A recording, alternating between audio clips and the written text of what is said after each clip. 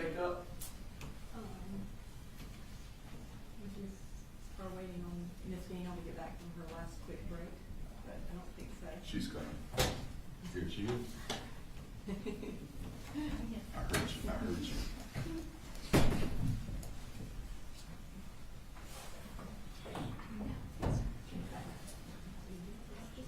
All right, so nothing we need to take up? I don't believe so, Your Honor. No, Your Honor. Okay. You all ready for the jury? Yes. Bring them in.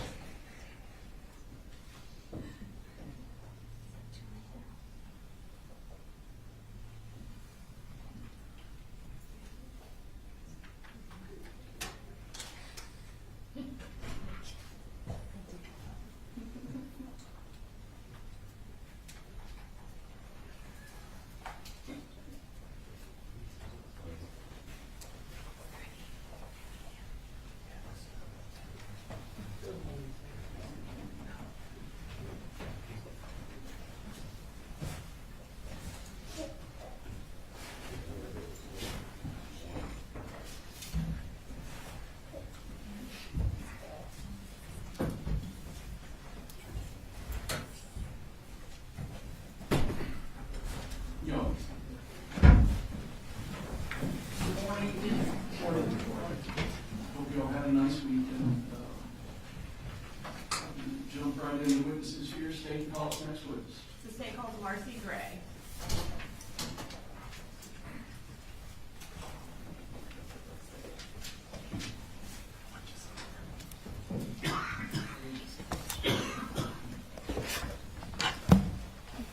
Please raise your right hand. Do you swear to tell the truth, the whole truth, and nothing but the truth to help you God? I do. Okay. Can you introduce yourself to the jury? My name is Marcy Gray. I'm mother to Colt, Jenny and Colby Gray, and I'm married to Colin Gray. And that's okay. Just Is that good? yeah. Can you spell your first name for the court reporter? Sure. Marcee. Okay. So you mentioned. Yes. We approach matter. Yes.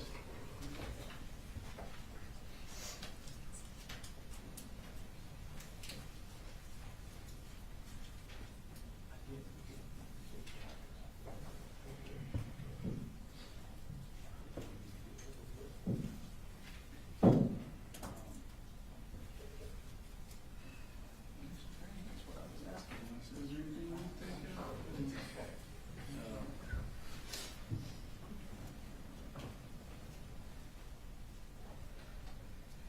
So, I would, it's Cheater versus State, 300 Georgia Appeals 396. Says this court has previously held that a trial court has no obligation to inform the defendant's spouse of the existence of marital privilege. What a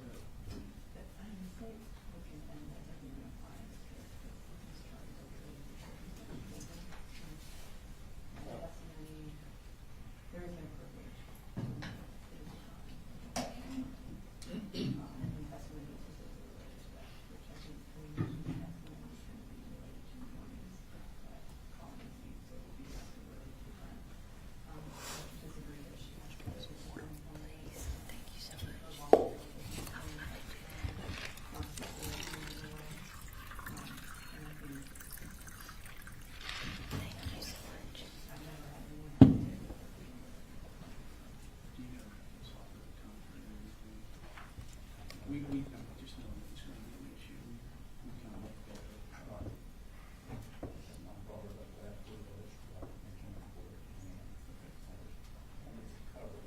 Okay, but you do not have a case that says I need to, is that right?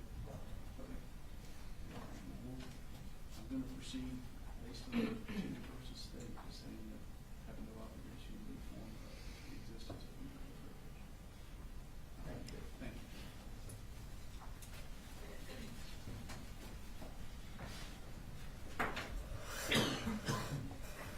right, Ms. Gray. You indicated that you were married to Colin Gray. Can you point him out and identify him by a piece of clothing he's wearing? He's wearing the light blue sweater and blue tie. Okay. Please let the record reflect that Ms. Gray has identified the defendant. What are you doing right now? Right now, I live in South Georgia, and I work in an industrial food processing plant. I work for the quality department there, and that's about it. And do you currently have custody? You mentioned that you have 3 children. Do you currently have custody of any of them? I do not. Okay. And when did you get married to Colin Gray? In 2007. And does he have a nickname? Coley. 2009. I got married in 2009. Sorry. Okay. Are you a little bit nervous? A lot nervous. Okay. So you got married in 2009, and who is your first child? Colt. And when is his birthday? He was born on January 14th, 2010. Okay. And then what about who was your next child? Jenny was born a little more than a year later, June 6th, 2011. And then what about your last child? Coley was born in 2016, and he was born on April 3rd. Okay. And kind of just to summarize, so in like September of 2024, would Colt have been 14? Yes. Okay. And then would Jenny have been 13? Yes. And then Coley would have been 8? Yes. Okay. And then, so does Coley have a nickname, since his name is the same as? I have a mama baby nicknames for him, but in general he goes by Coley. Okay. Did he go by Coley Jr. or? Sometimes, maybe within our immediate family, but anyone else called him Coley. And then are you and the defendant currently separated? Yes. Okay. Legally, there's no documentation, but physically we're separated. Okay. And then where were you living when Colt was born? When Colt was born, we were living in Barrow County. We were actually living in Winder in a house that I had purchased before I met Colin. He was born at St. Mary's in Athens. And we continued living in my house until Jenny was born. And when she was about 6 weeks old, we moved to our next house, which was in Statham. And did y'all stay in Statham for a fairly long time? Yes, we did. How long did y'all stay there? Till 2018.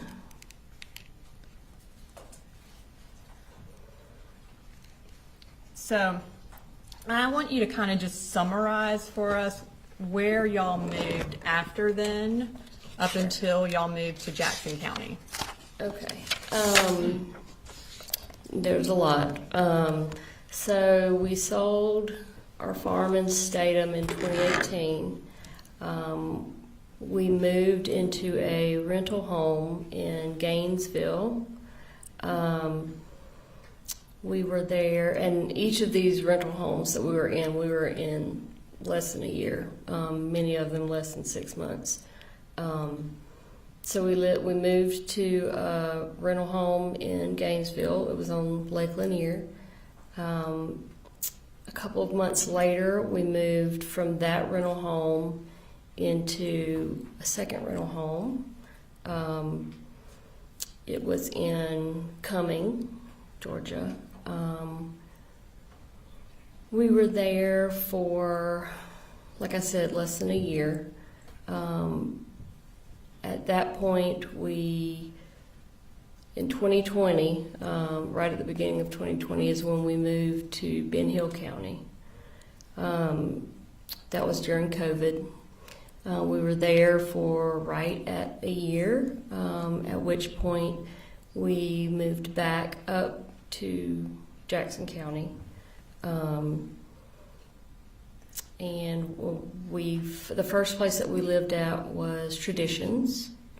We were there for, again, it was less than a year, maybe it was close to a year. After we left there, we actually moved into a rental Airbnb. That because it was a sudden move, we had to find somewhere to live really quick. That was in Lawrenceville. We were there for maybe 2 months, and then we moved to a second Airbnb that was up in, I think technically it was Pendergrass was the address. And after that, we were there for maybe a month. At that point, we ended up at the house where Colin and Colt lived after me and the 2 younger children moved back to Fitzgerald. Okay. And I will kind of get back into some of the dates Sure. As we go through. But you mentioned that you moved to Ben Hill around COVID, so that would have been March Yes. of 2020? We moved in January of 2020 because I started a new job at like the first or second week of January. Okay. And at that time, were you working, and what was the defendant doing? Colin was just staying home. Okay. And while y'all were, I guess let's kind of talk about where is Ben Hill and why y'all moved there. Okay, so Ben Hill is where I was born and raised. It is about 3.5, 4 hours south of Atlanta, directly south down I-75. It's a fairly rural town. My mom was also born and raised in Fitzgerald, Ben Hill County. So the first time that we ended up going to Ben Hill County during COVID, we moved because, for one, we were having financial issues. Hence, while we were moving, we had to move several times. And then also, Colin was having issues with his back.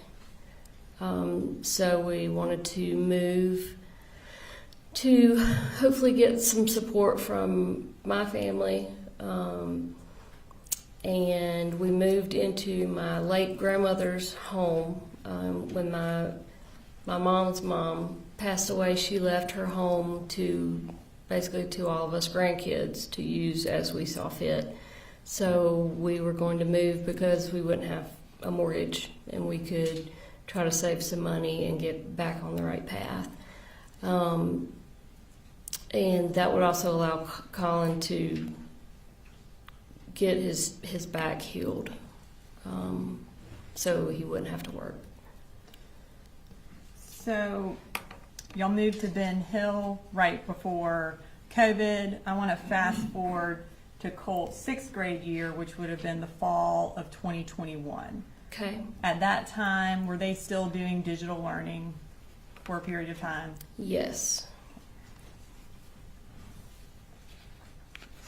Was Colt attending classes from home in September of 2021? Yes. Okay. Yes, all 3 of them were. Around September 10th of 2021, did the school contact you about something Colt had done while doing digital learning? Yes, they did. And how did they contact you? The school counselor,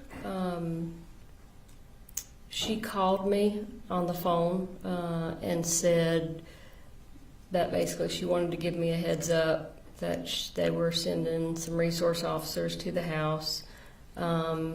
She told me basically what it was in regards to, and that they wanted to talk to me or Colt's dad, and they wanted to speak with Colt as well.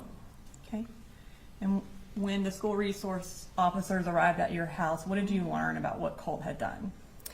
Well, they basically reiterated what the guidance counselor had already told me on the phone, which was that Colt had basically found a way around the school's firewall and security software so that he could get on the internet and basically look up whatever he wanted to look up. And then they told me that he had researched, he had typed into the search bar how to kill my dad. And at that time, did you tell the defendant about that search? No, Did you later tell him? I did. Okay. And do you remember around when you told him? Not really, but it was several months later.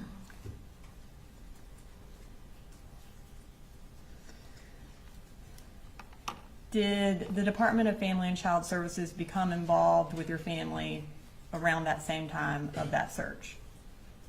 I guess within a couple of months of that. I think so. We moved not long after that is when we relocated back up to Traditions. Okay. Before y'all relocated to Traditions, do you remember someone making an anonymous report to defects? Yes. And was it related to you slapping Colt? Yes. At that point, did defects start doing some home visits with y'all? They did. They did the home visits, and then at that time they wanted to do counseling, some type of counseling, and they ended up having a guy come to the house to do the counseling. And he kind of put us on a rotating schedule. Each week he would come, and 1 week he would talk to me, next week he would talk to Colin, next week he would talk to Colt. And I think by the time we had to finish because we were moving, I think we each had met with him at least twice, Okay. me, Colin, and Colt. So y'all moved in the middle of this counseling? Yes. And so after about 2 sessions, that is when y'all went to Traditions? Yes. Would that have been around November or October or November of 2021? Yes. Okay. And when we moved, DFACS basically closed the open case because, well, for one, they didn't find any evidence of any sort of abuse or neglect or anything like that. And then we were also moving, so they just went ahead and closed the case out. So you would have been outside their jurisdiction once Yes. y'all moved? Yes. And you mentioned Traditions. What county is that in? That's Jackson. Do you remember what school the kids were in when y'all moved to Traditions? They were in, I think they were in Jackson Middle School, I think. Jackson. West Jackson? Does that West sound familiar? Jackson, yes. Okay. It was about a mile from our house, so. And so Colt would have still been in 6th grade when y'all moved. Is that right? Yes.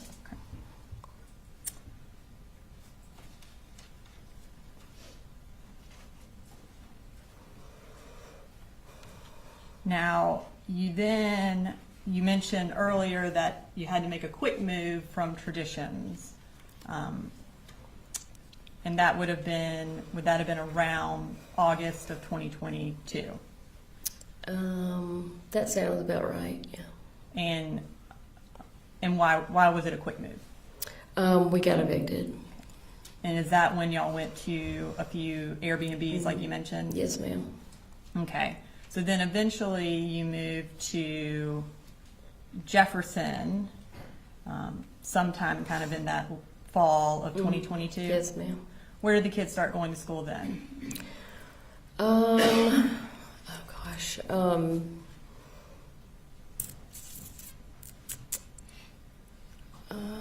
It was, I want to say it was,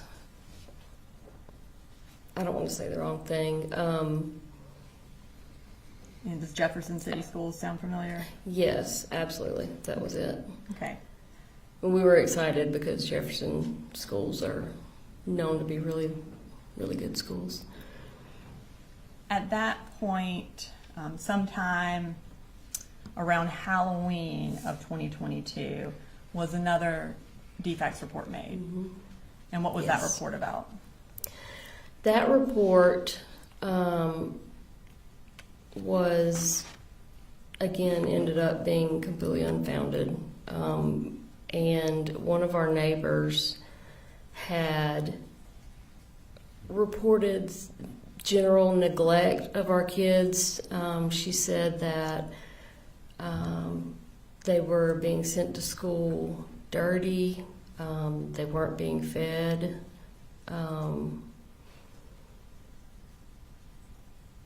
I think she made claims that I was sitting in my car drinking alcohol, something alcohol related. And I think there were a couple of other things that she claimed as well. When that defects report was made, did you move? Did I move? Yeah, eventually, or within a couple weeks of that, did you move? Well, me and Jenny and Coley left and moved in November of 2022. And where did the defendant and Colt stay? They stayed there at the same house. Why did Colt stay with the defendant? I think in general he had his room and everything, his computer and all that set up how he wanted it in his bedroom, and that was kind of his safe place. And I think a big part of it was he didn't want the change. He wanted to keep everything in his room the way it was. He didn't really give a concrete reason as to, hey, I don't want to go to Fitzgerald, I want to stay here. It just kind of went that way. When you and Coley and Jenny moved down to Ben Hill, did Colt have a phone? Yes. Okay.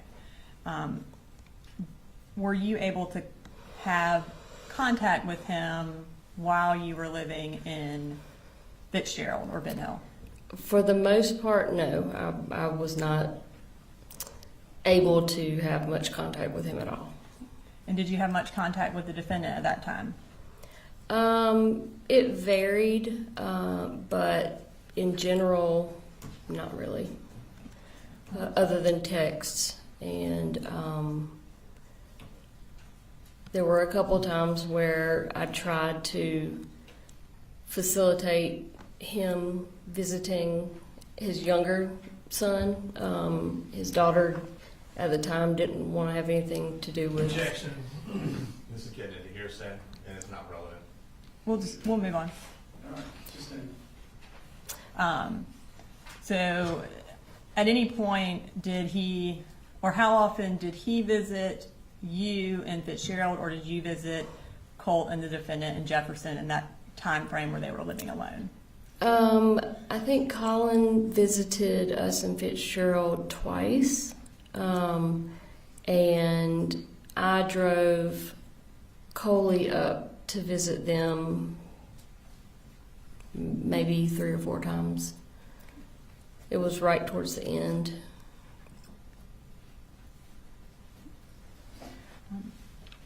While Colt was going to Jefferson Middle School for the 7th grade year, were you aware of any of the issues he was having at the middle school? At some point, I was made aware of them. At the time that they took place, I was generally not aware of anything that was going on. And then, were you aware that Jackson County Sheriff's Office came out to the defendant's residence and wanted to talk to Colt about threatening to shoot up a school? I had no idea that that happened until it came out in the media a year ago.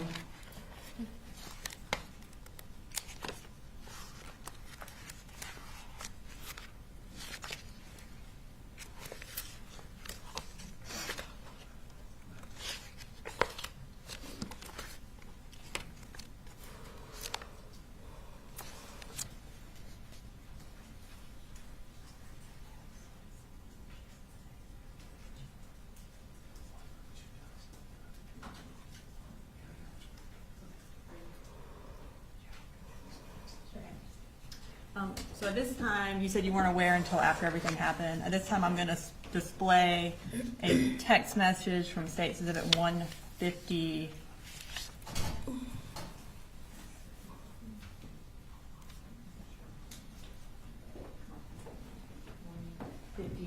Which is your cell phone extraction, and it's from September 5th of 2024.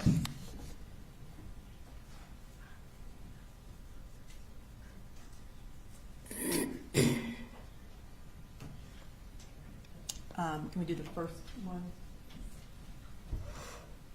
What was the exhibit number? It's 159. Marcy's cell phone extraction. So on September 5th, you said, "What the heck is this? I keep reading that the FBI investigated Colt last May about making online threats about a school shooting. It says they talked to you too." Is that the text message you sent to the defendant? Yes. Okay, and then he responded, "I told you about that, and so did he. Someone in a chat room said it, not Colt. I had no idea what the chat room even was. More importantly, why do you have an open warrant?" Was that his response? Yes, that was his response. Okay, and had either of them told you about it? No. Okay.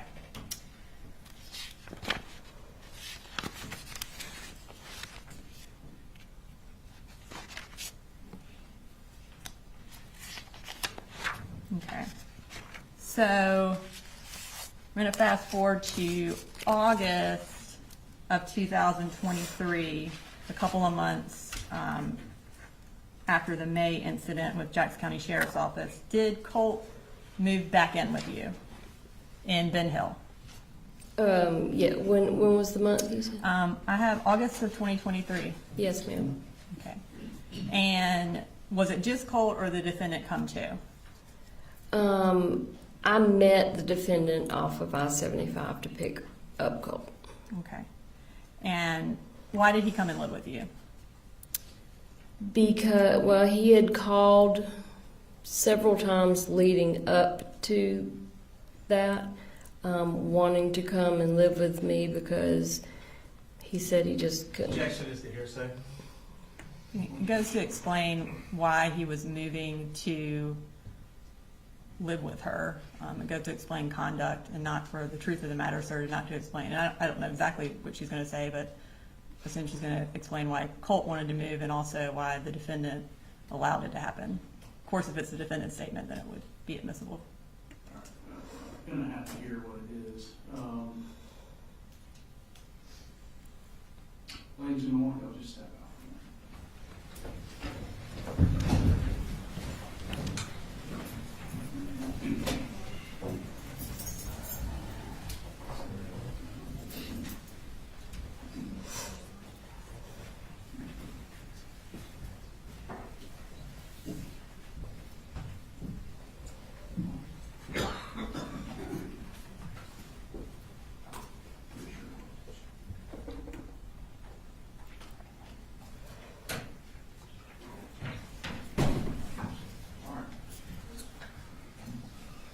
Ask the question again. Why did Colt move to Ben Hill? So, like I said, Colt had already asked several times in the past and then changed his mind at the last minute. But he had been telling me over the phone that he couldn't take living with his dad anymore. They were constantly getting into physical altercations. That, it was a constant screaming battle between the two of them. And he was basically trapped there at that house because nobody else was ever involved with him up there. So he basically was saying he was at his breaking point. Did you have any discussions with the defendant about him moving? No, other than, can you meet me halfway? All right, so based on that response, I'm inclined to sustain the hearsay objection. It's being offered to prove what's going on between Colt and his dad. And I realize the line often blurs what's, this explained conduct is, we can't drive a bus through it all the time. So the line blurs on, is it for the truth of the matter asserted or for some other purpose? To me, this one falls more on the side of for the truth of the matter asserted, so I'm inclined to sustain the objection. I just like you to do that in front of the jury so they know why she isn't answering the question. That it's sustained? Yeah. Sure. Is there a next question that we need to ferret out or no? Well, did he bring him to meet you? That's obvious. Yeah. All right, bring him back in.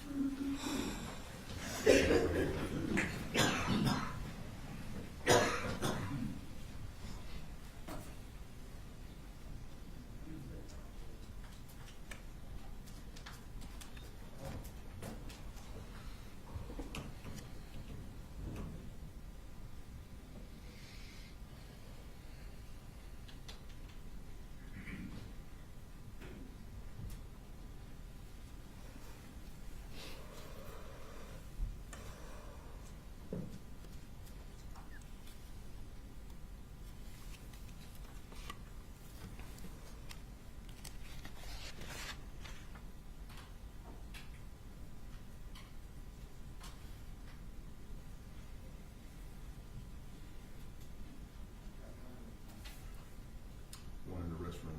Okay. So understand this, you like.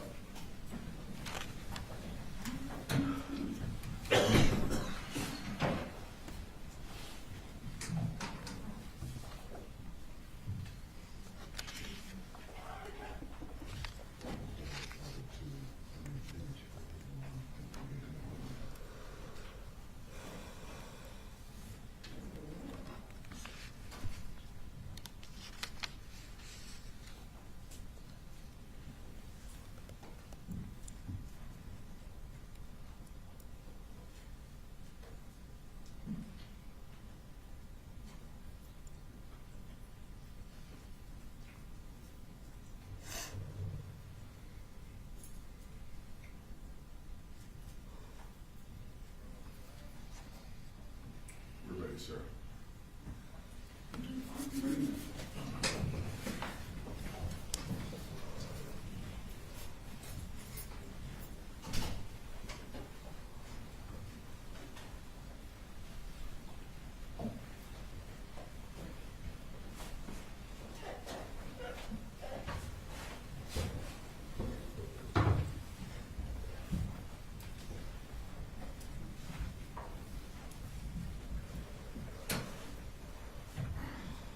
Y'all missed it.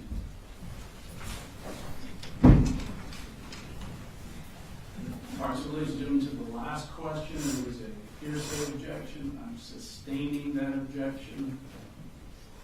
I'd like the state to ask this next question. So did the defendant meet you somewhere so that you could pick up Colt? Yes, we met. I started driving north on 75 and he was driving south, and we were just going to meet wherever we met. I don't remember what exit it was, but we got off and Colt had not packed really anything. He had just gotten in the truck. He brought his his guitar, and so we met in a random parking lot. It was just kind of an abandoned plot of land, and I said, "You didn't bring any clothes?" And he said, "No." I said, Evidence and "That's hearsay. Are you referring to, who is he? Is it Colt or the Colt." defendant? Okay. Colt. So Colt didn't bring any clothes, and then what happened? I told him just get in the car. The fact that he didn't bring clothes, or? It's a statement objection because he is making a statement regarding what he did or didn't do. It sounds like the statement is going to prove the truth of parental fitness one way or another. I mean, Marcy can testify to what she observed that day. She observed that he didn't bring any clothes. She observed what the defendant did next. I think she can testify to that because it goes specifically to parental fitness and what their interactions are and what the defendant and Colt are doing. I mean, I think that's relevant to this whole case. What she observed. There's no issue with her testifying what she observed. And that's not what I'm objecting No to. suitcases, no clothes, whatever. I'm objecting to when she asked Colt, why do you not have, and then getting into his answer, which would be hearsay because he's not here to testify. Which was not my question. I said Colt didn't bring any clothes. Then what happened? Then what did you, like, I didn't ask her what Colt said. So, David, if the answer to the question is going to be revealing what Colt said, do not do that. If you had an observation of what he did or didn't have with him, you're free to testify about Okay. that. So just, you observed he didn't have anything with him. Yes. Except for his guitar. Yes. Then what happened? So I told him to get in the car. I would buy some new clothes for him, underwear, whatever. And I just instructed him to get in the car. I needed to get his guitar, and Colin threw it across the parking lot. He was very aggressive towards Colt. And again, I told Colt, just get in the car, please. Please, just get in the car, let's go. So I went and got his guitar, put it in the car, and we left. When y'all got to Ben Hill, was Colt supposed to be in the 8th grade? Yes. And did you enroll him in school that August? So he was only with me for about a month. When I picked him up, he wanted to try online school. And so I started the process of enrolling him in online school. His sister then she wanted to do online school too. She was already enrolled and attending school in Ben Hill County with her little brother. But I started enrolling her as well. Again, Colt was only with me for about a month, so he never got the opportunity to start the online school. What was Colt's behavior like in Ben Hill? Colt's behavior was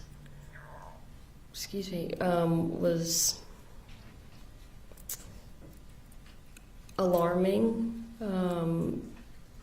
It was very different from the Colt that I remembered, that I had left with his dad when we left in 2022. He had a lot of anger inside, and he was very aggressive and unpredictable. So much so that I ended up relocating his little sister across town to my parents' house because I didn't want to leave her there alone with him. And then his little brother basically just never left my side. I just had, he was with me wherever I went when he wasn't in school. But Colt, he damaged a lot of things while he was there. again, he was just, you could tell that he had a lot of anger and just yuck inside of him. You said he damaged a lot of stuff. What kind of stuff did he damage? All of the flat screen TVs that I had in the house. He broke several windows. He would take knives and make cuts on different things like walls and the leather in my car, the leather seats. Just kind of like random damage. He wrote on a bunch of stuff, walls and that sort of thing. And on October 3rd, did your dad actually contact the police because of something Colt had damaged? Yes. What had he damaged on October 3rd? I think that was when he broke, the first time he broke a window. He had broken a window because from slamming the door really, really hard. It's an old house, and so the windows are old. And if you're not careful, you slam a door hard enough and it'll shatter a window. And I'm pretty sure that's what happened. And then once that happened, I kept fixing it by basically taping it up and putting a piece of cardboard over it until we could get someone to come and professionally fix the window. And he kept punching through the cardboard. As soon as I'd fix it, he'd punch through it again. And I think it was the window was the actual reason why he called the police that one day. And did the defendant come and get, or did Colt go and live with the defendant immediately after that? Immediately after the second time, so my dad actually called the police twice, or went by to see the police twice. The second time, they came, and each time they came, I would basically ask them, please don't take him to jail. You know, I don't want anything on his record. Can you just talk to him? Which they did. They actually offered to stand there and supervise while I spanked him or some like physical punishment. I was like, no, I don't want to do that. He was bigger than I was at the time. I just want y'all to talk to him and, you know, just hopefully talk some sense into him. Well, after the second time it happened, he immediately got on the cell phone with his dad. And just related to what Yes. the defendant said, not what Colt said. Yep. He had the phone on speakerphone, so I could hear, because I didn't have my phone at that point. I'm not sure where it was, but I said, let me talk to your dad. And so he didn't want to give me his phone, so he put it on speakerphone so I could speak to Colin on speakerphone on Colt's phone. And, you know, I had not been communicating with Colin at all. Since he dropped Colt off, communication basically was non-existent. So he didn't know anything about what Colt had been doing or, you know, his behavior. And I immediately started trying to explain to Colin what had been going on, and I couldn't get any words in edgewise before he immediately wanted to say, well, "Why are you doing this to our son? Why are you calling the police on our son? Why would you do this?" And it took him, you know, less than 5 minutes to have Colt convinced that I was the one calling the police. I was trying to get him sent, you know, to juvenile detention, and once he had him convinced of that, Colt refused to talk to me. He just wanted to go back with his dad. And when did he leave? I To go think back he to left that. like the next day after that second time the police were called. While you were in Ben Hill County with Colt, had you scheduled some counseling for him? Yes. Is that at the, Healing Connections okay. was the place, but he never made it because he went back with his dad. So his first counseling session supposed to take place after he left? Yes, ma'am. And did Coley Jr. and Jenny stay with you in Ben Hill at that point? Yes, at that point, yes, they did. When the defendant took Colt home or met, I guess, or met you or your mom halfway, where did they go to live at that point? They were still living at that same house. In I think- Bear County? Yeah. Okay. Or no. And we're Yeah, in- they were at the Barrow County house. Okay. Yeah, you're right. We are in October of 2023. Yes, they were definitely in Barrow County. And so again, Colt should have been in the 8th grade. Did the defendant enroll him in the 8th grade in Bear County? No, Did he attend any schools in the 8th grade? no. Now, when Colt went back to Barrow County and you were still in Ben Hill with Coley and Jenny, did you still have an open defects case? Yes. My case manager had told me that the next time she saw me, she was going to close the case because over the prior year, I had been doing everything they wanted me to do. I had, they were drug testing me the whole year long, hair follicle, urine tests, and I had been doing everything I was supposed to do. What happened at that next visit where they were supposed to close the case? So instead of closing the case, they gave me, someone had called and made an anonymous report, and they drug tested me. And did you pass or fail that I test? failed that test. When you failed the drug test, what happened? When I failed the drug test, I guess it's the Saturday after my case manager got the results. She showed up. Actually, me and Jenny and Coley were spending the night at my parents' house because my parents, at that point in time, had gone on a trip to Virginia. And we would do that a lot, just spend the night at my parents' house because it was just kind of a fun thing to get out of the house, our house.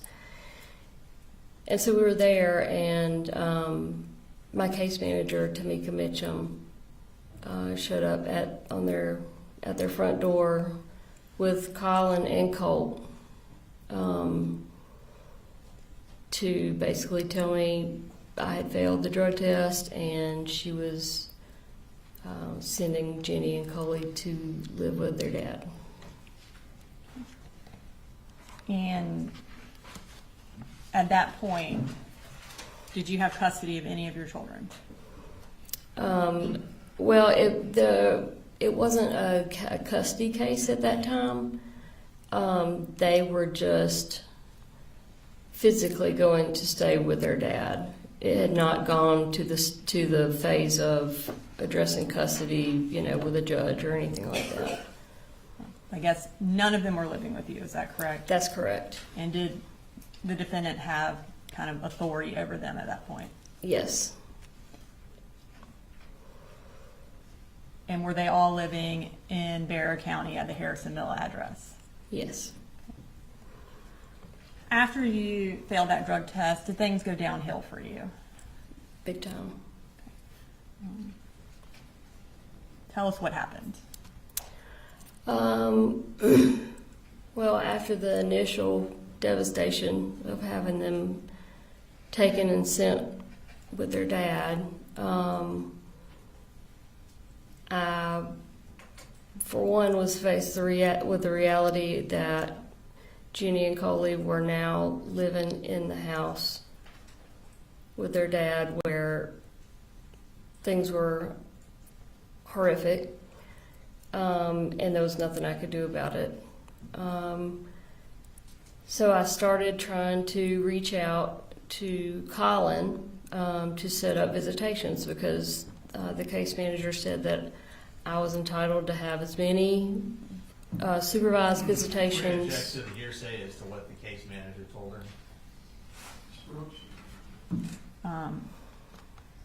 I think this, I understand your latest sustaining of the objection about hearsay related to explain conduct, but this is squarely within that. She is trying to set up visitation because she was told she was allowed to have visitation. So I do believe that fits within that exception. I believe our harm is also very low, where the caseworker already testified to that fact. I don't think the caseworker testified exactly to what she is saying. I believe she testified that she was allowed to have visitation, so I think that. I think she testified that visitation was up to the defendant, not that she had an absolute right to visitation. Visitation was at the right of the defendant. I believe you're correct. Was she saying something different just then? Or? So Yes. I think we're splitting hairs. She wasn't prevented from seeing her children. So she could have visitation. She was allowed to have visitation. If it's up to the defendant, she's calling him to try to set that up. That's exactly what she's testifying to. Trying to act like she's saying something completely different is just not true. She is saying she's calling the defendant to set up the visitation because she was allowed to, and he is the one who has custody, so she has to go through him. And she, this victim testified that she was not entitled to visitation. Any visitation was to be done through the defendant based on his determination. Not that she had an absolute right to visitation. That is a misinterpretation of what Ms. Mission testified to. She did not say she was not entitled to visitation. That is not what happened. So, ladies and gentlemen, you'll have to remember what the DFACS worker, case manager testified to. I'm going to let the witness go ahead and answer. So, I mean, I can rephrase. No, he's overruled the objection. So, Okay. You were, I guess, where we're at. There was no restrictions to me having visitation or seeing my children other than it needed to be supervised. She did say that I needed to schedule it with Colin. So I started reaching out immediately because, you know, I wanted to see them as much as humanly possible. And it immediately became apparent, which I knew it would, that he was not going to communicate with me whatsoever. He had blocked my phone number, and I know that because I checked it the next time I saw him and had access to his phone. He basically refused to not only not let me see or speak to my kids, but he refused to speak to me himself. So my children were living somewhere where I knew was a nightmare for them, and now I can't get any sort of updates or any sort of contact with them. I tried to get my mother to reach out. She was met with the same obstacles. I reached out to Tamika, the case manager, asked her for her help, and the only thing she offered was transportation to see the kids. I told her, I don't need transportation. I need someone to facilitate some sort of communication between me and their father. And and it just never happened. I couldn't get any help from anyone. At one point later in the month, I called in a wellness check with Barrow County just so I could have someone put their eyes on my children to make sure that they were still alive. And I also knew that they had still, none of them had been enrolled in school, so I couldn't verify through school that they were still breathing. And so then, I never did end up getting any kind of communication or updates or anything like that. And what did that do to your mental health? I basically had a complete nervous mental breakdown. I think as any good mother would. My kids were and still are my entire world. And to go from being in constant contact with my two younger children, for sure, to nothing. I felt like they had been kidnapped almost. I was just devastated. I wasn't eating. I wasn't sleeping. I was desperate. Desperation is a good word for what I was feeling. What did you do after that? So that led to, it was right after Halloween.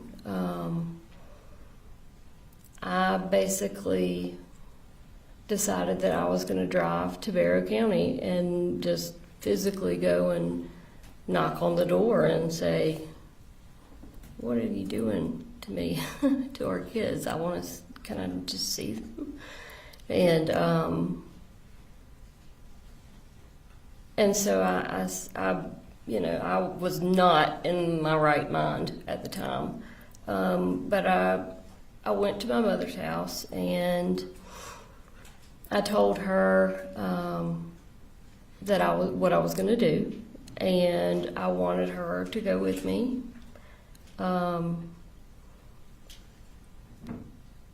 Just to be another person, to be there to observe what takes place, and to be there, to support or take the kids, to McDonald's or something if I needed to talk things out with Colin, just to be there in general. And she knew that I was not in my right mind, and so she said, "No, I'm not driving you to Wander. I'm not going with you," which I had not expected. I never thought in a million years that she would say, "No, I'm not going with you." And so I then was in a situation where I still am going. I'm still going to go. But now my mom knows I'm going, and I wasn't going to, drag her and force her into the car or anything. But I knew she would call Colin the second I left the house. And, then I'd never see the kids. It would be a wasted trip. So, in my messed up mind, somehow I decided that I'll just tape you to a chair, and then I'll have a friend of mine come over later to let you loose as soon as I have had time to make it to Wander and see the kids. This is obviously completely irrational and inexcusable behavior. But again, I was not in a rationally thinking state of mind at that point. So that's what I did, and drove to Winder.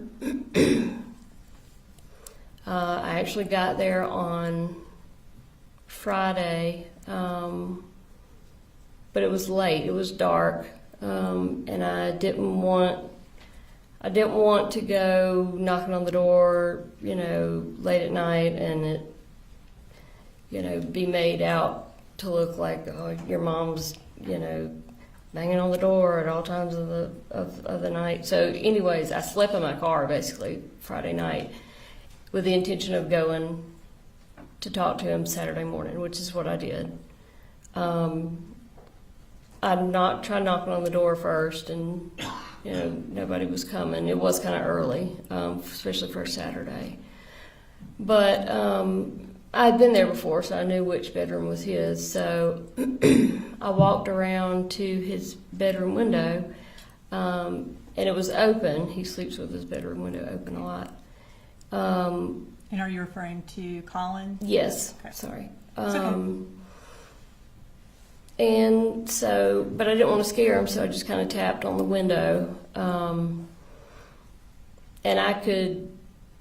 it was dark, looking from outside into the bedroom, but I could kind of see, the outline, and I could see that he sat up in bed. And I kind of knocked again because he didn't say anything, and he said, "Who is that?" And I said, "Coley, you know who this is? I'm your wife. I would like to see or talk to our kids, please." And then I saw little Coley jump up, excited because I was at the house, and he immediately tried to take off running because he wanted to come out and see me, and his dad told him, "No, stay right where you're at." And so I said, "You've blocked me from your life for the last month, and that's not fair. I would never do that to you. I'd like to see the kids."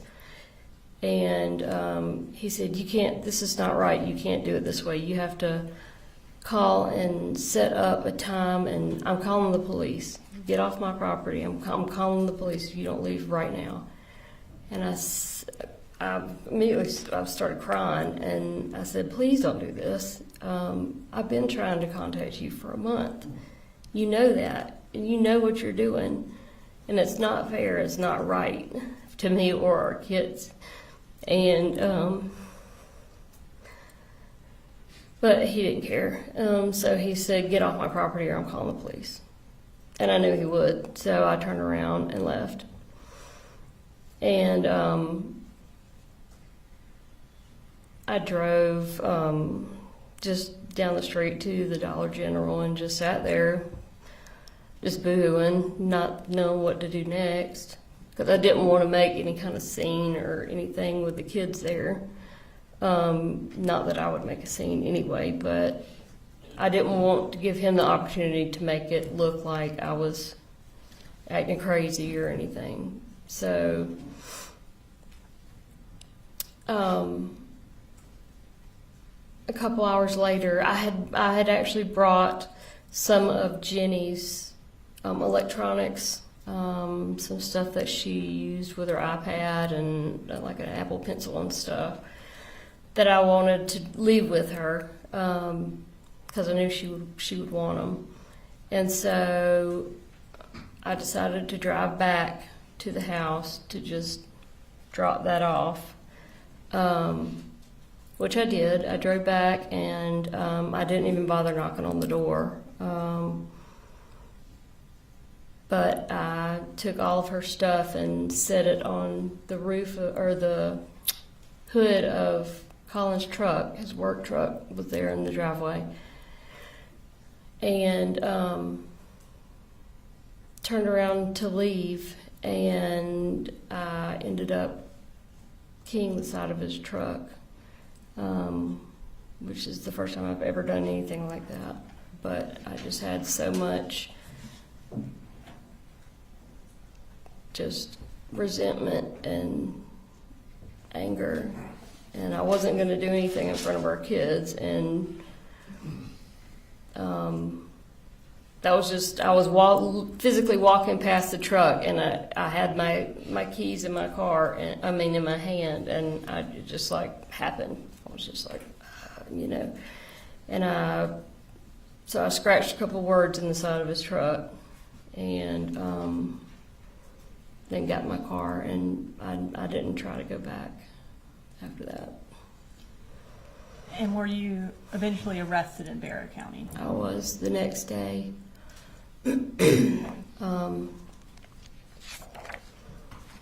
A couple hours, I guess, after I had keyed his truck, he was outside and he saw it.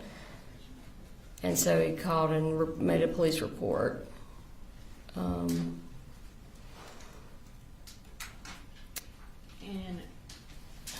Your Honor, at this time I'm going to introduce into evidence State Exhibit 169 and 170, which are incarceration records for Miss Gray from Barrow County and then also Ben Hill.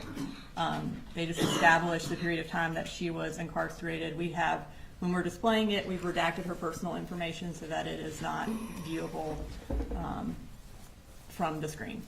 You said those were 169's records from Barrow and 170's from Ben Hill? Yes, Your Honor. Mr. Hobbs, any objection? No, sir.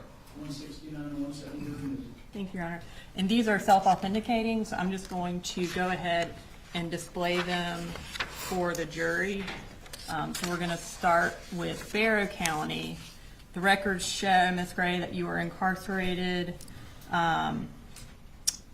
from November 6th to December 22nd in Barrow County. Does that sound accurate? Mm-hmm. Okay. Before you left Barrow County, did you plead guilty? Did I what? Did you enter a guilty plea before you left the Barrow County Detention Yes, Center? I took a plea. And Your Honor, at this time I'm going to introduce into evidence State Exhibit 208, which is Ms. Gray's plea of guilty to use of a license plate to conceal identity. No objection. All right, 208 submitted. And so ultimately, you pled guilty to the misdemeanor use of a license plate to conceal identity, and you received a 12-month sentence. Is that correct? Or I guess for... No, I used my first offenders for, there were several other charges besides the license plate. I guess what the sentence actually has is just the use of a license plate to conceal identity. Okay. And then it has it as a 12-month sentence, and then during that 12 months it shows that you were barred from Barrow County. Is that accurate? That was one of the stipulations, but it actually, they made a modification to that. And that was after September 4th? Yes. Okay. So once you pled guilty in Barrow County, did you then get transferred to Ben Hill County's detention center? I did. And was that related to the charges against your mother? Yes. And are those actually still open? They are still open. Sorry, at this time I'm going to go ahead and display your incarceration records from Ben Hill. Mm-hmm. Okay. It shows as you being there from December 22nd to April 12th of 2024. Does that sound accurate? Yes, ma'am. Okay. So you were released on April 12th. Is that why were you bonded out? Is that why you got released? Yes, ma'am. Okay. So what were you supposed to do upon release from Ben Hill on April 12th of 2024? With regards to like what my parents wanted me to do? Yes. Where were you going to go? Okay, so I had found a rehab facility, and I was going to go there. And what rehab facility was that? I forgot the name of it. It's Promise of Hope. Promise of Hope, yes, And did you ultimately go to Promise of Hope? I did. Yeah, I stayed home over the weekend just to visit with my parents, and then I went, I think, on that Monday. Okay. And so, you're all right. This time I'm going to introduce an evidence, State's Exhibit 171, which is Ms. Gray's attendance records at Promise of Hope. No objection. All right, 171's admitted. And your honor, these are self-authenticating, so I'm going to go ahead and publish them to the jury. So it indicates that you were at Promise of Hope from April 16th of 2024 until July 6th of 2024. Does that sound accurate? Yes, ma'am. Okay.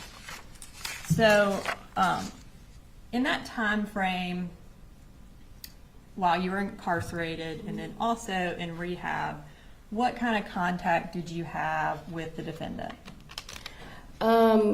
Most of that time period, most of the time period when I was incarcerated prior to rehab, I had no contact with him or the kids until maybe the last month, at which point he started doing FaceTime. They're not actually iPhone FaceTimes, but video calls. Was able to do those. And then, did you ever get emails or anything from the defendant or your kids? I did. Mm-hmm. I'm going to pull up what's previously been introduced in evidence as State's Exhibit 111.13. Is that a poster that your family made for you? It is. Okay. Now I'm gonna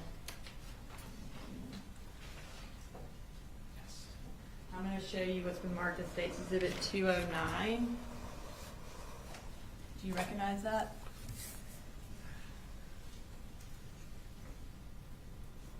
Yep. And what do you recognize that as? This was an email from Colin to Mandy, who was basically the owner of Promise of Hope. But it was basically a letter that he had written to me, but he sent it through the email, Mandy's email. And did he attach pictures of that poster to it? Yes. And was that email sent to you on May 13th of 2024? Yes, ma'am. And was that either Mother's Day or around Mother's Day? Yes, ma'am. Your Honor, this time I'd like to introduce an evidence, State's Exhibit 209, and publish to the jury. No objection. All right, 209's admitted. All right, so the subject was Marcy's Mother's Day. It was sent on May 13th, 2024 at 12:15 from graycoley444@gmail.com. And it says, Mandy, thank you so much for this. Pretty girl, we all love you and we are very proud of you. We can't wait until the day we can just hug you. Quick update, Coley Jr. made the honor roll for 2nd grade. Big Coley finally got my job with Kevin Price. Just be patient with Jenny Reen. She gets it honest. See you soon. I see you. And then let's display the attachments. Okay. And the next one. Okay. So while you are in treatment, they sent you something for Mother's Day. Did you eventually leave rehab? I did. And according to the records, that was on July 6th. Mm-hmm. How did you leave? Colin came and picked me up. And when he came and picked you up, where did you go? We went back to their house in Barrow County. Now, at that point, did you move in to the Barrow County house? I wouldn't call it moving in, but I did stay there for approximately 5 weeks. And was it ever your intent to remain there permanently? No, my intent was to find either a rehab or a sober living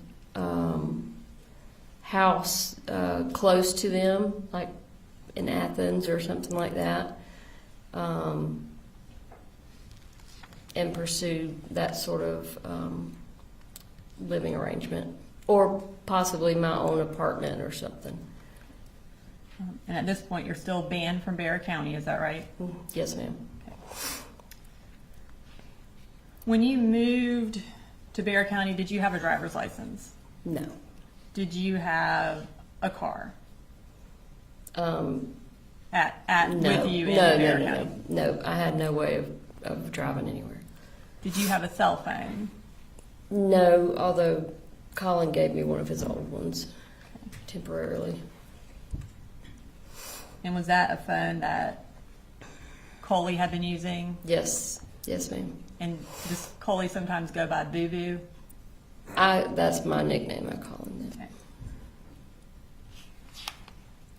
And when you moved back to Ben Hill later on, did you then get your own phone? Yes, at some point, yeah.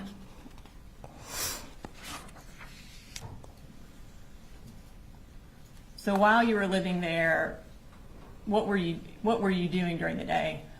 Obviously, you didn't have a car and couldn't drive, so. So I basically just went back into the role that I'd always had, which was,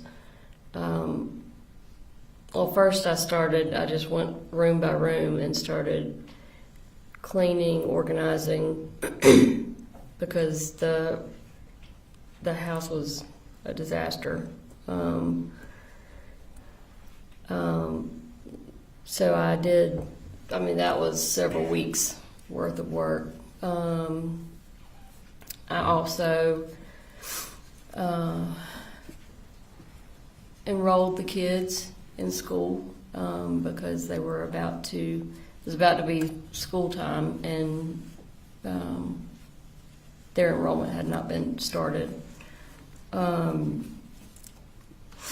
also did a couple other things. I put together a budget for Colin to try and start using, and set up his insurance.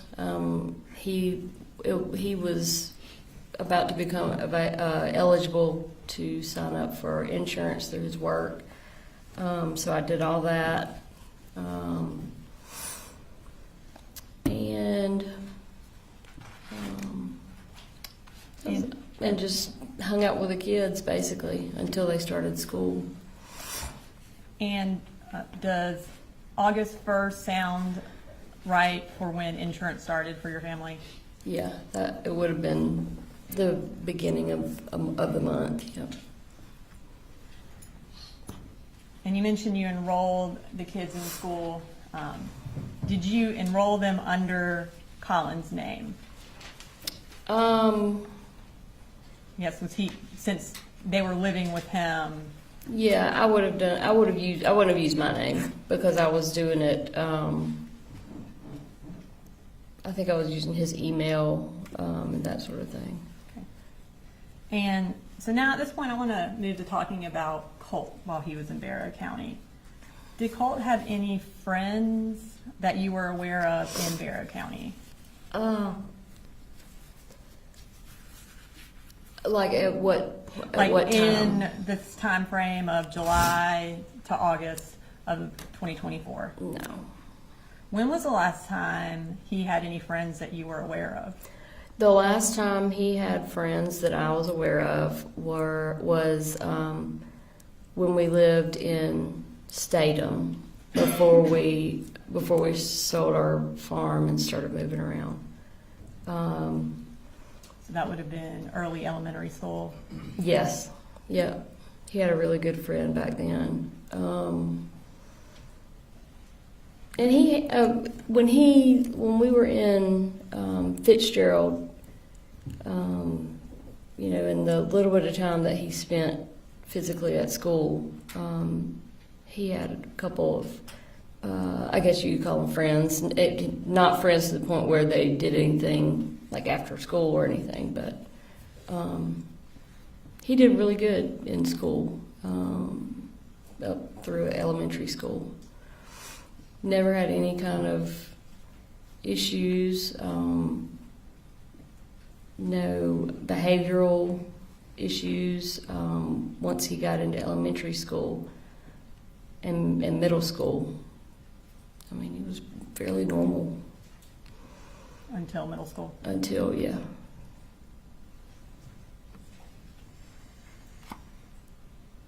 And so was in Bexar County, would he just stay at home for the most part? Yes. How was his mental health in that July, August timeframe while you're living with them? So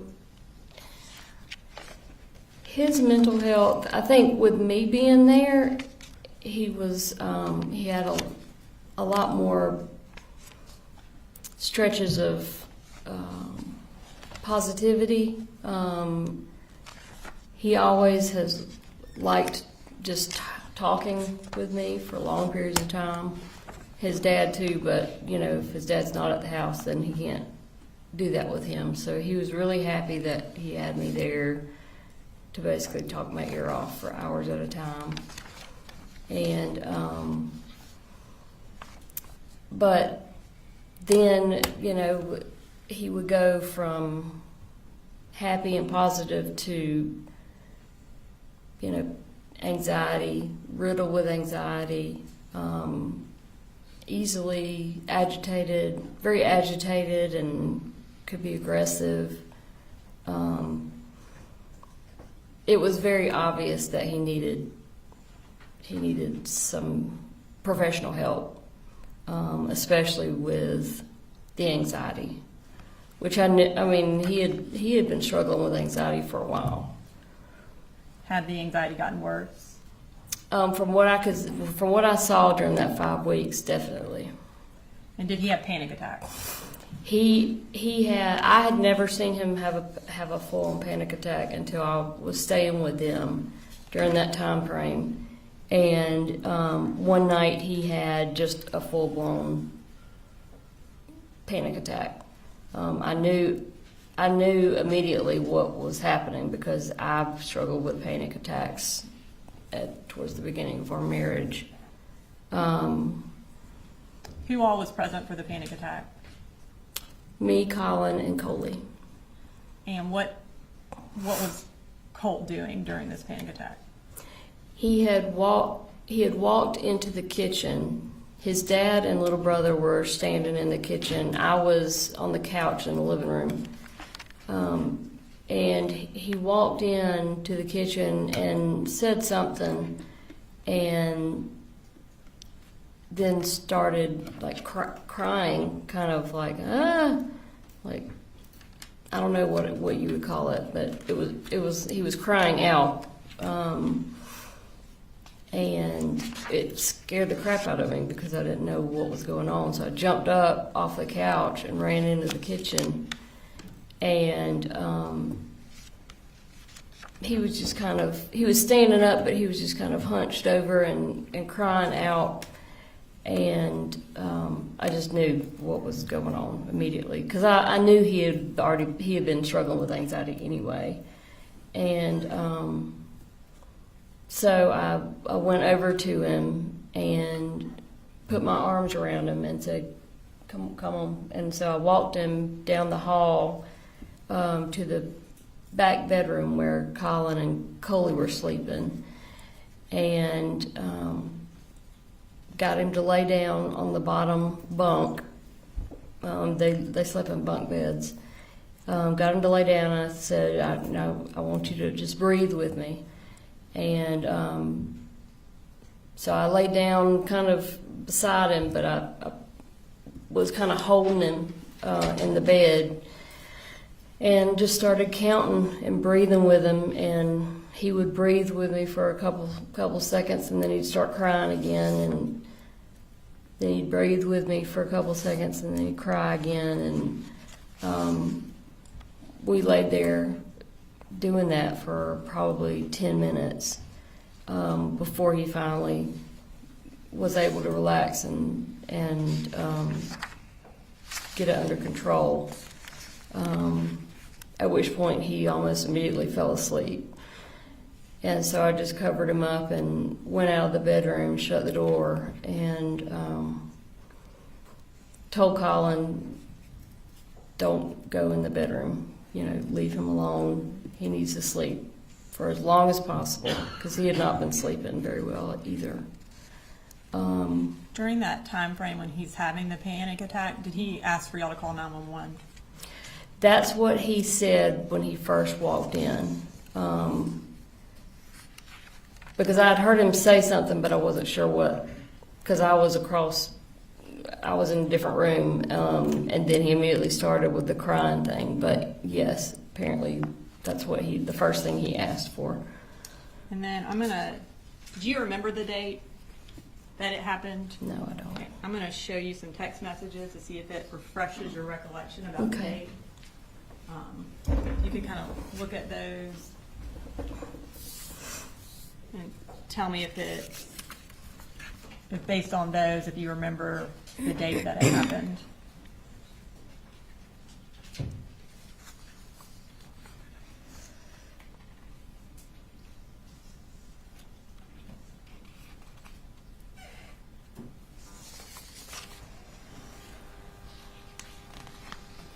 Okay, yeah. Yeah, so these are from me. Yes. Looks like maybe to my sister. I'm not sure who that's to. Does Jenny sound familiar? From you to Jenny? Yeah, I know I did. I texted her about it. And based on those text messages, what date did the anxiety attack happen? Looks like the 19th. Of July? Yes. Okay. So,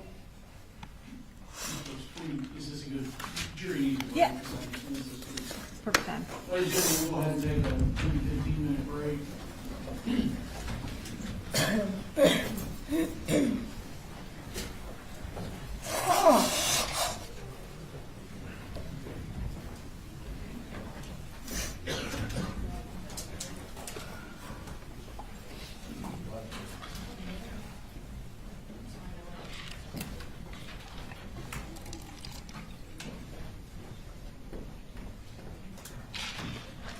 Marcy, do you need a bathroom break? Yeah, you can go down. All right, we'll be in recess.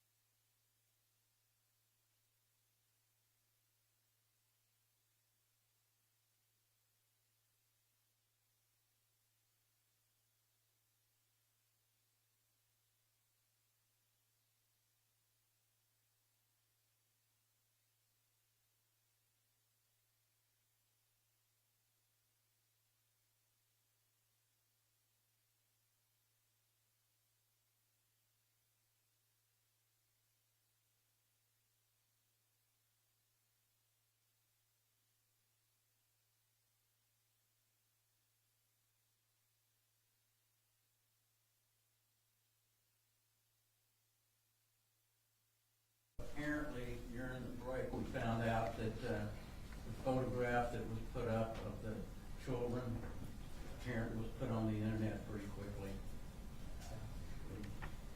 We didn't admonish that these, I think everybody should have known any child should not be photographed and put on the news, but apparently that's happened.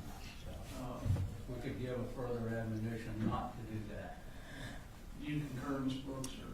Yes, I think that would be the court's ruling related to juveniles. Yeah, and I realize how that happened. We didn't give any specific instruction or anything, in as much as it wasn't a child on the stand, but we are not going to put images of the children.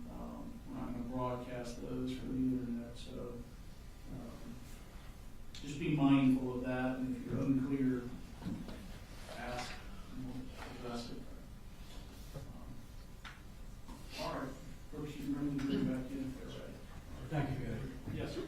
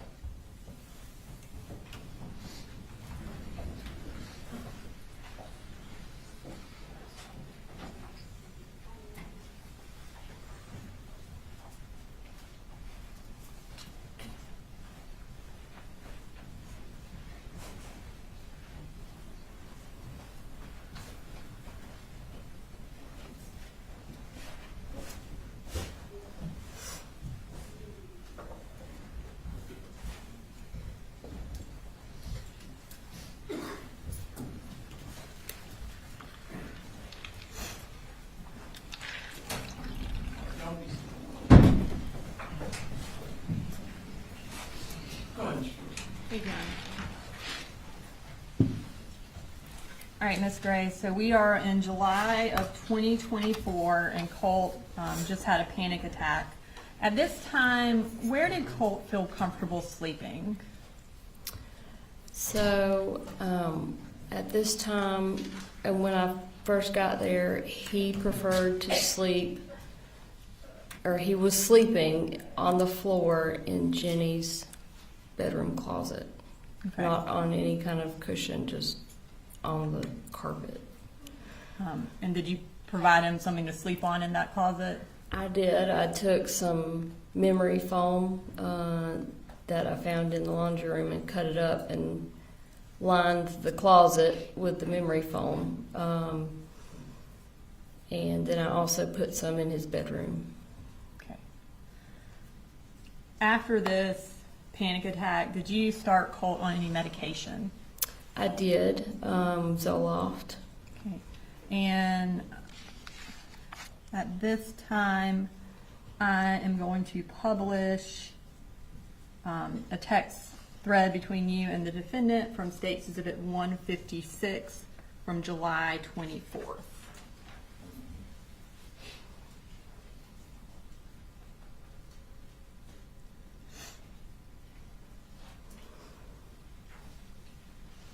No issues. No objection. All right. Thank you. All right, so you, at 5:34 p.m. on July 24th, that second one, you said, I started Colt on Zoloft today, don't say anything about it unless he brings it up, and the defendant's response was K. So does July 24th sound accurate around the time you started him on that? Yes, ma'am. Did he have a prescription for Zoloft? No, ma'am, he didn't. How did that come about? The decision to start him on it? Yes. I had been taking Zoloft for over a decade, and for basically the same issues that he was having. And I had talked to him about trying it. I had talked with Colin and with my mom about the decision to try him on it. And we decided to go ahead and try him on it because we had not gotten insurance yet. And that was kind of one of the big holdups. So I was on a relatively high dose. And so I knew from just talking with my psychiatrist and, just researching it myself, what the initial starting dose for, well, really anybody, but specifically a child, would be. And so I just started him on that super low dose. And how would he get it? Would you give it to him, or did he have access to it? While I was there, I would give it to him. And do you know where the Zoloft was kept? While I was there. While you were there, yes. In my purse. So you mentioned during your testimony earlier that it was clear that Colt needed professional help. At this point, in the time frame where he's had the panic attack, you're giving him Zoloft. What kind of help did you think he needed?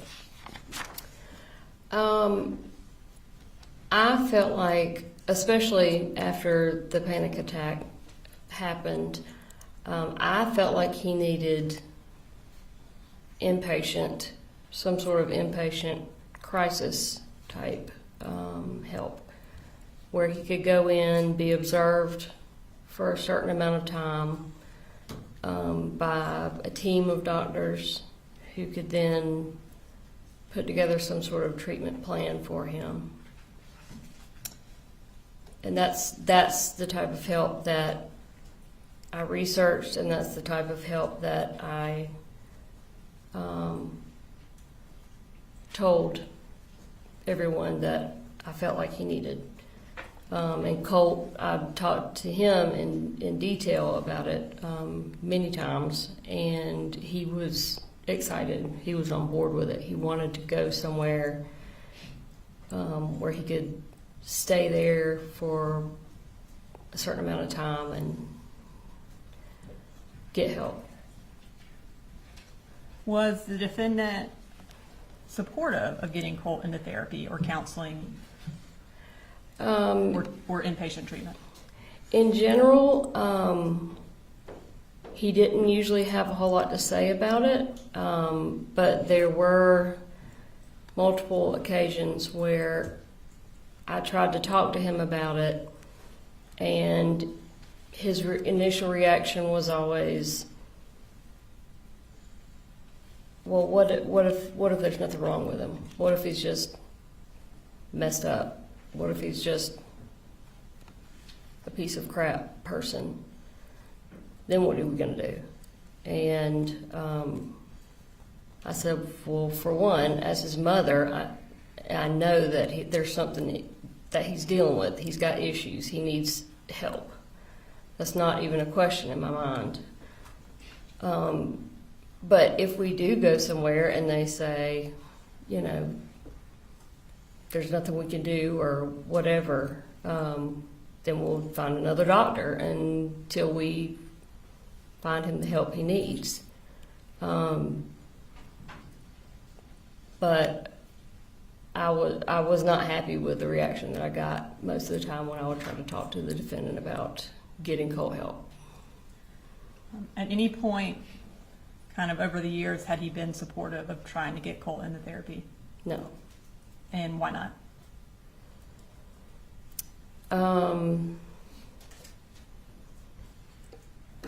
Different reasons. I mean, nothing that really I felt was a valid reason.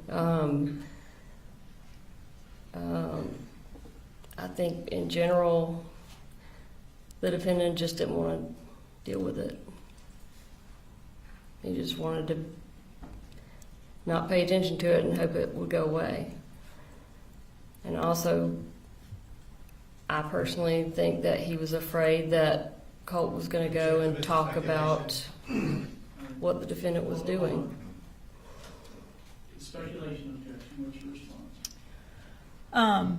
I think if she, based on her interactions with the defendant and her discussions with him and her observations of him, I think she can say why he didn't want to get Colt into therapy. I think speculation is when you don't have a basis for your testimony, but she lived with him for over a decade, and she tried to get Colt into therapy, and she was there when the defendant had discussions with her about that. So I do think that she has a basis for why the defendant did not want to get Colt into therapy or counseling or inpatient treatment. And what's your answer to the question? My personal opinion is that he was afraid that Colt would go in and start talking about the emotional, mental abuse that he was suffering at the hands of the defendant.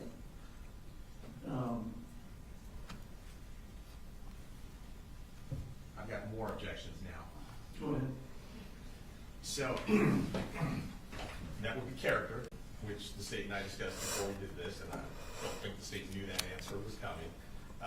I think I'd like to make a motion outside the presence of the jury. All right. Ladies and gentlemen, for the time being, I'm going to ask you this.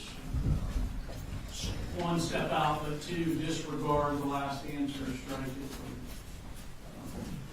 from your notes and minutes.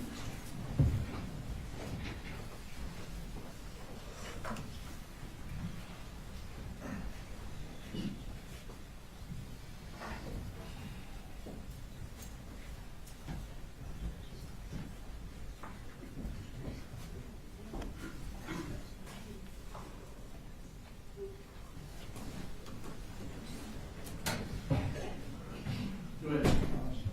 Yes, sir. Judge, at this point, we would move for a mistrial. The witness has put the defendant's character into issue. She stated that he was physically abusive and mentally abusive. As part of her speculative answer as to why, in her opinion, that the defendant was against mental health treatment. She said that in the presence of the jury. As the court knows, they're not allowed to introduce character evidence, specifically bad character evidence, unless we open the door to it, which we have not. And under 24404A, evidence of a person's character or a trait of a character shall not be admissible for the purpose of proving action in conformity therewith. So based on all that, Judge, we move for a mistrial. Mr. Brooks. So bad character evidence would be related to something different from what he is charged with. So he is charged with having warning signs related to Colt, which included his deteriorating mental health condition, his violent tendencies, his school shooter obsession. There's going to be testimony that the defendant and Colt were physically aggressive with one another. He says it in his statement that Colt would bull rush him and strike him, and that he would hold him down. And Jenny will testify to physical fights between the two of them, and that is directly related to the charges that he is facing. And I think she said mental and verbal abuse is of Colt. She did not say of herself, which is what Mr. Hobbs' initial objection was when we discussed it, that she could not talk about the defendant's treatment of her, which she is not, and that is what I admonished her on. You cannot talk about the defendant's treatment of you, and she has not done that. She hasn't violated any sort of admonition from the state, and Miss Daniel wrote the quote down, emotional and mental abuse at the hands of the defendant is what she said. Again, I think that goes directly to what we're on trial for. So it certainly isn't a mistrial. Additionally, it was the court that asked her to say her answer. The state didn't elicit it at that time. So this is certainly not some grounds for a mistrial. Again, I made my argument already about she has a basis for why he didn't want to get treatment. She's made statements about what he actually told her about not wanting to get treatment, which is that, what if our son is just messed up? which is essentially kind of along the lines of he doesn't want him to go in and tell people what's going on in their house. And that's what she's saying. He doesn't want him to get treatment for his son because he doesn't want Colt to tell people what's going on inside the house. And him not getting treatment for his son is directly related to why he is charged. Like, granting a mistrial on this would be completely out of line. Anything else, Mr. Hobbs? No judgment. All right, so I'm going to deny the motion for mistrial. It doesn't change any prejudice to the defendant that I invited the responses opposed to the state. I'm going to instruct the jury that to disregard her statement that she believed it was because Colin was abusive to Colt. And again, the issue here is, the overall issue is, what was Colt going through? What was Colt's mental health? What did Colin know in this relevant period of time? If it were true that Colin were physically abusive or mentally abusive to Colt, to me that doesn't necessarily shed light on the critical issues. And again, it may flesh out differently with other evidence. But I'm going to tell the jury to disregard the statement that she believed it was because Colin was abusive to Colt. Tell them that is speculative and inadmissible at this time, and disregard it, and we'll see what happens with later evidence. All right, bring it back to you.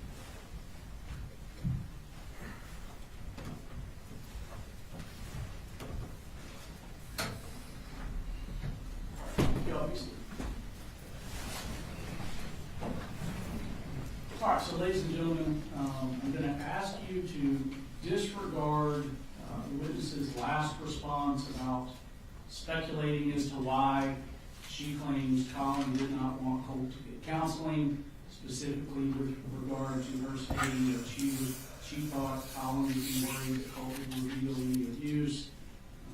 That's inadmissible at this time. I'm going to ask you to disregard that. Do not consider it for any purpose. All right, go ahead, Ms. Brooks. All right, thank you, Your Honor. All right, so you mentioned when you started Colt on Zoloft that one of the kind of big obstacles for getting a prescription for Zoloft was you needed insurance. You testified earlier that insurance, you got it around August 1st. At that point, did the defendant become more supportive of getting him to counseling once y'all had insurance? No. Okay. And then kind of fast forward a little bit.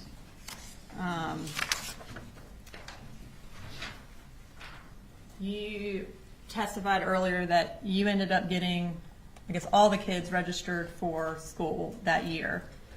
Just Jenny and Coley. And then Colt eventually. I guess he started later. He did, yeah. Okay. We ran into issues. I ran into issues because of him not attending school the year prior. I'm going to, at this point, introduce or display for the jury, which is from State's Exhibit 156, which is the defendant's cell phone extraction. It's text message thread between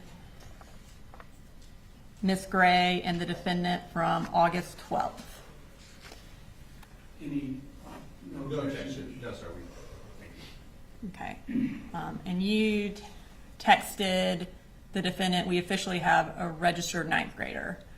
Would that be the date that you registered Colt for ninth grade? Yes, ma'am. Okay. All right. So now I want to talk a little bit more about Colt. In this time frame, or even before this time frame, did he ever express an interest in mass shootings or school shootings or the individuals who perpetrated those shootings? He had. Okay. Tell me about that.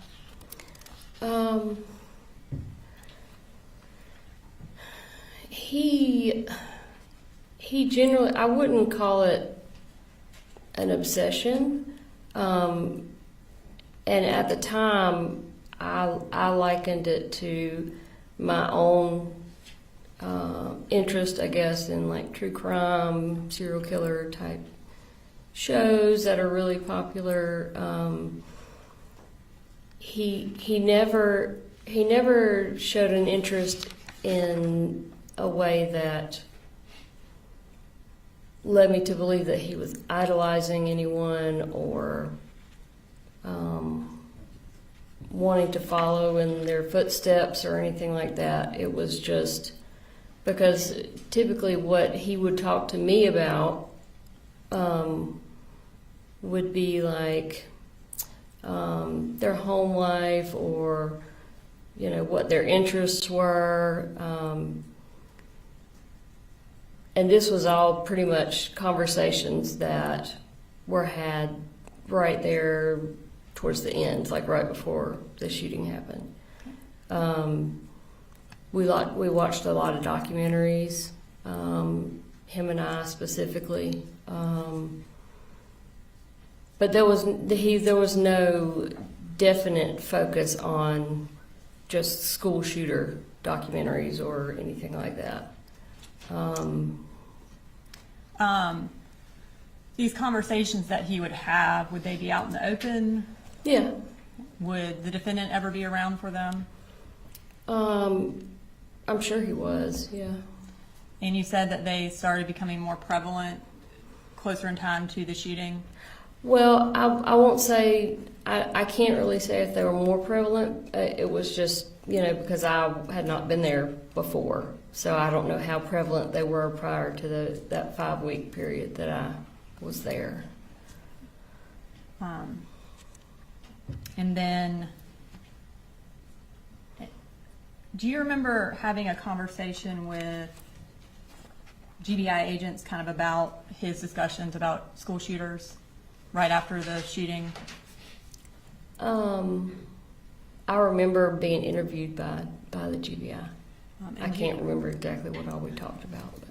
I completely understand. Do you remember, though, talking to them about Colt having developed or having discussed one particular shooter in recent months? Nicholas Cruz Okay. was the one that I remembered that name specifically. Did Colt ever make any references to wanting to look like a school shooter or to dress like one? I don't remember him specifically saying anything that he wanted to look like them. I know he talked about their looks, but from what I remember, it was typically almost kind of like making fun of them or, you know, their crazy hair or whatever. Okay. Do you remember in that same GBI interview talking about a specific discussion you had with him where he joked about completing his school shooter outfit? I do. He was talking about a vest. His dad buying him a vest. And he said it in what I thought was a joking manner, because he was laughing, and I mean, I would never think that it would be anything other than a joke, but he said something, he was talking about getting the vest, and he said, yeah, I've got to finish my school shooter outfit or something like that. Or Dad's got to finish my school shooter outfit.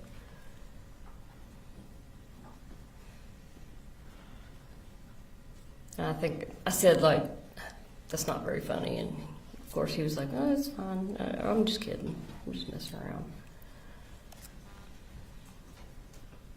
During this time frame, July to August of 2024, did he have an interest in firearms?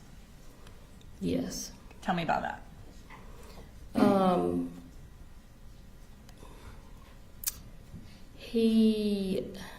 Well, I know it was a shared interest that him and his dad, you know, they would go to shooting ranges to practice, and they had gone deer hunting. And so, like I said, it was a shared thing that between them, I guess, kind of like a bonding thing. And I think that was the start of it, I guess. But then as he got more items, I guess you could call them, he got more interested in it. And yeah, to the point where when I was there for that 5-week period, he was just involved with his gun a lot. He would clean it all the time, and he was always asking his dad to take him to the shooting range and that sort of thing. He definitely had an obvious interest in guns. When you say he was cleaning it all the time, where did he, or I guess did Colt have his own rifle? Yeah, the rifle that his dad bought him for that Christmas. And where did he keep it, Colt? Where did Colt keep it? When I was there, it was generally in his bedroom. Do you remember where in his bedroom?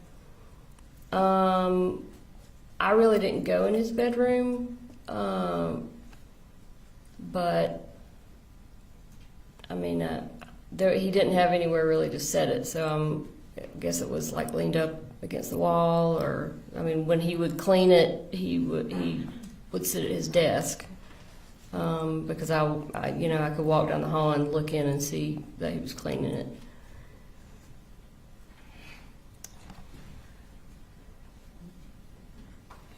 So I want to turn your attention to August 15th of 2024. Did you and Colt have a physical altercation over the gun that day? Yes. Or I guess regarding the gun. Can you tell me about that? So I was initially just trying to talk to him about the gun. I wanted him to just put it away because he had been carrying it around, and he didn't want to hear it, and so he was walking away from me, and he walked into his bedroom, and I was walking behind him, and I stopped at his doorway because I wasn't going to follow him into his bedroom,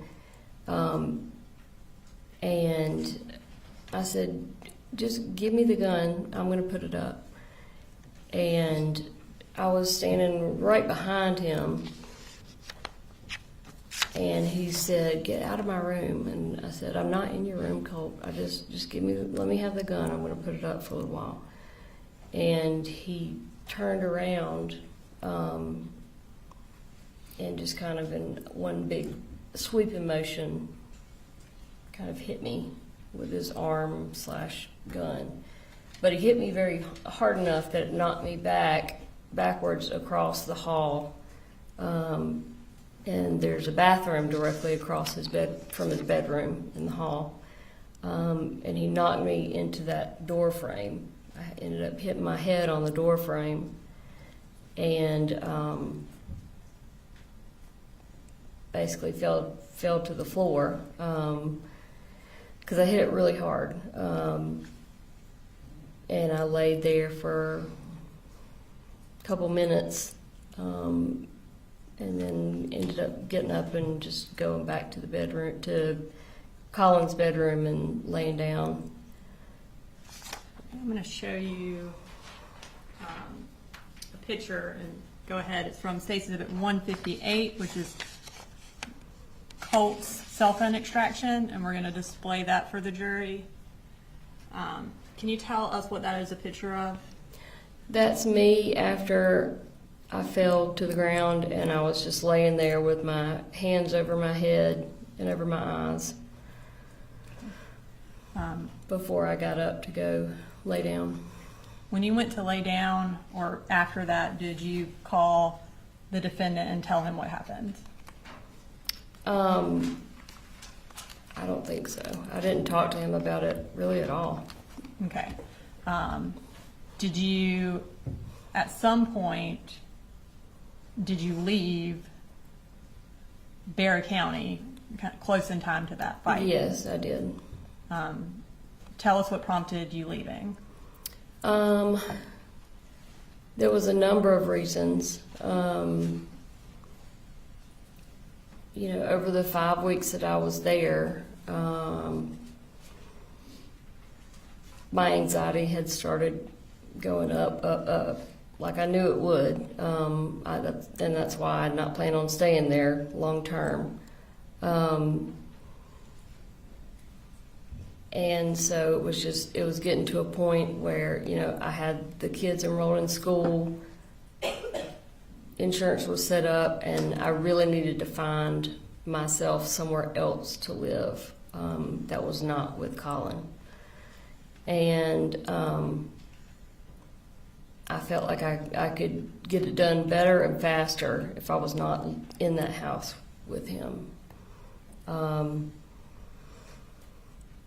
So I called my parents and asked them to come get me, which they did. I just felt like it was to a point where I felt like things were okay, so they were settled. At least I had the kids seeing outside adults at that point. And I had planned on coming back in a relatively short amount of time to make sure, A, Colt went to see someone, and B, just to see my kids again. So, kind of summarize, August 16th, the next day after the fight, you go home. Mm-hmm. Before you go home, what do you do with the Zoloft? So before I left, I had taken a certain quantity of my Zoloft, and it required me to break the tablets in half and then in half again for the dose to be small enough. So I took a bunch and went ahead and broke them down, so that Colin wouldn't have to worry with that. And then on our way out of town, we stopped by his workplace, his work job site. And by his, again, do you mean the defendant? Colin's. And I had it in a Ziploc bag, and I gave it to him. Okay. Close in time to this fight, did you have any discussions with the defendant about storing or securing the rifle that was in Colt's room? Yes. Okay, tell me about that. This actually came up multiple times, and ultimately I asked him if he would just take the guns and put them in his truck, because the large gun safe that we had always had when we were married, or for most of our marriage, was not there anymore. And he kept saying, well, they're in the top of my closet. And I said, that's not good enough. You know, you might as well say, well, they're under my bed. They need to be locked somewhere. And so I thought the best answer, without him having to go out and spend money on a new gun safe, was to lock them in his truck. And initially he said he would. Okay.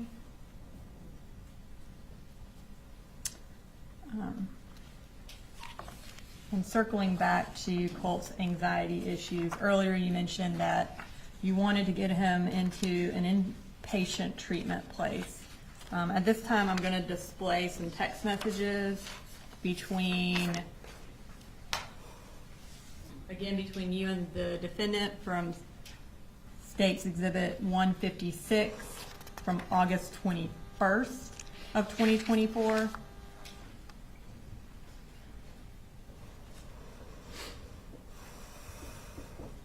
Motion, Mr. Hobbs? No objection, Judge. All right, and we're going to bring up that second text message. Okay, so it says it's from My Pretty. Was that what Colin called you? He called me pretty girl. Okay. And then on August 21st at 4:38 p.m., you texted him, this is what Colt needs right now. They take our insurance and we will go there until he is stabilized and they figure out a treatment plan. And then the next message.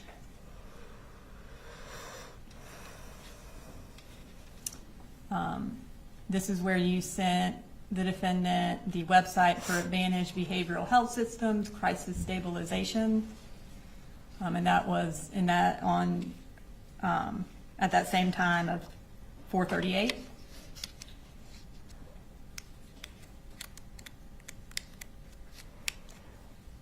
And then you said, I tried to send it to Colt, but I guess he's blocked my number now. And that was at 4:44.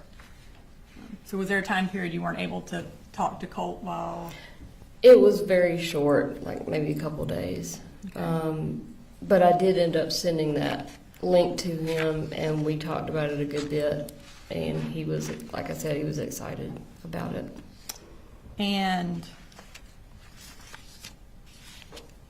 we'll get to, I think, those text messages in a minute, but on August 21st, when you sent that to the defendant, was that the inpatient treatment place you wanted to get Colt into? Yes, And where was it located? in Athens. Okay.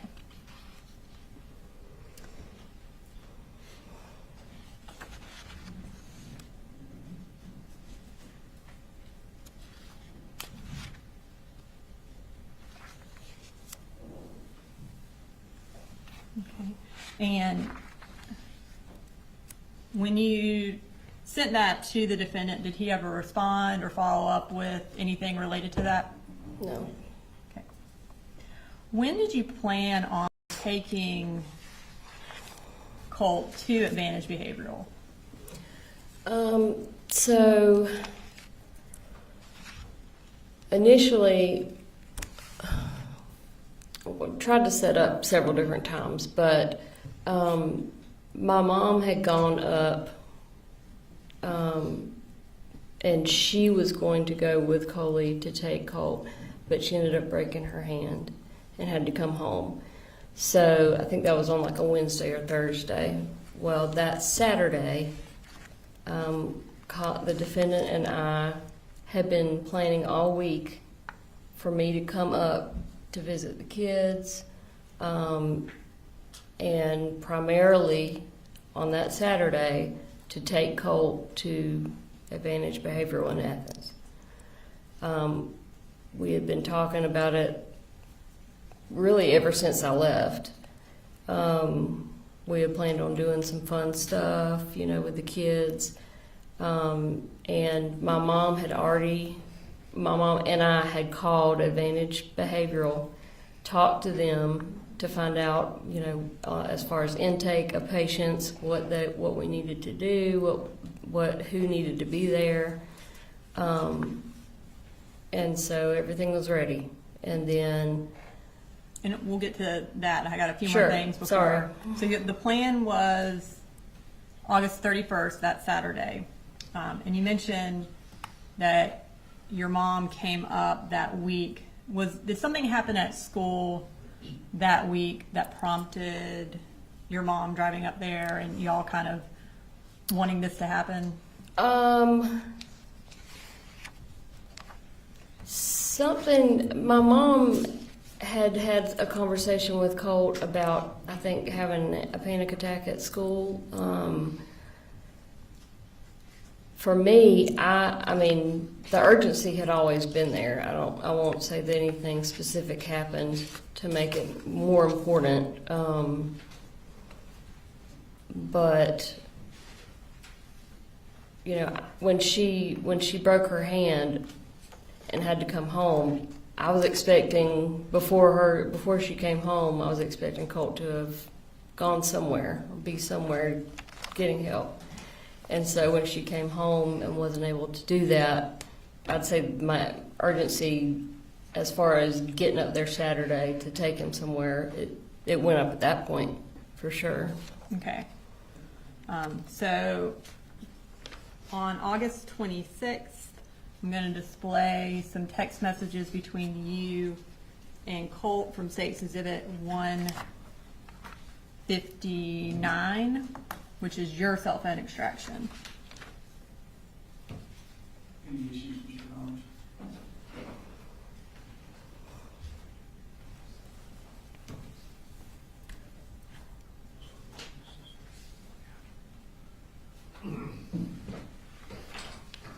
Judge, we would just object to the messages that are from Colt as hearsay.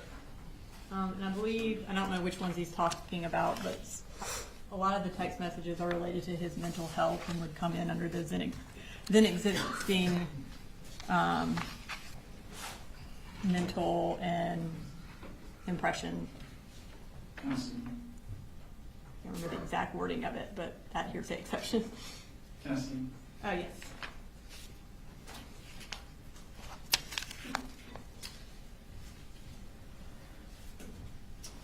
We're not gonna display that one.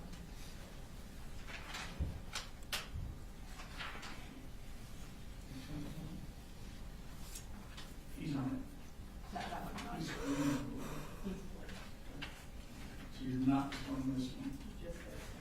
Okay. Maybe we'll display some of these, not the ones that are just generic, but the ones that talk about maybe.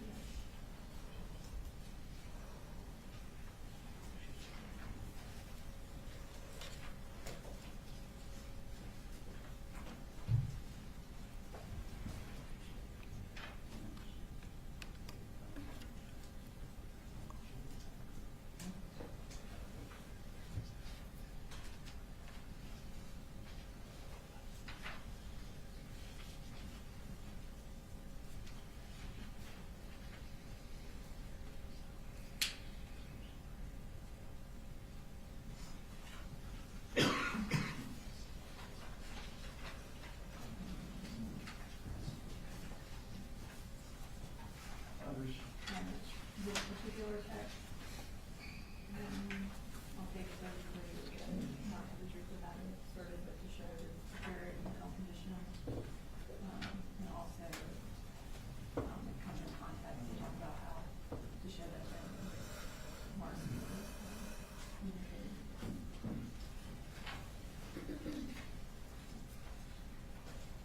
Fine. Let me just have y'all step out for a minute.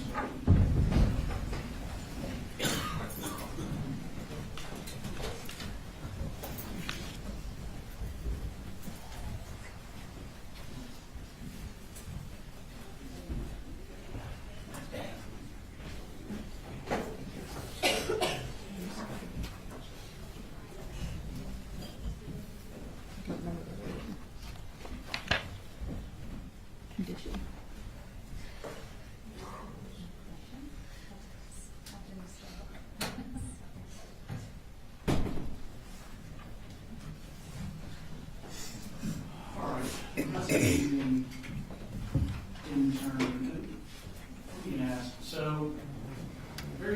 extractions, there's 158, 159 and such. Mm-hmm. The individual pages that are being displayed, is there a sort of a subset numbering for them or not? No. So in preparing for this trial, we determined it would be very confusing to try to do that. So instead, the notebooks that we've created are organized by time and type of message and type of information. So State Exhibit 158 has a tab for, say, 828 and has a tab for text messages that we're introducing. So they're all it's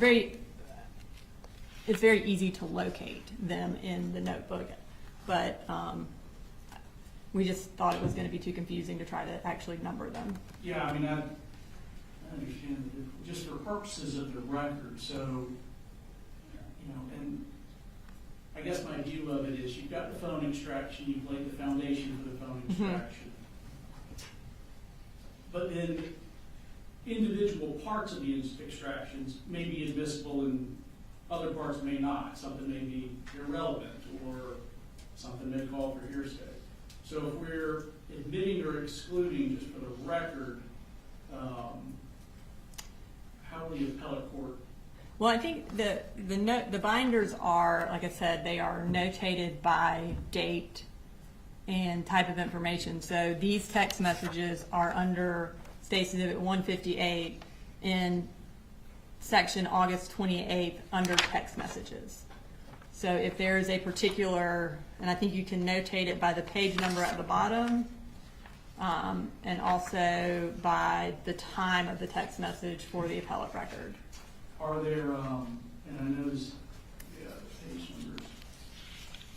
In the notebook, are there any, are all the page numbers sequential? Or, for instance, are there 2 number 1s in there at all? Or so within each section, there may be 2 number 1s. But if you want, I mean, I have all of the text messages that I've introduced also separated. So if you want to make me to make a packet out of these and say for court's record, 1, we can do that, and we can put like a X over what wasn't displayed to the jury if you want to make it.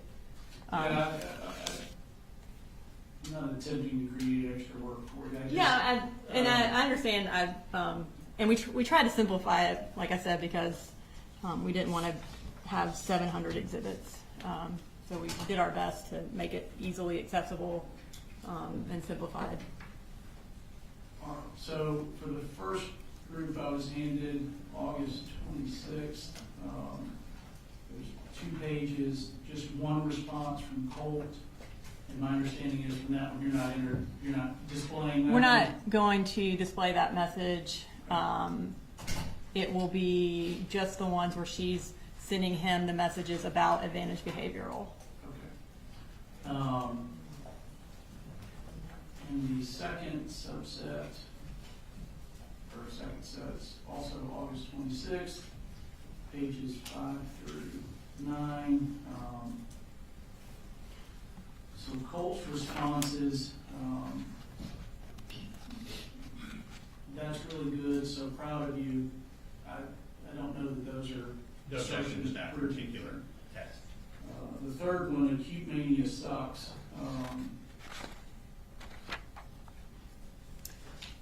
You have an issue with that one, Mr. Hobbs? Or? Just in that we believe it's being admitted into evidence to prove that he was suffering from acute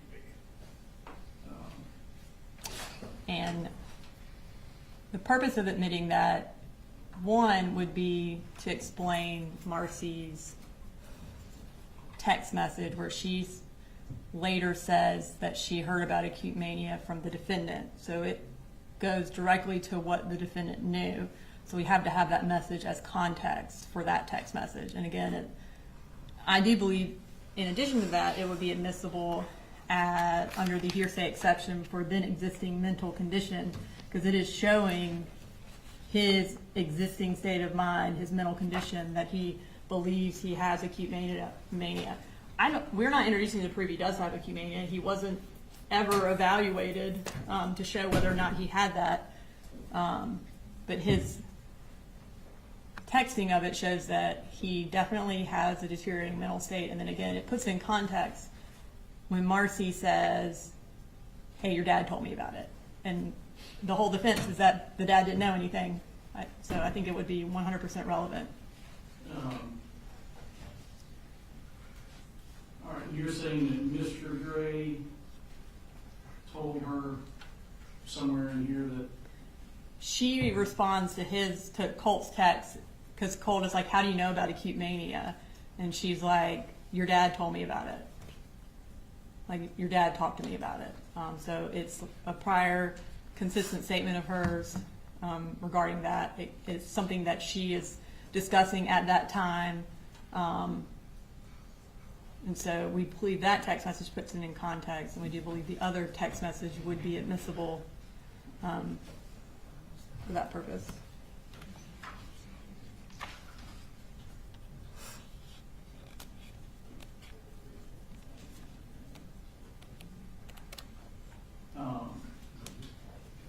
all right, so it's certainly not admissible to prove that Colt has acute mania.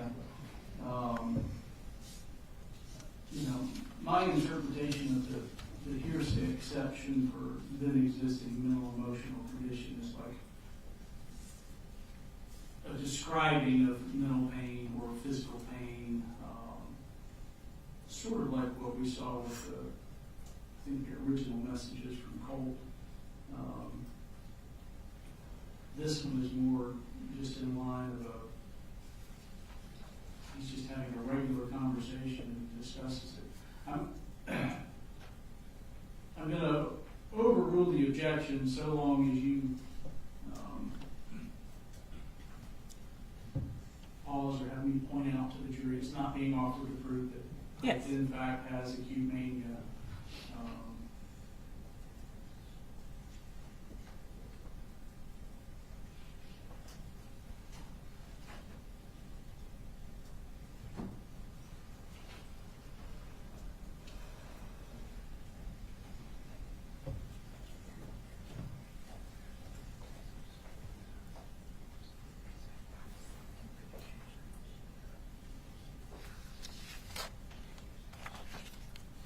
I just, my concern is that we have a lot of statements from someone who is not taking a witness stand, where there are potential dual purposes for the admission or exclusion of the statements. And I just want to make sure that we're not running into prejudice substantially outweighing the probative purpose of it.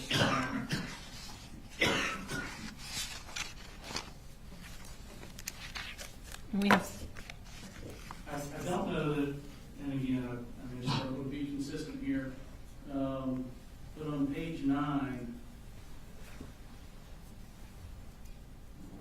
you know, I have a concern with Colt's response there. And I don't have a copy of that. You have my copy, so can you? Yeah, I have a list on my computer of every self-diagnosed disorder I'm likely on the spectrum to have. Yeah, in that list of text messages, I think the only texts I'm going to show are where he says acute mania and where he asks Marcy if she has prior knowledge or if Mamu told her, and her response, which was, I have prior knowledge and your dad told me. Those are the 3 text messages, I believe, from that spread that we were going to show.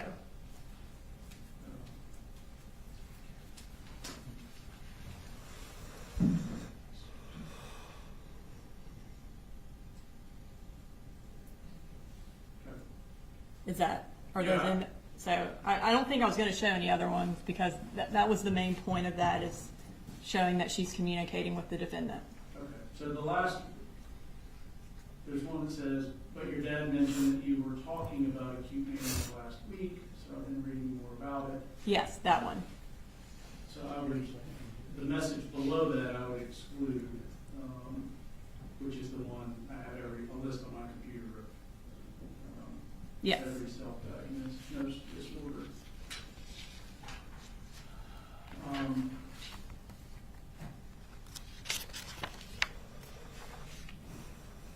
you know what on the third packet, page 32, do you know what it's like a screenshot of some image? Do you know what it is?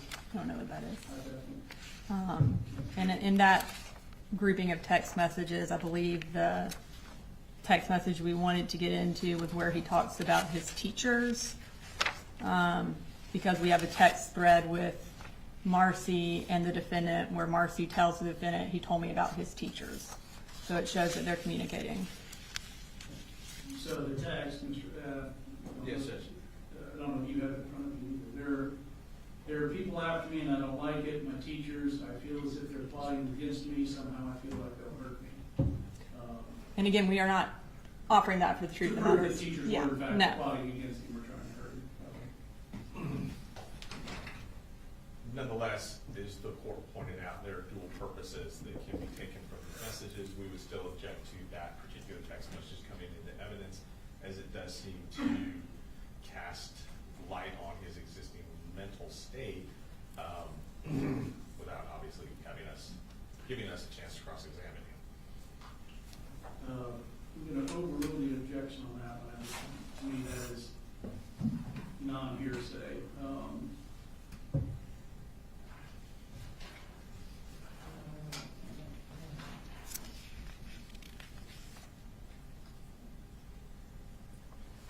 right, I'm going to return this back to you. And then after we go through these, you probably ought to take a lunch break. Okay.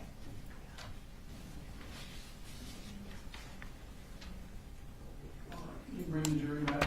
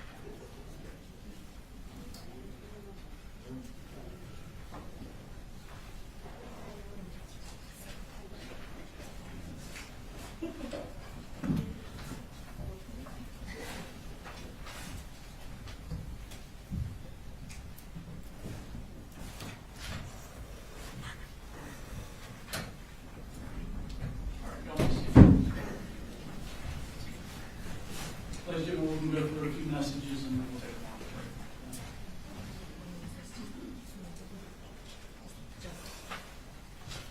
break. All right, so I believe we were at the point where we're going to display some text messages.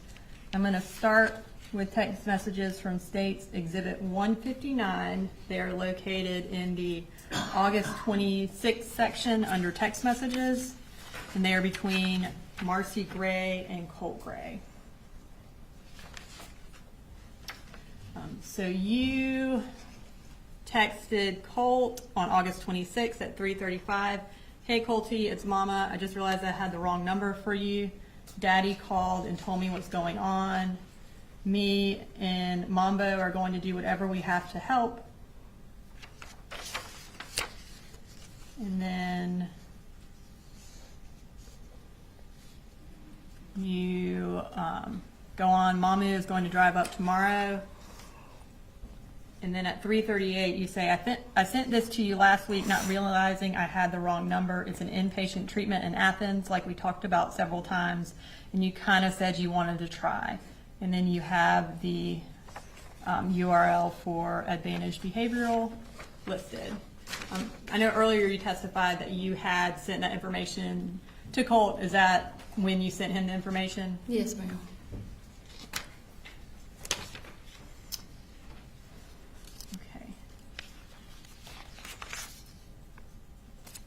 And then, had you and the defendant talked about acute mania as related to Colt? Yes. And what had the defendant told you? He had just told me about Colt telling him about it, and he also told me about what Colt had told him about his teachers. Okay. And I'm going to show what's also from State's Exhibit 159 from the August 26th section in text messages. And we're going to start with a text message from Colin Gray to you at 3:47 where he says, "Acute mania sucks." And listener, just understand that's a message, as I understand it from Colt. It does not, it's not being offered to prove that he in fact has acute mania, just words he said. Okay. And at 3:47 you respond, "Acute mania is no joke." And then at 3:48 Colt says, "Did Mahmoud tell you or do you have prior knowledge?" And at 3:50 you respond, "But your dad mentioned that you were talking about acute mania last week, so I've been reading more about it since then." So it sounds like you and the defendant are talking about Colt's mental condition, is that, or mental health, is that accurate? Yes, definitely. Okay, you mentioned the defendant also talked to you about Colt's teachers. Yes, ma'am. I'm going to display some text messages from August 28th, which was also from your cell phone extraction. It says Exhibit 159, and they are in the August 28th section under text messages. And there is a text message from Colt to you at 1:52. Colt says, "There are people after me and I don't like it. My teachers, I feel as if they're plotting against me. Somehow I feel like they'll hurt me." Okay. And then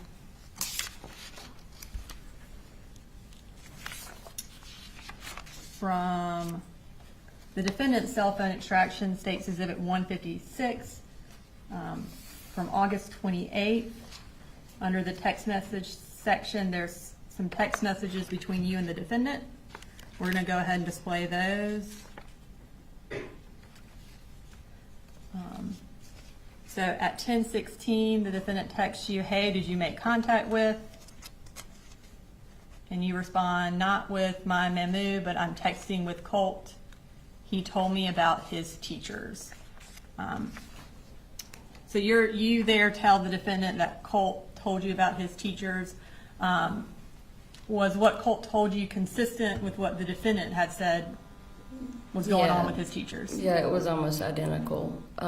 When the defendant told me about it originally, he asked me not to tell Colt that I knew that he had shared it with me because he didn't want him to be upset. Okay. And Your Honor, those were the text messages you wanted me to make it through. Listen, it's 12 o'clock. I think your food's here or close, so we're going to go ahead and take a lunch break until 1 o'clock. All right? We'll discuss the case and I'll look up anything.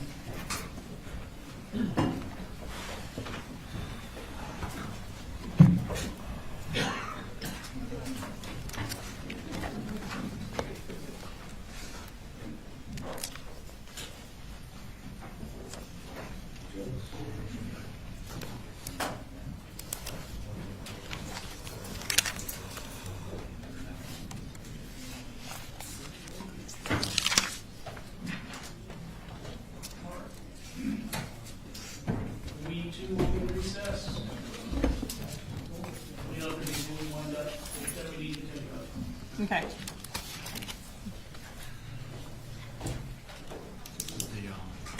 The certified prior, you set it down over here, you still need it. No.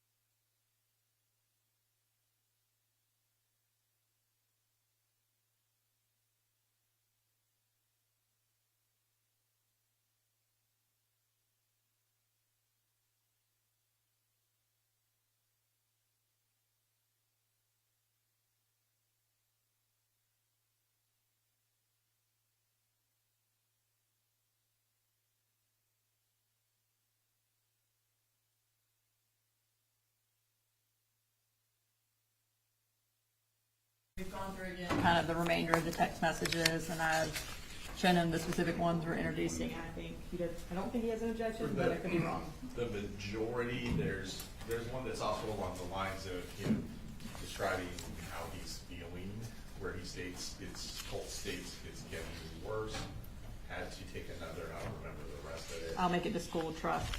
Thank you. I'll make it to school, is that what you said?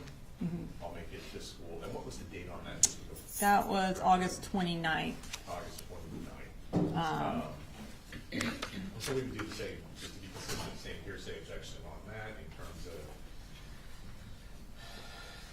not being able to cross him about exactly what that means, his condition, all that kind of stuff. And for the record, it's at 2:27 p.m. that day. Marcy texts, "How do you feel today, Colty?" And then he doesn't respond. And at 6:37, she says, "You out there, Colty?" And he responds at 6:38, "Yeah, I'm here. Sorry, it's just getting worse. Had to take another. I'll make it to school trust." And then there's some other text messages that we won't display. And then Marcy says at 6:42 p.m., "Mamu is going to bring me back up there on Saturday for a few days. That place I sent you in Athens is open on Saturdays. So if you feel up to it, we could go check it out." So again, the purpose is to show that he's feeling worse, to show an existing mental condition, and then her response. It also puts her response in context about why she wants to take him to that facility on Saturday. All right, so is the state contending that one qualifies as the hearsay exception? Yes, I mean, I think it does qualify as a hearsay exception, and then also it would be admissible to put in context Marcy's response about wanting to take him to an inpatient treatment. And it specifically is about how he is feeling that day. I see. Yeah.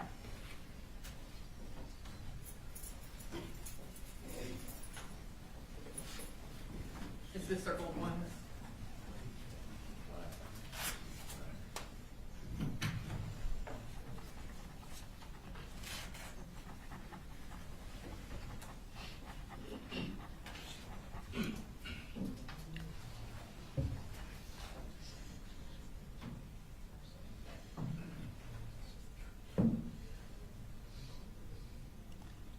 There's another text where she says, "How do you feel today?" And he says, "Not so good." I don't, have a preference on which one we show. I just want to show one of those. So if you find that less prejudicial, that's fine.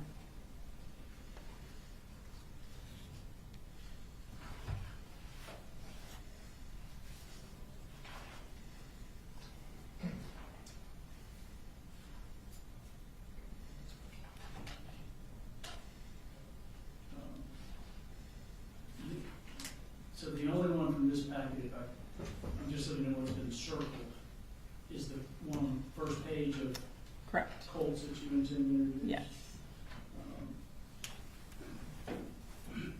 All right, I do believe that you qualify as the hearsay exception for the existing emotional physical condition,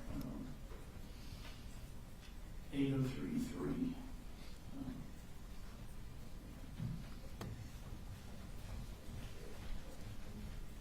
Thank you. Yes, ma'am.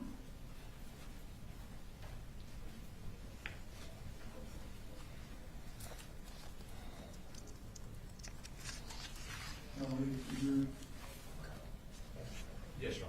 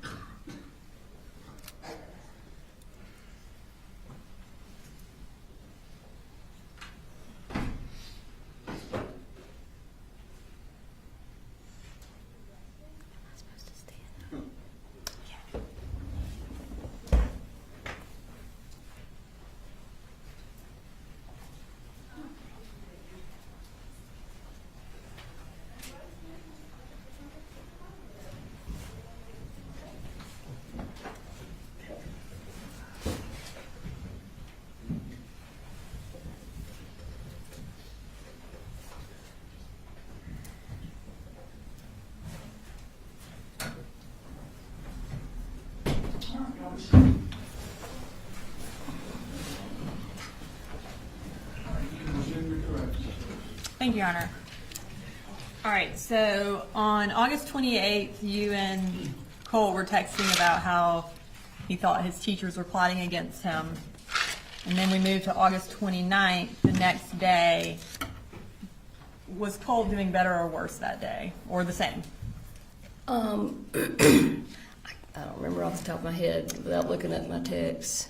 I'm going to go ahead and display what is from Safety Exhibit 159, which is Marcy Gray's cell phone extraction from the date August 29th, starting at 2:27 p.m.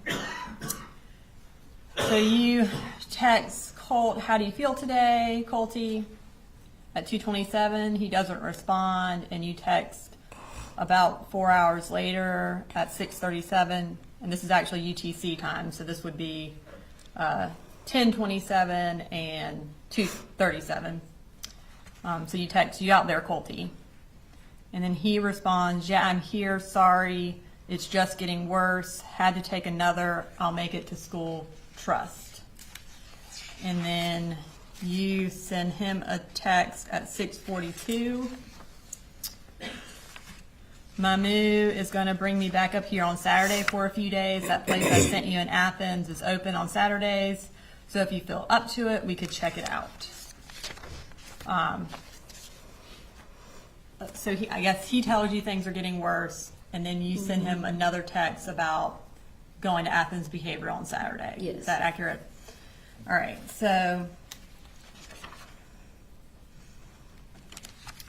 that Thursday, after you text with him, did you try to call the school? Yes. The school was closed on that Friday, I think. And so I had planned on calling and talking to Lisa, the guidance counselor, her guidance counselor, his guidance counselor.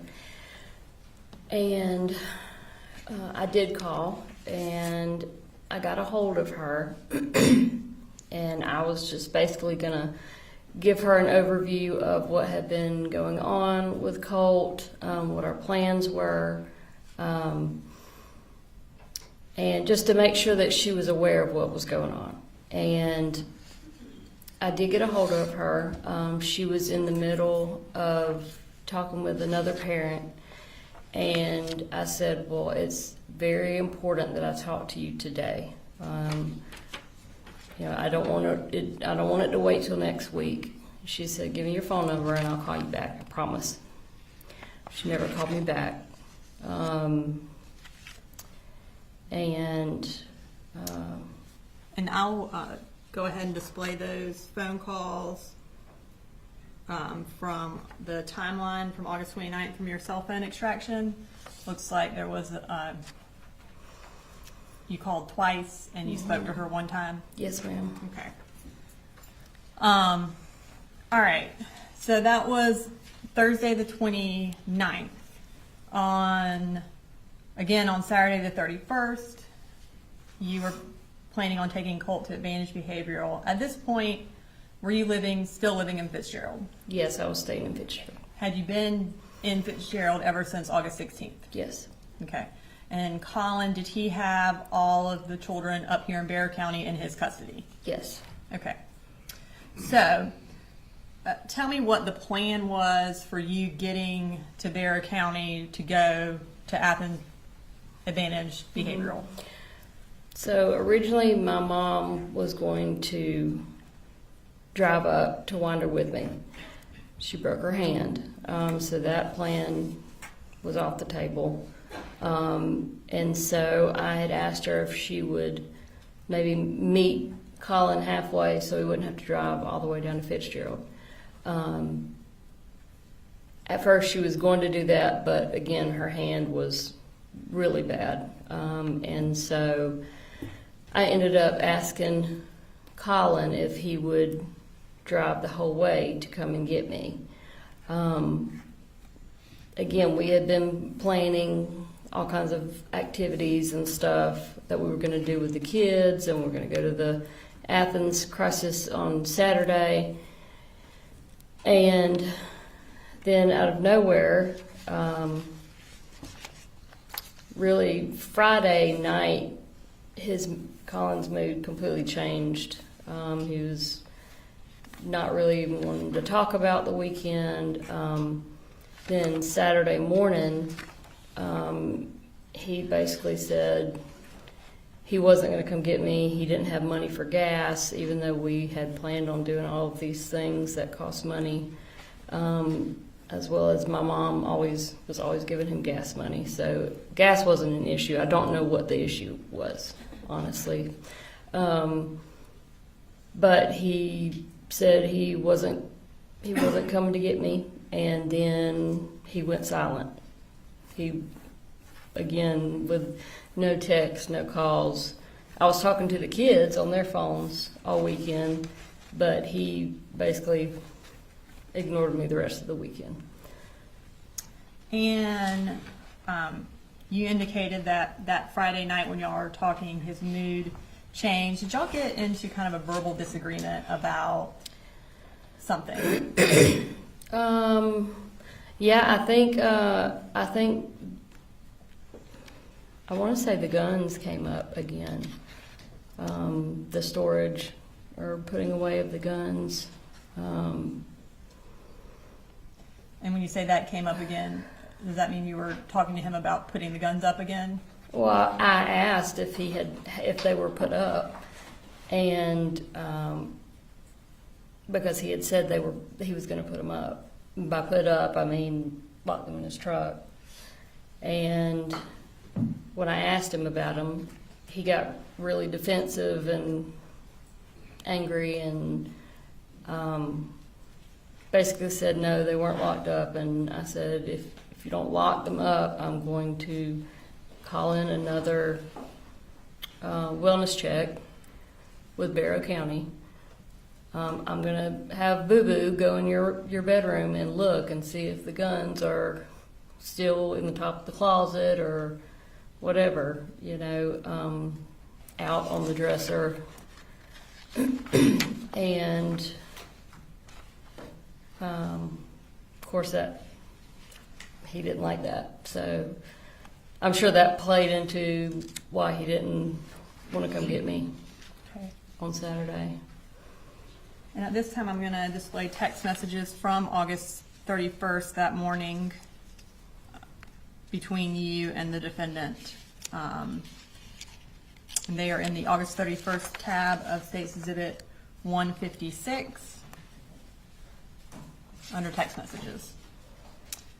So you send the defendant a text message at 10:24 that says, about the leave fits. Mamu isn't coming to stay because my daddy's birthday is tomorrow. Can you and Boo meet us halfway so she doesn't have to drive all the way up and back in one day with a broken hand? And then there was a phone call after that between you and the defendant. Is that where y'all talked, where he gave the gas money excuse? Probably, I'm not sure. I'm not absolutely sure what was said during that And conversation. Then at 11:46, you sent another text message to the defendant,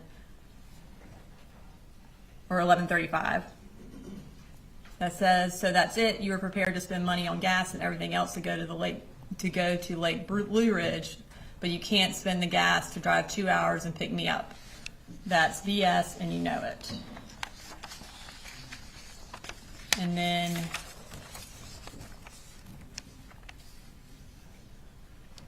at 2:01 p.m. that same day, you say, I can't believe how selfish you're being. Me and Boo have literally been counting down the days for 2 effing weeks till I could come visit. I would never have done this to you. And then on September 1st at 1:01 p.m. you say, why are you doing this? And then on September 2nd at 9:46 you say, are you just going to keep ignoring me? At least let me know y'all are okay. And then he responds on September 3rd at 7:31. Hey, sorry, just trying to keep everyone and everything together and calm. It's not the easiest thing, but I want you to talk to Boo regardless, okay? So between when you were supposed to go down that Saturday and that text message on September 3rd, did he contact you at all? No. Okay.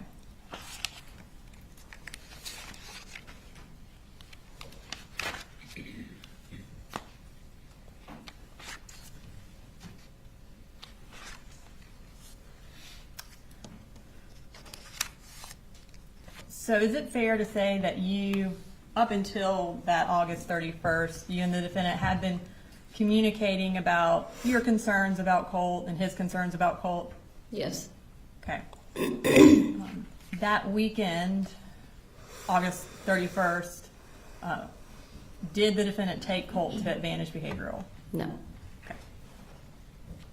Now we're going to move to September 4th, the day of the shooting. Were you again still in Ben Hill? Yes, And ma'am. Did you talk to the defendant that morning of September 4th? Yes. And what happened when you talked to him? He basically told me that Colt had sent him some strange text messages. I told him I had not gotten any text messages from Colt, and so he sent me what Colt had sent him. At the time, I was in the car with my mom. I don't even remember what we were doing, but I shared them with her, and from there we just kind of discussed what the text messages were, and I wanted, to find out what was going on quickly, because reading the text messages, just like he could tell, I could tell there was a tone to it, and they were like kind of really short, and they weren't normal Colt texts, so you could tell something was not right. So I tried texting Colt, I think first, couldn't get a response. I never actually got a text from Colt himself until after I had started trying to call the school and talk to the school. And when you called the school, were you able to talk to somebody? Yes. And who did you talk to? I talked to Miss Lisa, his guidance counselor that I called on Thursday the week before.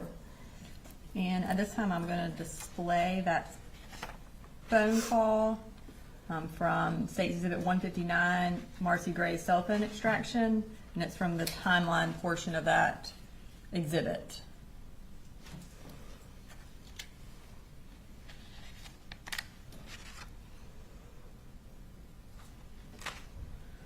So you call the school at 9:50 a.m. and speak to Miss Butler for 8 minutes and 57 seconds. Yes, ma'am. Tell me what y'all talked about. Well, she started out by apologizing. She said that in the 30 minutes that she was with the other parents, that prior Thursday she had misplaced my phone number. So then I went ahead and just kind of covered some of what had been going on with Colt, told her about the anxiety, told her about some of the issues between him and his dad. I told her a number of different things. I actually had a list written in a notebook that I had at the time, and then she went on to tell me that basically it was ironic that I had called her because his first period teacher had sent her an email saying that Colt had been asking questions about active shooter drills. This, like I said, was in the period prior to where he was at that time. When she told me that, I said, okay, well, we need to cut this phone call off right now, and y'all need to go locate my son and find out what's going on. Did you tell her that he had had access to guns? Yes, I don't remember how I worded it, but I did tell her about the guns in the house, and that him and his dad, enjoyed shooting guns at the gun range, and it was like a hobby. And so she said, okay, well, I'll see if I can't find somebody to track him down. And I didn't feel like I couldn't hear urgency in her voice, and I said, I need you to take this seriously. I need you to put down what you're doing, and you need to go find him right now, please. And so we got off the phone. And after you got off the phone, you said that Colt did text you. Yes, he did text me. He basically texted me almost exactly what he had originally texted his dad earlier. And I'm going to go ahead and display that text from 10:02 on September 4th, where he says, I'm sorry. Okay. Is that correct? Yes. Yeah. All right, so at this point, are you concerned? Very, very concerned. And I'm going to pull up some more text that you sent to your mother and to the defendant from 10:17 on September 4th. Up there on the right, you say, you should probably go ahead and make arrangements to leave work. And then at 10:18, you text the defendant, they're going to need you at the school. So at this point, the school shooting has not started. Tell me why you're telling him he needs to go ahead and go to school. I think primarily it was just because I knew something was going on with Colt.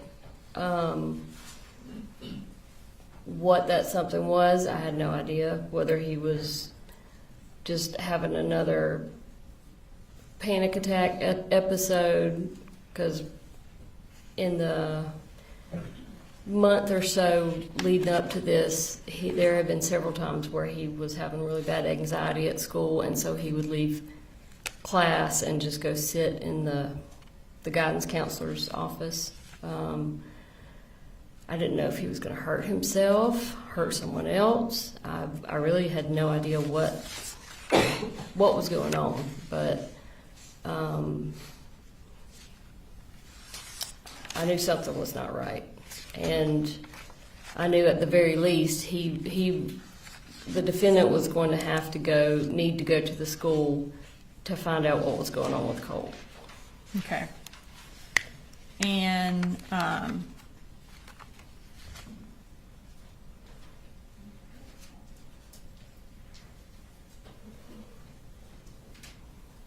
so, and you had some concern that he may have brought the gun to school, right? Honestly, that crossed my mind after I knew that they were having like active shooter stuff going on. I won't say that crossed my mind initially when I was reading the text and stuff. Okay. My mind didn't immediately go to the gun. But eventually it did. Sure. And then at 11:32 that morning, you Google Apalachee High School active shooter, and that's when it pops up that a Georgia school is on lockdown and Yes. there's reports of an active shooter. Is that right?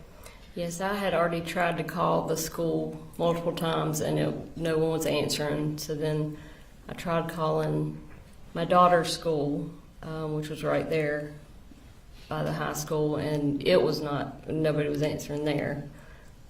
So that's when I Googled the. And when you Googled it and found that there was an active shooter, you sent the defendant a text message at 11:34, and it says it's already on the news. At that point, did y'all know what had happened? Yeah, I don't think you have to have a whole lot of sense to know what had happened at that point. And at 11:34, you talked to the defendant.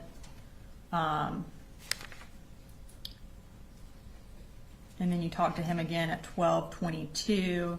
What did y'all talk about?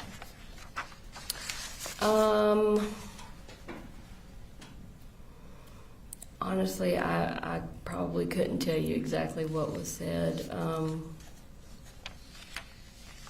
Actually, I do know one thing that came up. I called him at one point to find out if he was at the school, if he had made it to the school or not. And he said, well, I didn't go to the school. I'm going to the house, or I'm at the house. And I said, why are you at the house? And he said, well, I said, you need to be at the school, you know. We have 2 other children. And he said he wanted to see if the Colt's gun was at the house. During that phone conversation, did he express any concern for Colt's well-being? No.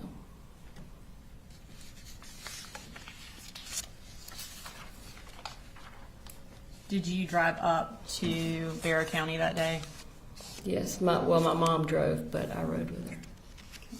We left pretty shortly after it was started being reported on. And is it fair to say before Colt's name was released, you knew that Colt was the shooter? Is that fair to say? Pretty much, yeah. Okay.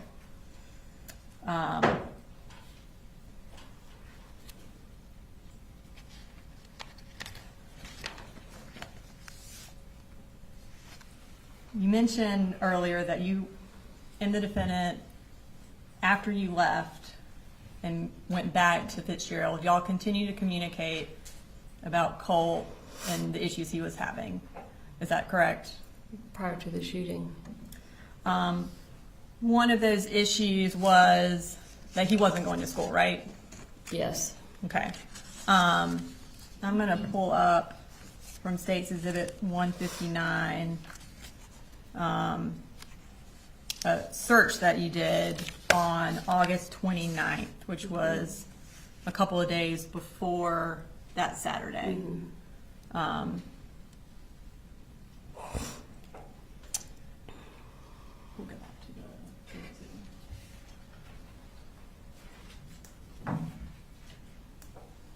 on page 7. So you Googled truancy laws in Georgia at 10 o'clock on August 29th. Mm-hmm. Were you concerned about kind of who could get in trouble if Colt didn't go to school? No, I can actually tell you exactly why I looked this up. So Colin was also concerned about Colt not going to school. And he had called and basically told me an idea that he had to try and get Colt to go to school. And he was going to call me, or he was going to have me call him and pretend to be someone from the truancy office. And he was going to have the conversation where Colt could hear him talking to me on the phone, to try and scare him into thinking he was going to be truant and get in trouble. And so that's why I looked up truancy laws, because there was a question I had about his plan, and whether or not it would really make any sense or not, because Colt's a smart kid, and I didn't want him to get online and look something up and be like, "What are you doing?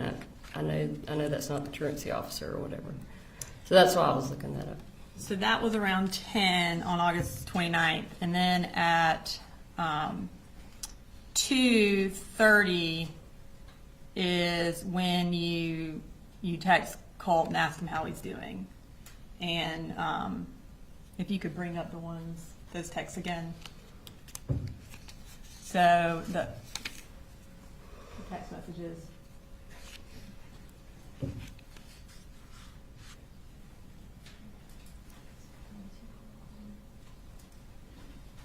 Page 25.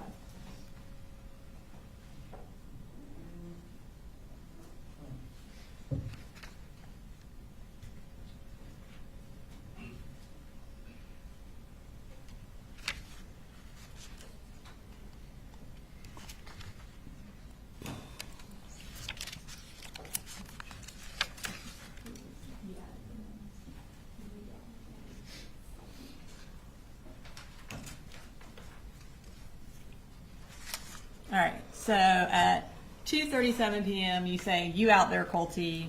And then he responds at 2:38, "Yeah, I'm here. Sorry, it's just getting worse.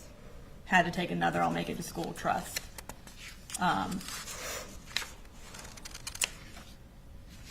About 20 minutes later,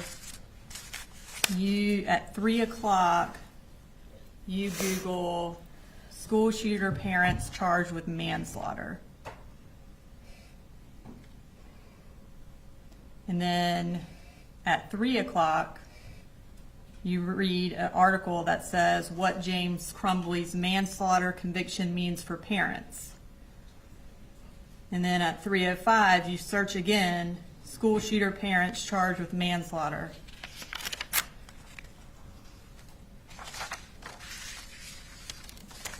Tell me why you were searching that. They had just come out with a documentary about those parents, and Colt and I had actually watched it before I went home and had some discussions about it. And I think the actual reason I looked it up is because we didn't know what the outcome of it was. So you had seen a documentary with Colt before you went back to Fitzgerald? Yes. About the parents? I think Mom. Go ahead. Oh, sorry. And it talked about why the parents were charged. Ethan Crumbley's parents were charged? Yes. Okay. So if that's what the documentary was about, then why at 3:05 did you Google why were Ethan Crumbley's parents charged? If you learned that from the documentary. I have no idea. I mean, I obviously had more questions about it, even after the documentary, And then you went to an article that said what led to James and Jennifer Crumbley's guilty verdict, and read that. Does that sound accurate? Probably. I mean, once you Google something, it comes up with a million different things, and just click on everything you see. Okay. And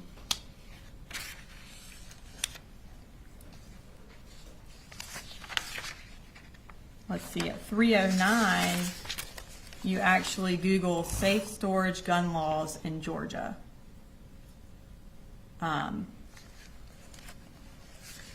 Why did you Google that? It could have been something that came from what I was reading about the Crumbley parents. It could have been me looking for a way to get Colin to store the guns legally. I don't know. I can't tell you exactly. Okay. Because the Crumbley parents were charged because they didn't secure their weapons, right? Yes. Mm-hmm. And Objection, Judge, the DA's testifying. Well, I asked her if that was correct, and she said yes. I'm trying to give context for her searches. Objection, lead. Well, I think in this particular instance, I think it's okay to lead. Well, I'll sustain the lead on the question, ask another question. Okay. Next, you visited a website for safe storage gun laws in Georgia. So you were specifically looking up gun laws for Georgia. Can you tell us why you wanted to know about that? Probably because the guns in Colin's house were not being stored in any way. Okay. And then you went to a website that says secure storage or child access prevention required. So you went to a website specifically about preventing children from getting access to firearms. Yes. Was that the same reason you went to that website? Yeah, obviously. I mean, because my kids are in the house with the guns. So after you Googled why the Crumbleys were charged with manslaughter and then also looked at safe storage laws in Georgia, you had a conversation with the defendant. And that would have been at 3:55 for 14 minutes. Surely you brought up what you had found out in that conversation. Is that accurate or not accurate? Probably. Honestly, I can't remember what we talked about. It depends on really the reason I was looking it up. You know, if I wanted to try and find something to convince him to lock the guns up, then yeah, I probably would have shared something with him. If it didn't prove my reasoning for wanting the guns put up, then I probably didn't bother sharing it with him. Would the fact that you found a case where parents were charged where a child shot someone, would that be something that you would want to tell him in order to put the guns up? Oh, sure. But I mean, I think he was already aware, I mean, of that case. He didn't watch the documentary, I don't think, but. Okay. And so y'all talked for 14 minutes from 3:55 to about 4:10. And then at 4:11, you once again looked up what led to James and Jennifer Crumbly's guilty verdict. Why did you look it up again right after you got off the phone with the defendant? I have no idea. I'm sure it had something to do with what we talked about. Okay. And then you had 6 more conversations with the defendant that day.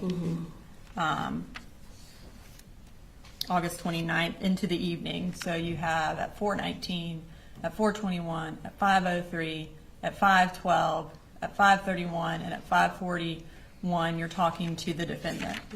You testified earlier that when you talked to the defendant on Friday, August 29th, in the evening, his attitude changed because y'all got into a disagreement about him putting the guns up. Did your searches prompt that discussion? Probably. Okay. And so you, on this date, testified that you told him to put the guns up. And Yeah. what did he tell you? He told me, well, I had one comment that I remember specifically. He said that if he went in Colt's room and tried to take his gun to put it up, that it would basically cause a shitstorm, indicating he basically didn't want to take his gun away because he didn't want to deal with it. I don't have anything further. Thank you. Yes, yes.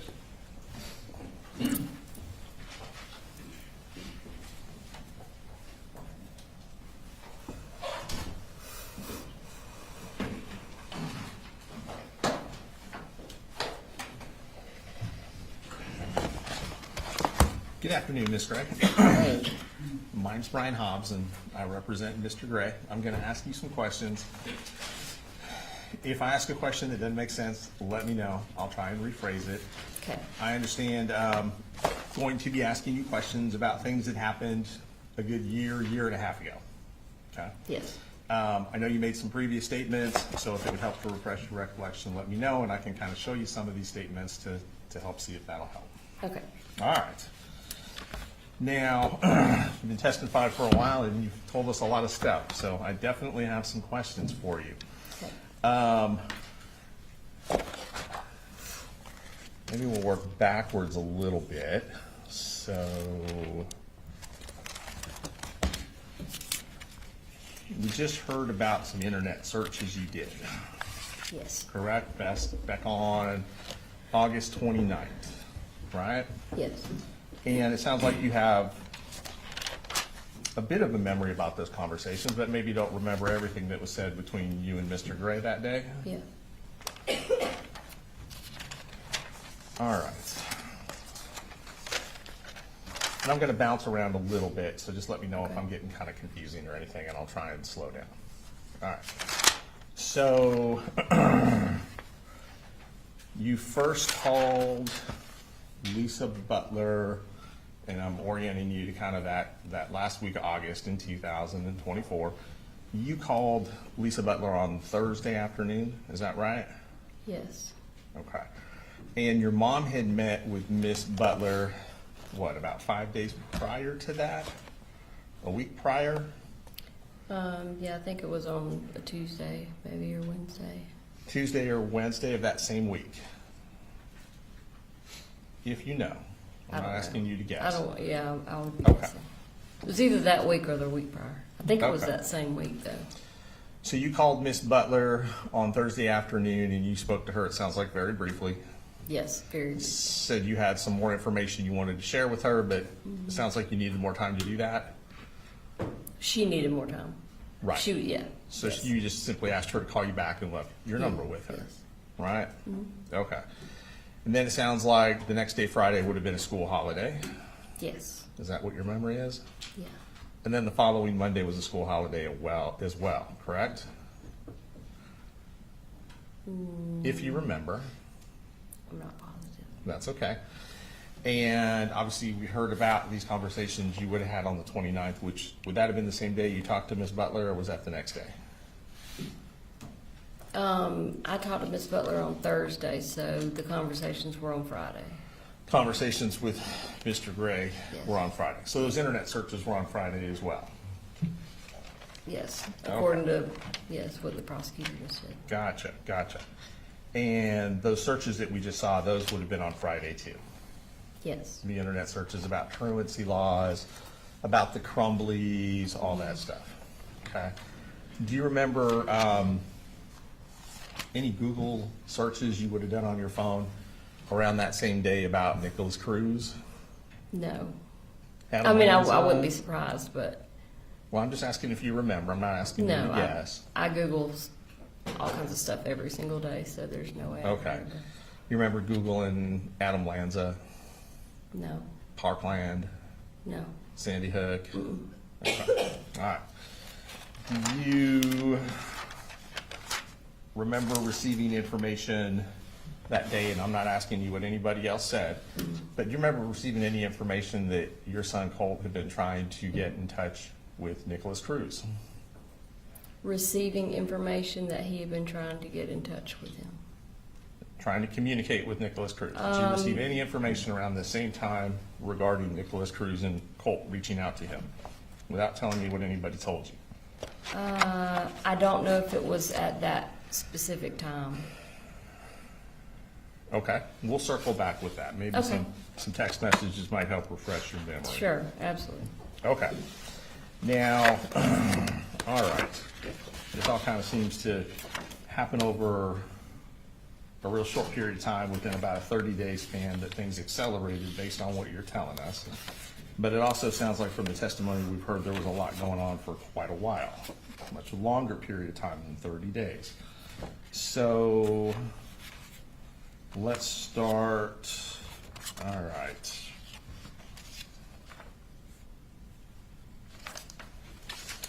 So, and just to kind of clarify, just so we're all on the same page, when you're having these conversations on the 29th with Mr. Gray, you said that you thought they might have been about putting guns up, right? Yes, Okay. And that might have been what one of the main disagreements was. yes, Okay.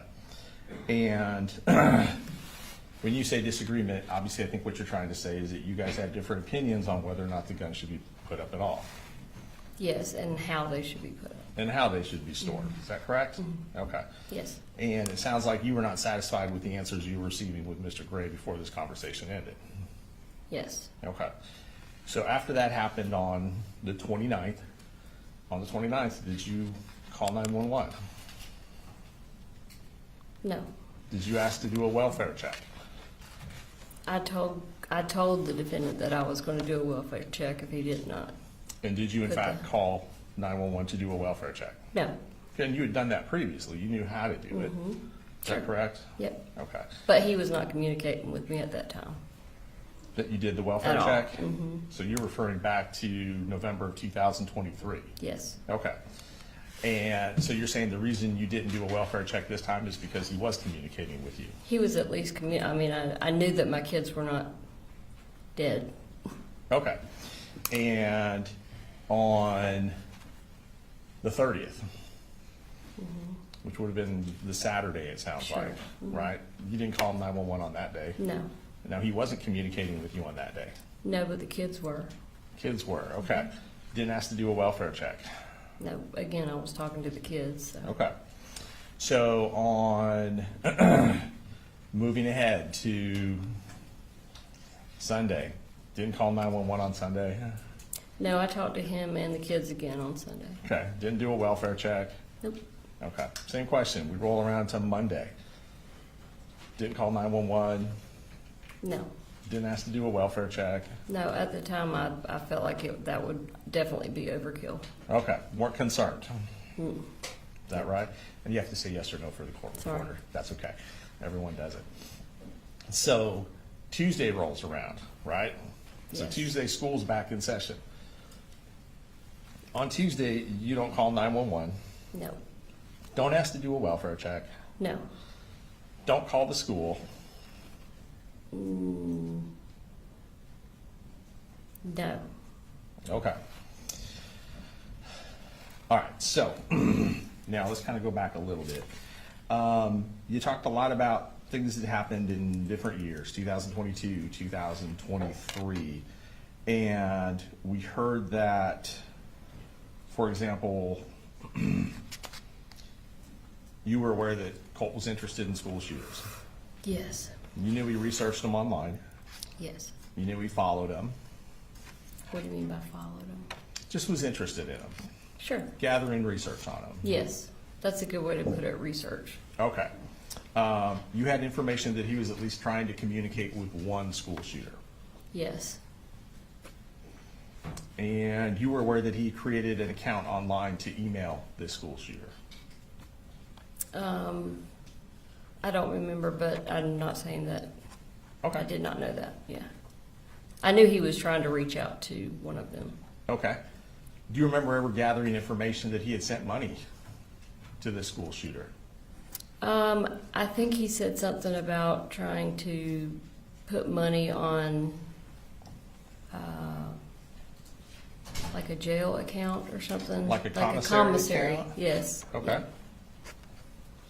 And without telling me what he said, did you ask him where he got the money from? No, because I just assumed that he was not being truthful about it. So you didn't even ask him about it? No, Okay. I don't think. Okay. Honestly, that's. Let me very ask you long this. time Would ago. this information that we are now discussing that you received have been over a year ago?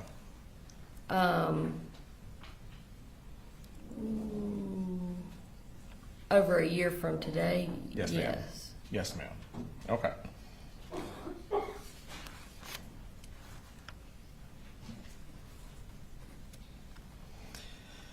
Now, when you learned that Colt was trying to communicate with this school shooter, do you remember which school shooter he was trying to communicate with?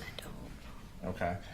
Do you do you recall telling him that this was a bad idea? I don't remember what I told him about any of it. Okay. It was not something that we talked about in depth. It was, You don't think so? I don't think so, no. Okay. It doesn't stand out in your mind that he was trying to communicate with his mass murderer? Well, yeah, I remember him making a comment about it, but Mhm. again, he was very interested in all these things. So for him to make a comment about one of them, kind of take it with a grain of salt. Okay, so you weren't concerned about it? No, And you did not share that information with Mr. Gray? probably not if we were not living together. Okay.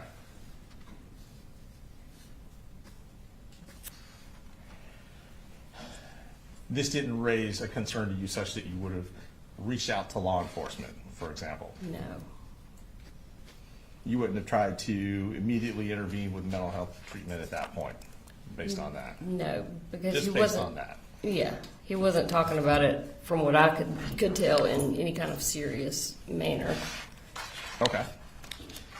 So you thought that the tone in which that you guys were talking about this was more joking than concerning? Or just like a random interest. Okay. Not an obsession? No,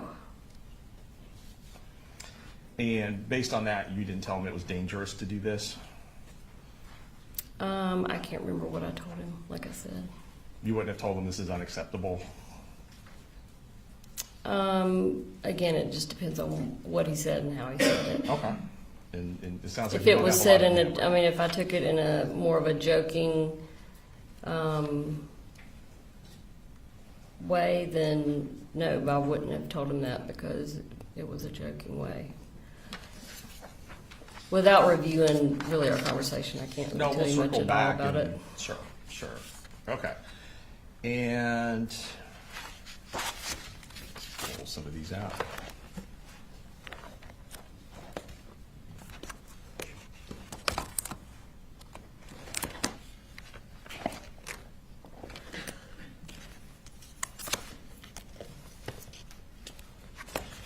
While we're doing this, while I'm looking through this, you stated that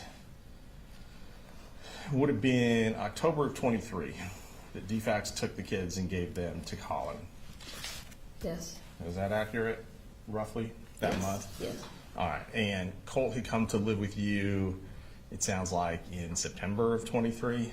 That's when you had the exchange where the guitar got thrown, based on your testimony?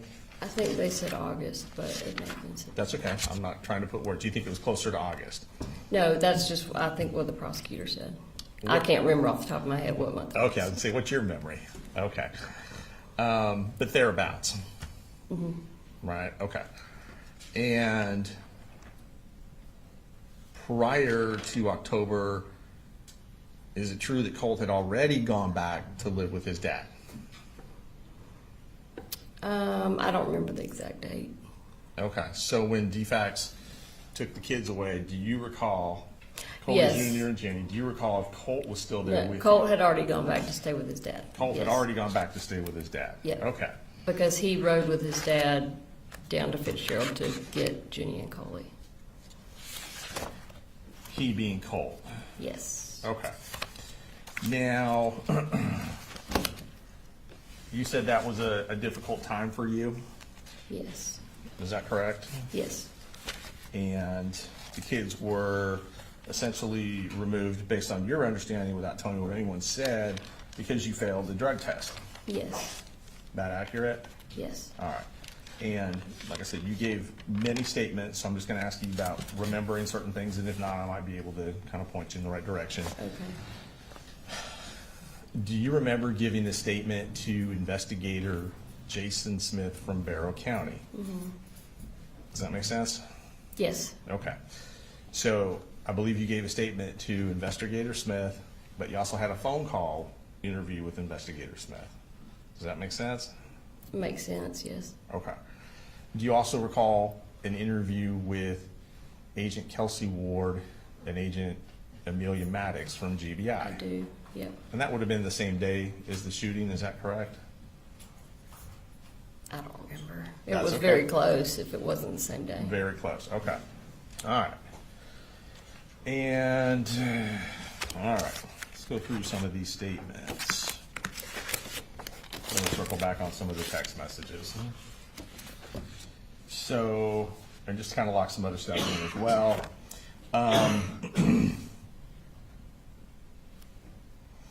The May 2023 police visit, you said you were not aware of that until September of 2024. Yes, So you're saying that Colin never shared that information with you about the police coming to his home? Is that No. correct? Yes. Okay. And Colt never shared that information with you as well? not that I remember, no. Not that you recall. Do you think that's something you probably would remember, would probably stand out? Yes, FBI coming to his house or an FBI tip? yes. Okay.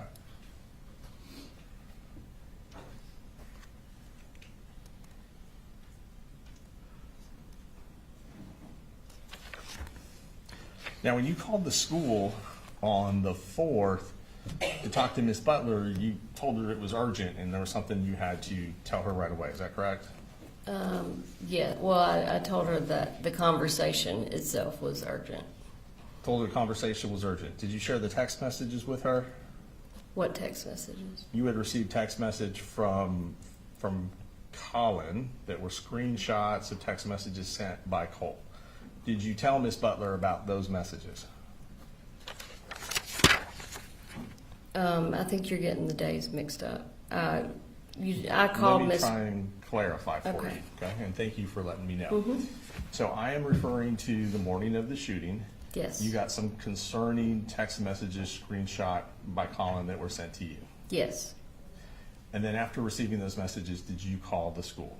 yes, Did you at that time speak with Miss Butler? yes. Okay, so now we're on the same page. Now we're on the I know same you page. talked to her a couple times, so Yep. that makes sense. All right. Did you tell her what those text messages said? I assumed that I would. Well, let me ask you this. Do you remember what you told her? Well, it was an 8-minute conversation, so, like I said, I covered everything that was in most of what was in the list that I had, as far as Colt's behaviors, and the anxiety attack, trying to remember if I shared, I would have shared that text message with her. Okay. You didn't tell her you thought he had brought a gun to school that day? No, because I didn't. There's no Because way. you didn't. Because I didn't think that he had brought a gun Okay. to school. You didn't tell her, I think he's going to shoot someone at the school?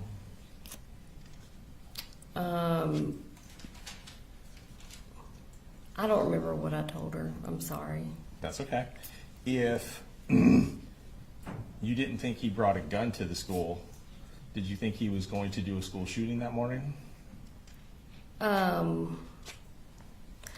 At the time, I didn't know what he was going to do. So it's very likely that I just started rattling off a bunch of hypothetical things that he might do, and I Okay. could have just been saying, I don't know if he's going to hurt himself. I don't know if he's going to hurt somebody else. I don't know if he's going to shoot himself, shoot somebody else. I may have said it in that way, but it doesn't necessarily mean that I literally thought he had brought a gun to school. And I as was you trying just- to get her to have some urgency about her actions.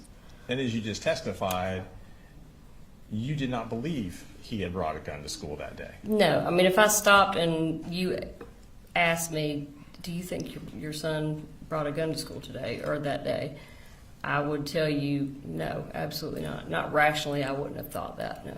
Nor would you rationally have thought that your son was going to school that day to perpetrate a school shooting.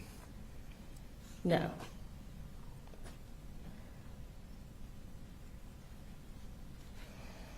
Now, prior to September 4th, you and your husband texted fairly frequently. Is that fair to say? It depends. Yeah, on the guess days when it's he was talking to relative. me, it could be Right. overwhelming how many texts I would get. Okay. All right. Fair enough. And in the month of August of 2024, okay, because that's kind of what we've been focused on a little bit. You never sent Mr. Gray a text message just saying Colt is idolizing school shooters, for example.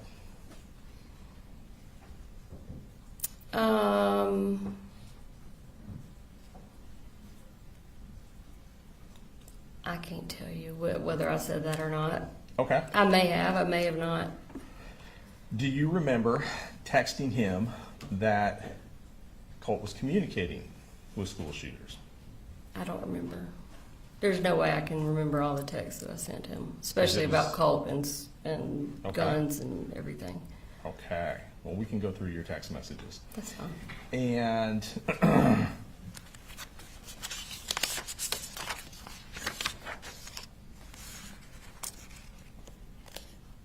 you were aware that Mr. Gray was working with the school to get Colt counseling. I know that he had signed a form allowing Colt to have counseling. Okay. And you're aware from conversations with your mother that she met with Lisa Butler Yes. in middle to late August, Yes. and they had talked about counseling as well at the school. Yes. You were aware that plans had been put in motion for Colt to see someone at the school. Yes. When my mom went up there, Miss Butler actually told my mom, because my mom told her about the crisis center that I wanted him to go to. And Miss Butler actually told my mom to hold off on taking him to the crisis center until he could meet with the state-appointed counselor that the school used. Okay. Unfortunately, that person is not there, every day. Only and on Thursdays, so, I believe. do what? Is that person only there on Thursdays? I'm not sure. You may be correct, but that person, according to my mom, that person was not going to be able to meet with Colt until the following week, Right. which is not what I was told to begin with. I thought that it was going to be like next day he's going to get to meet with the person. And does it sound like the day he would have met with Colt would have been September the 5th of 2024? Yeah, if that was a Thursday, yeah. The day after the shooting, Yes. right? And that was the counseling that my mom set up. Not Colin. That's the counseling your mom set up. Yes, with Lisa Butler. Through the school, with Yes. Lisa Butler. And your testimony today is that Colin was not involved in that. I didn't say that. Well, that's why I'm asking. I want to make sure I'm not. He signed a document Okay. that allowed Colt to see a state-appointed therapist. Okay. But as far as scheduling and going to the school and meeting with Lisa Butler, my mom was the one that did all of that. Your mom's the one that met with Lisa Butler, but you're not sure how much communication Lisa Butler had with Colin. No, that's correct. Okay.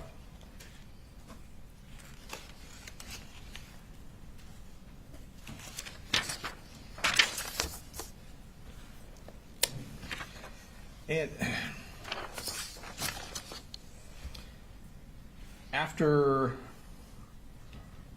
on September 4th, when you received these text messages from Colin, you told him to start heading back to the school. About what time was that? I don't know. Okay, was that after you had heard there was an active shooter at the school or before?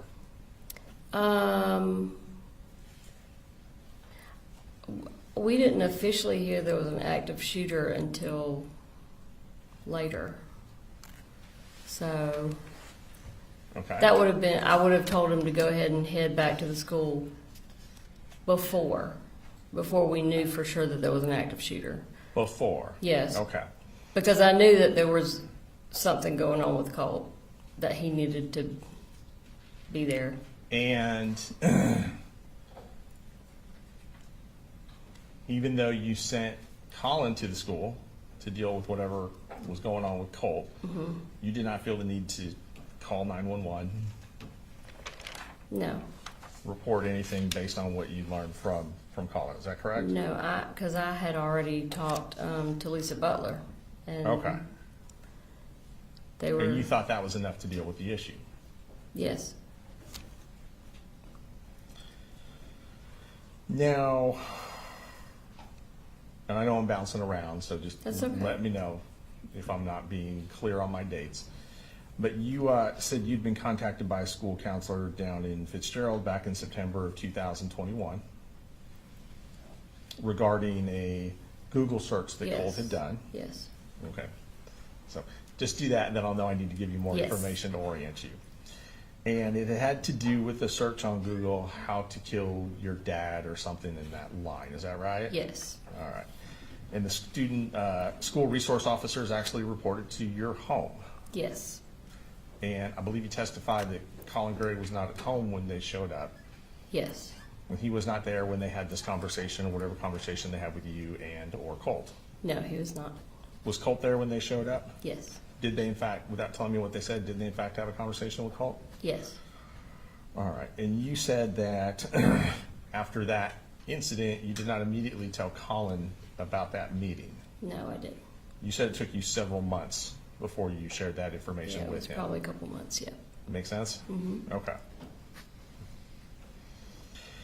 Now, when you were in Fitzgerald, there's a couple of defects cases, and I just kind of want to make sure I'm understanding. So one of the defects cases in Fitzgerald, that case was against you. Mm-hmm. Is that correct? Yes. Okay. And is it true that the allegations that opened the defects case were that you had physically abused Colt? You had hit him or slapped him or I'd something of slapped that him, nature? yes. Okay.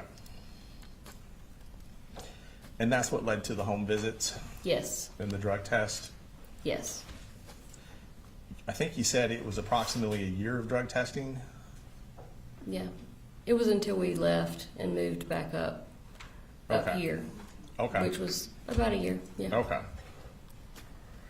And it sounds like right before they were going to close the case out is when you had this positive test. Yes. Do you recall what you tested positive for? Methamphetamine was the main one, I think. Okay. Yeah. Do you remember telling Investigator Smith why you had been using methamphetamine at that time? Do you remember what you told him? No, I don't. Honestly, I don't even remember us talking about it. Why she's using methamphetamine. I think that I'm giving him leeway, but I don't see how that's relevant to whether or not the defendant committed the crimes in this case. Based on testimony she's already given regarding what was happening in Fitzgerald at that time with Colt and the behavioral issues that he was experiencing and how they were related to Colin. Let me do this. I think Yes. a juror needed a break anyway, is that right? Something like that. All right, go ahead and take a.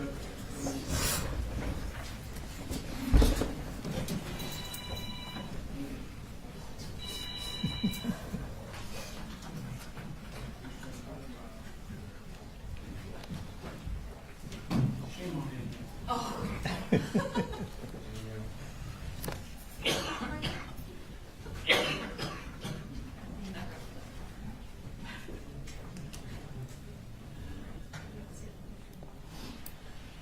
right, gentlemen. All right. Is there a answer to the question that do you know the answer? Yes. Okay. Yes. What is the answer? So basically what we're getting at is there's been testimony that the issues with Colt's behavior at that time period and also leading up to 2024 were based on his interactions with Colin Gray. The answer that is in another statement that's a recorded statement that we have a transcript of is that Miss Gray started using methamphetamine when Colt got down to Fitzgerald because she was having difficulty taking care of all 3 kids by herself and working at the same time. What we're getting at, or what we're going to circle back around to and why it's relevant, is because the issues that Colt was having at the time were not attributed to Colin Gray. They would have in fact been attributed to Marcy Gray. And there's a pattern of that that will continue to build upon over the next 12 months, leading up to the middle of August prior to the shooting. Well, he previously objected to us getting into any way that Colin treated Colt. When she answered because he was emotionally and mentally abusive, they asked for a mistrial. And now they want to get into what Marcy has done, which I mean, that is completely opposite of what they've previously been trying to do. But again, why Colt was created, why he did this is not relevant. What is relevant is who gave him the gun and what he knew, what that person knew when he gave him the gun. And what this whole case has been about and what Marcy has testified to is what the defendant knew, what he knew about his mental state. And what he knew when he continued to let Colt have the gun. Why Marcy started doing meth, the amphetamine, is not relevant. Chuck, may I interject here? We probably shouldn't be arguing in front of the witness because we're giving her information that we probably should not be giving her in a consent trial. Understanding and again, I don't know how often this is going to come up. As to that question, why were you using, I'm going to permit you to ask that over objection and then see if there's other issues that come up. Yes, sir. All right, we'll be in recess for a few minutes.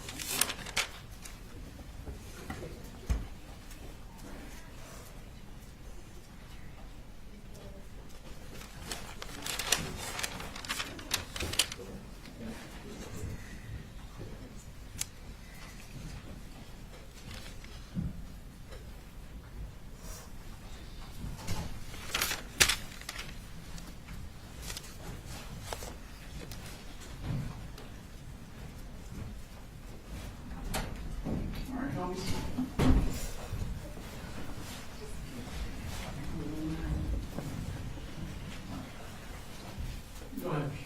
Thanks, Judge. All right, just let me know when you're ready, Ms. Gray. I'm ready. Okay. Judge, may I approach? Yes.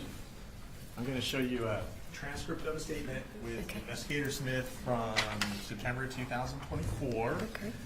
And just go ahead and read to yourself from this line down and tell me if that helps refresh your recollection. Okay. And just let me know when you're done and I'll come get that.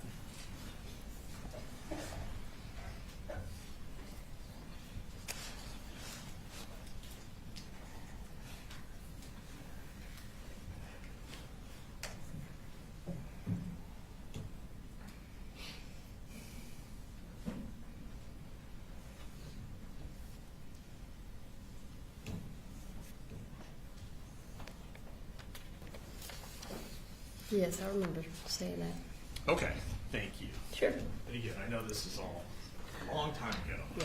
So, does that help refresh your recollection? Yes, sir. And do you remember telling Investigator Smith that you had started using the methamphetamine in September of 2020, what was it, September of 2023? Yeah, I had been using it for maybe a month and a half. something Right. like that. And part of the reason you started doing it was it was hard to keep up with taking care of all three kids, working full-time by yourself, all that kind of stuff. Yes, and I had my two older children divided in two different households because I didn't want Jenny staying with Colt, and Right, you had Jenny staying with your mom and dad, I believe you testified. well, my mom was living with my sister at the time, helping her, but my dad was there in Fitzgerald. Jenny would have been living with your dad in Yes. Fitzgerald because mom was out of town.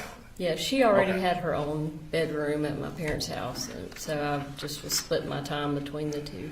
Gotcha.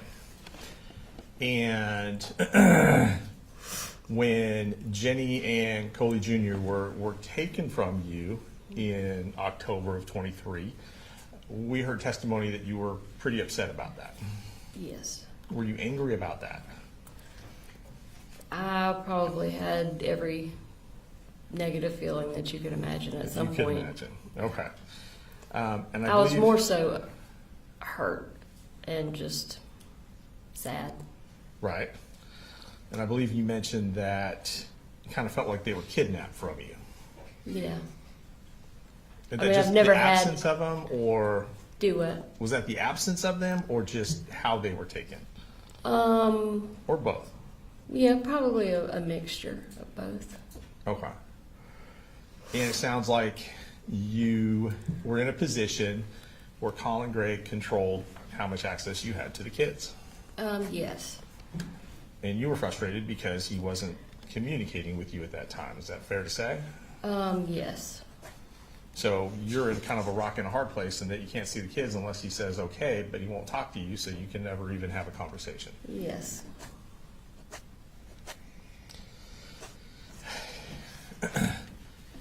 And we'll touch base on what happened in November of 23, but before we get there, just in leading up to it, isn't it true that Colin didn't want you around the kids until you were able to get better? I think it was a mixture. I think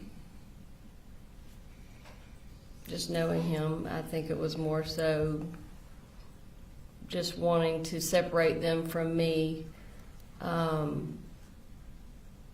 for a number of different reasons. Okay.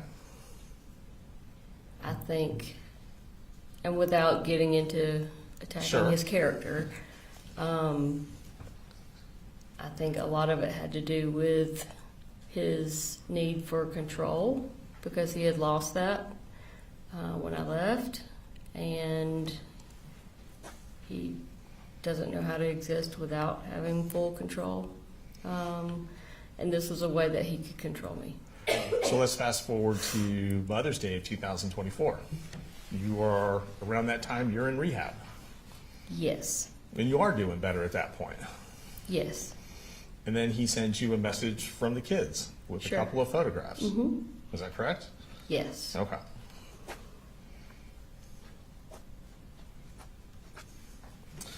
Now, you testified that in October of 23, you start going to a very dark place. Yes. Is that a fair way of characterizing it? Not a place that was normal for you. No, very much not normal. And it culminated, you said, with you said taping your mom to a chair, Yes. right? Isn't it true that you also took some money from your mom at that time? That day, Yes, ma'am. no, I didn't take any money from her. Okay.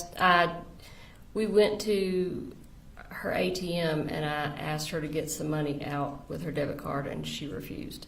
Okay. So I never got any money from her that day. So you didn't take any money from her after you had tied her up No, or taped her to the chair. no, Did you take a credit card from her purse before you left? no. Did you swap the license plates on your car and her car? Yes, I did do that.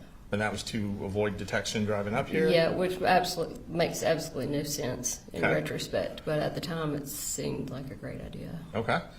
And before you left your mom, did you tell her you were driving up to Fitzgerald? Sorry, driving up from Fitzgerald to Winder. Yes. And that's what, 4.5 hours? Yes. And the purpose of the drive was to kill Colin Gray. Yes, I did tell her that.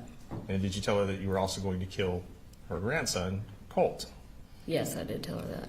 Okay. That was a last-ditch effort to get her to agree to come with me.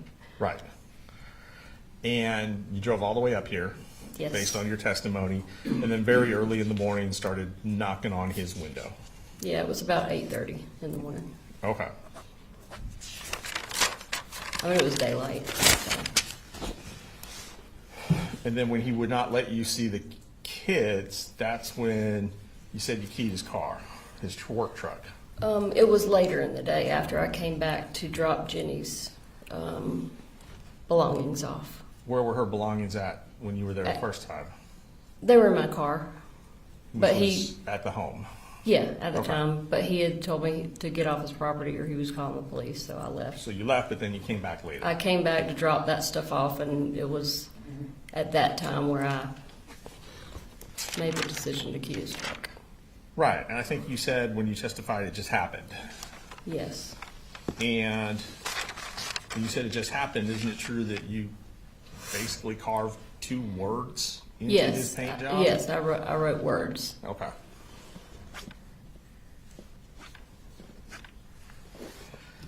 And then after your arrest here, you said you were transferred down to Ben Hill County for the incident with your mom. Yes. That you had remained in custody during that period of time from when you were arrested up here until you went to rehab. Is that accurate? Yes, that's accurate. Okay. And when you were released from, well, released isn't the right word. At some point in July, you would have left, of 2024, you left rehab. Yes. And it sounds like there was a plan between you and Colin that you would leave rehab and move back up to Winder Yes, temporarily. on a temporary basis.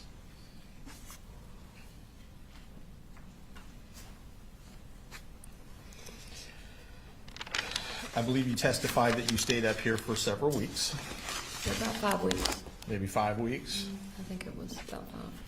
and that would have culminated in the, probably around August 18th, the incident with Colt would have been your last day in Winder. Is that fair to say? Yes. All right, now when you were up here, I believe you said the house was a wreck. And it took you several weeks to get the house picked up. Yeah. Was that what you were testified to Yes. earlier today? I mean, I wasn't working on it nonstop every day, but Okay. yeah. And this is the house on Harrison Mill Road, do you recall? Yes. Okay. Now, while you were there, were you clean? Yes. You weren't using any opiates or drugs or anything? other than some THC caramel candies that Colin had bought at a store in Athens, Okay. which were legal. They were purchased at a legal shop, but apparently when you're tested for THC, they Show up. show up. Okay. And had you started drinking alcohol again? I during had that not. time period? I had not drank any alcohol. No alcohol. No. Okay.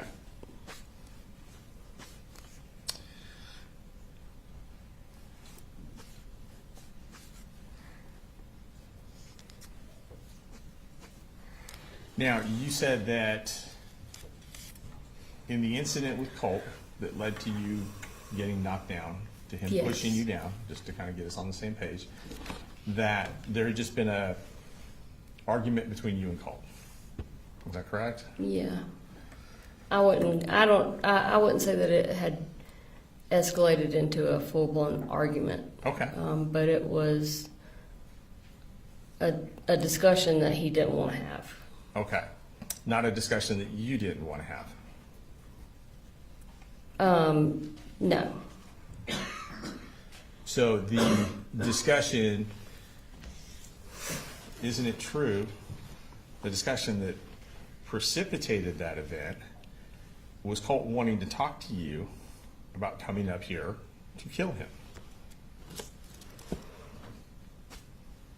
Not that I remember. I don't remember that coming up. You don't remember that coming up? Mm-mm. Okay. And you testified earlier that you called your mom and dad and asked them to come get you. Yes. Isn't it true that Colt called your mom and dad and asked them to come pick you up? He did call. He was really upset about what had happened. He felt, at the time, he was just angry in general, but a couple of days later, he apologized for what he had done. But I think at the time, I think he kind of shocked himself. Like, I don't think that he really ever expected to do that, to lash out at me like that, because he had never done that before. And I think he went into panic mode. I'm going to call Mamu and Papa Charlie before she goes, so I can tell them to come get her because she's acting out, Okay. before I had a chance to call them and tell them what really happened. And you testified that you never went into his room. Is that That's correct? right.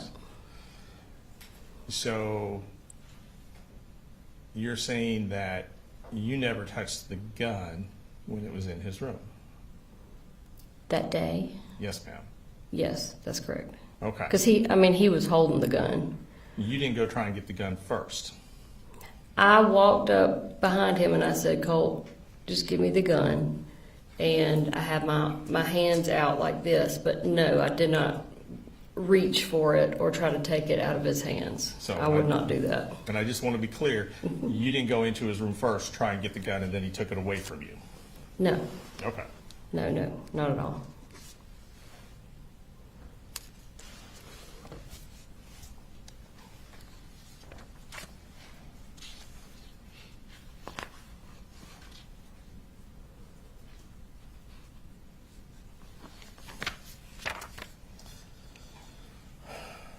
Now, let's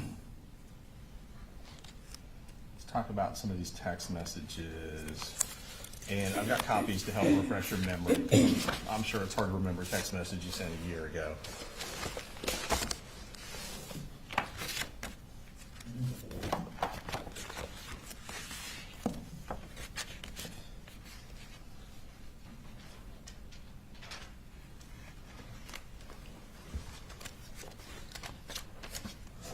So we had talked about the text message. Well, we talked about some information you'd received about Colt being in contact with someone who was a school shooter. Yes, Okay. And you don't remember who that was or the Not- circumstances of that conversation? not off the top of my head, no. Okay. I'm going to ask you to review some text messages. Okay. See if this refreshes your recollection. Sure. Don't read them out loud. Okay. I don't. Oh, sorry, Ms. Brooks. These are 8:30.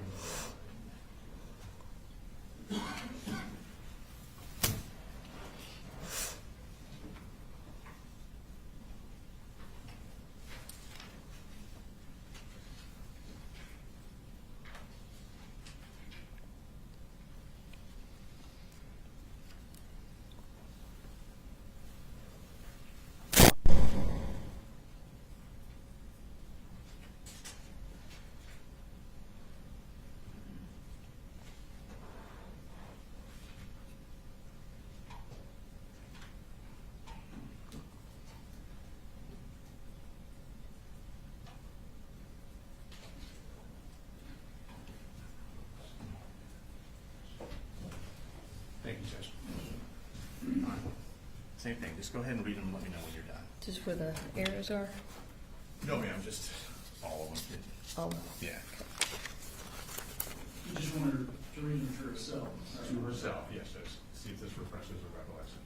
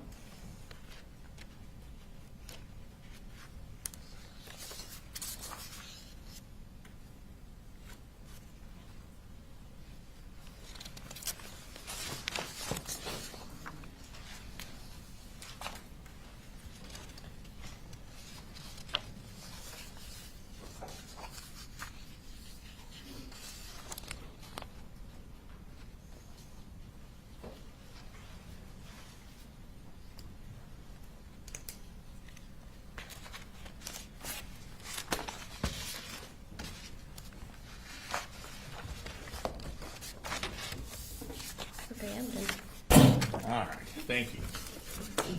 Does that help refresh your recollection? Yes. As to that conversation? Um, And don't, let me ask you the questions I don't want you sorry, to go repeat. ahead. Hearsay. Get me in trouble. So,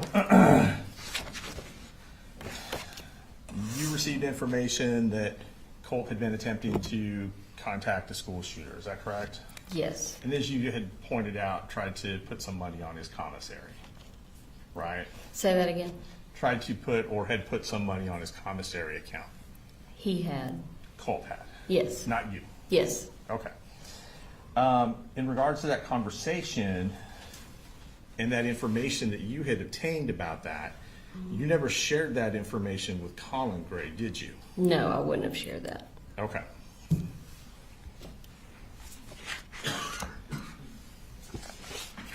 So you didn't tell him he was reaching out to this shooter in prison somewhere? No, Colt said that he just wanted to let him Hold on know before he you, cared about before it. you get into that. Sorry. We can't have you tell us what Colt said. Oh, okay. Okay. All right.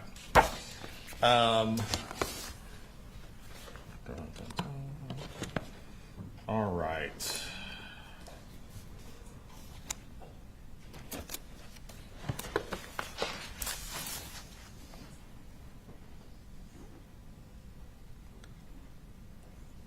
So safe to say, and based on what you've just told us, there were things that you knew about Colt that you did not share with Colin.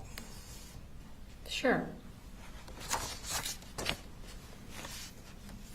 And there were things that you knew about Colt that you didn't share with Colin immediately, but maybe ultimately shared with him later, Sure. right? Okay. All right. Do you recall speaking with the GBI agent, Kelsey Ward, and Amelia Maddox? Yes. Would have been two females. Yes, I do remember. Okay. And that was very shortly after the shooting incident, maybe even the same day. I don't know for sure, but I can't remember, but I do remember within a talking day to or him. so, would that Sure. be fair? Mm-hmm. Okay. And you told them about your conversation with Miss Butler. Okay. Is that correct? Do you You said remember? so. No, I don't. I don't remember anything that was discussed with those two ladies. Okay.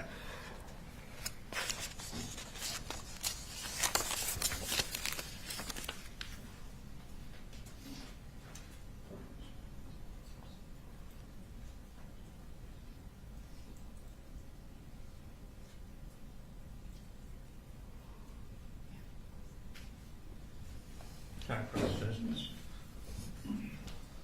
If you could just look at this paragraph right here and Keith, Okay. you just let me know when you're done.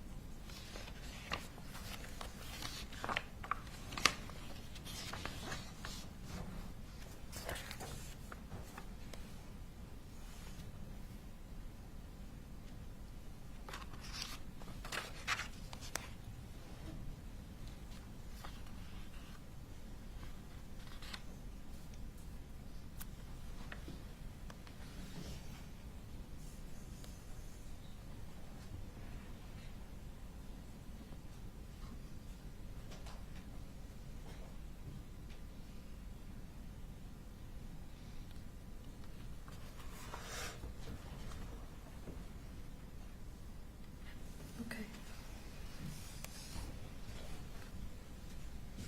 Some of it's kind of hard to understand. Shorthand, I guess. Sure. All right. Now, do you recall sharing information with Agents Maddox and Ward about Colt's mental state? Again, I don't remember what I shared and what I didn't share Okay. with them. Do you know if you told him he had anxiety? Again, I don't remember anything that I shared with them. Okay. So you don't remember if you told him if he had depression? No, I don't remember the conversation. It was apparently the day of the shooting, so I don't remember Okay. anything from that day. You don't Sorry. remember telling him that he had homicidal ideations? Nope. Don't remember telling him he had suicidal ideations? No. As That you doesn't, said. that's not to say that I did not say okay. that to them. If you don't remember, you don't remember. And do you recall, and you said you don't remember telling them you suffered from anxiety? I mean, I probably did tell them that, but no, I don't remember. Okay.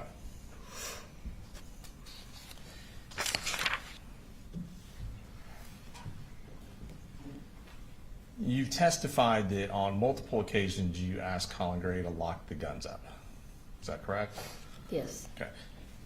Yet, do you recall, let me ask it this way, do you recall ever sending him a text message saying lock up the guns?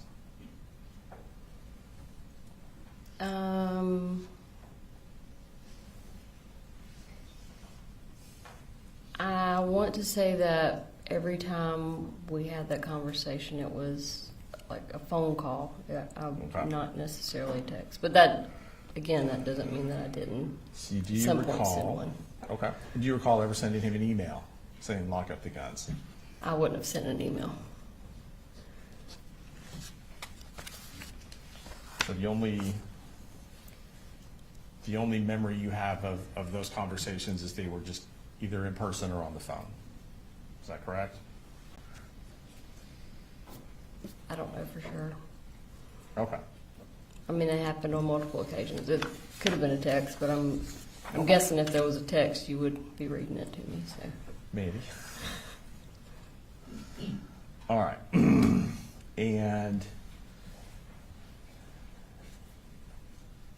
you talked about plans to go up on a Saturday before the shooting to take Colt to Advantage Behavioral Health. yes, Is that correct? yes, sir. And according to your testimony, the plan was for your mom to drive you up to Winder on Saturday, Yes. prior to her, of course, breaking her hand or her fingers, Yeah, I say hand, but yeah, she broke several fingers. several fingers. Okay. Her hand was swollen like twice its normal size. And so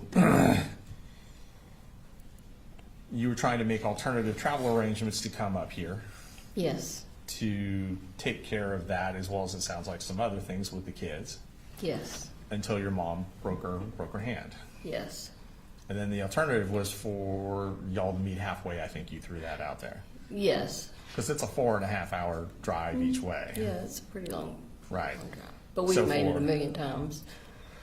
So basically, if someone leaves and picks you up and comes back round trip, that's about 9 hours. Yeah. Okay. Yep. And you stated that you got a phone call, and I can't remember what you said, so just let me know. Was it Friday night or Saturday morning that you got a phone call saying, yeah, maybe let's not do this? It would have been Saturday, I think, when finally, and I can't remember exactly if it was a phone call, a text. That's okay. To be honest, he may have never actually said it. He may have just stopped talking to me. Okay. That could have happened too. Okay. And you said there were plans to take Colt to Advantage Behavioral Health. Yes. Were there any plans to go camping that weekend? We had talked about going up to Blue Ridge. Blue Ridge was a place that we used to go all the time. Okay. We'd like rent a cabin for a weekend or something, take the kids, or so yeah, that's one of the things that we had talked about doing. So was there a plan to go to the cabin with Colin and your youngest son, Coley Jr.? Yeah, we would have. Yeah, well, he's not a junior because he's technically not a Coley. He's a Colin. Okay. And you refer to this your youngest child as Boo Boo. Is that fair? Yeah, or Coley. Or Coley. Okay. Yeah. All right. So there had been talks of doing that weekend as well. Yes, and I don't think we had shared any of that with Coley, little Coley. It was Little just Coley. conversations that Colin and I were having about what we were going to do. Okay.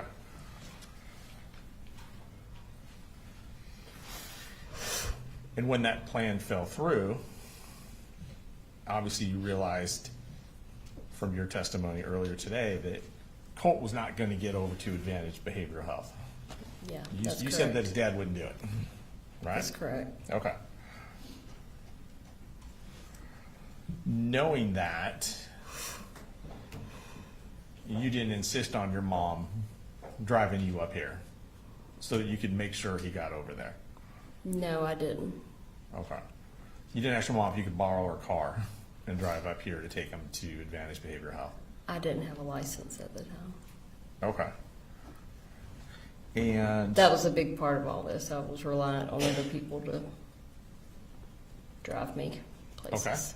Okay. And when you realized you couldn't be up here, you did not decide, hey, I need to call the police because I feel like something urgent is about to happen, something imminent is about to happen. No, I did not. And the truth is, you didn't think anything imminent was about to happen. No, I mean, no, obviously not. I mean, if I thought something was immediately about to happen that was Right. tragic, yeah, I would call Right. the police or whatever I had to do. Call the police, you would have called Colin, you would have done something, right? Yeah, sure. Would have sent him a text like, hey, you really have to take him over because I think this is about what's going to go down. I probably would have just opted to Yeah. drive on a suspended license before I Right. did that because he wouldn't have Right. taken it by himself. Okay. Now, you said that you helped set the health insurance up, Yes. and that would have been late July of 2024? Mm-hmm. Okay. Yeah, I think it went into effect August 1st, I think. Be going into effect around August 1st. And prior to that is when you decided, and it sounds like you talked to Colin and your mom, it wasn't a decision you made on yourself based on your testimony, but you decided to start giving Colt Zoloft, Yes. right? Yes. And you started with what you described as a small dosage. Yes. You say half a pill? It was actually a quarter of. It was actually, so I took 2 of my pills was a daily dose for me. Okay. And I was giving him a quarter of 1 of my pills. Okay. Every day? Yes. Okay. And I'm not trying to be a smart aleck, but That's okay. I mean, you're not a psychiatrist or a psychologist. You're not a doctor. Nope. But it sounds like you had done some research. I'd done a lot of research, and I'd also talked in depth with my psychiatrist, the original psychiatrist that put me on Zoloft. We had talked, I had talked to her about my kids, and Okay. I talked to her about Colin. He actually went and saw her once or twice. And she had shared with me that typically when you're dealing with an SSRI, it has a hereditary component as to what works well with someone and what doesn't. So if you have a parent or multiple parents that react well to a certain medication like Zoloft, which me and Colin both did because he tried Zoloft for about a month at one point.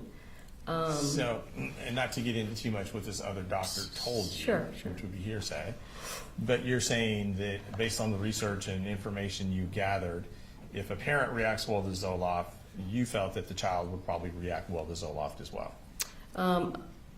Based on what the doctor said. Okay. Yeah. Not your research. No. And I assume when you say research, are we talking about just like online? Just online, sure. Okay. All right.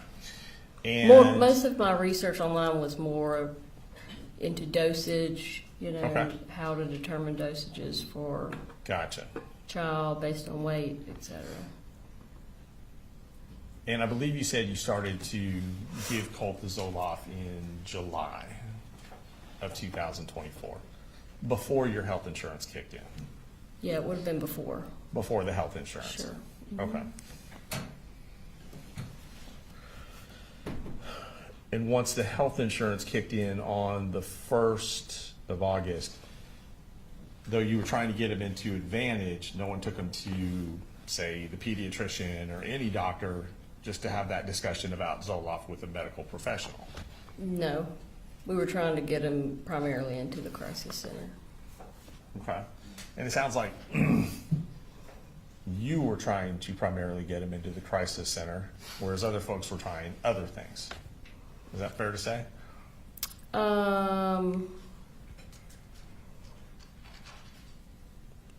I would say that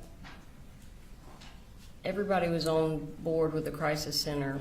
My mom tried to get him to see the professional at the school after going to speak with Lisa, but nobody was really trying anything else. Well, there was an appointment set up for September 5th.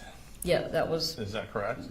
from what Lisa Okay. had. And I had know told. that you felt something more urgent was needed. Is that fair to say? Yes, that's. And you fair. felt something more in depth was needed as well. Yes.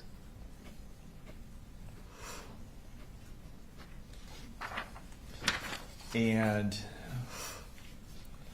at this time, with the exception of those 4 weeks or so that you were at the house, you had not been in Winder.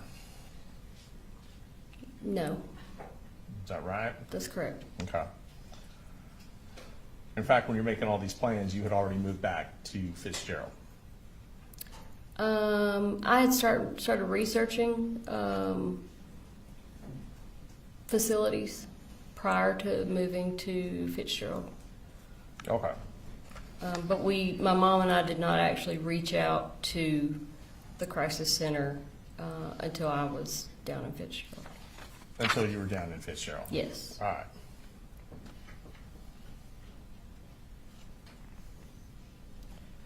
Now,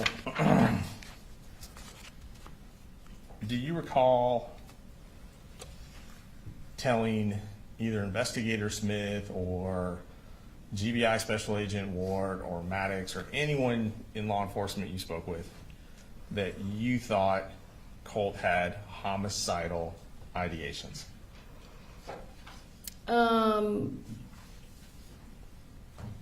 Again, I hate to go back to this, but I don't remember specifically, yes or no, what I discussed with him. Okay.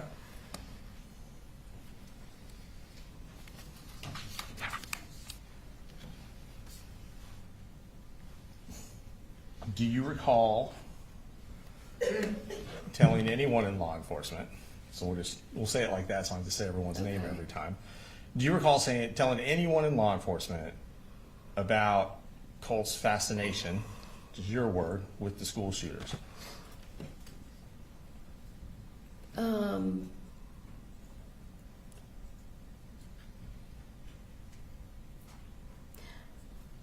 I don't remember, but I mean, there's a very Okay. good chance that I did, yes. Okay.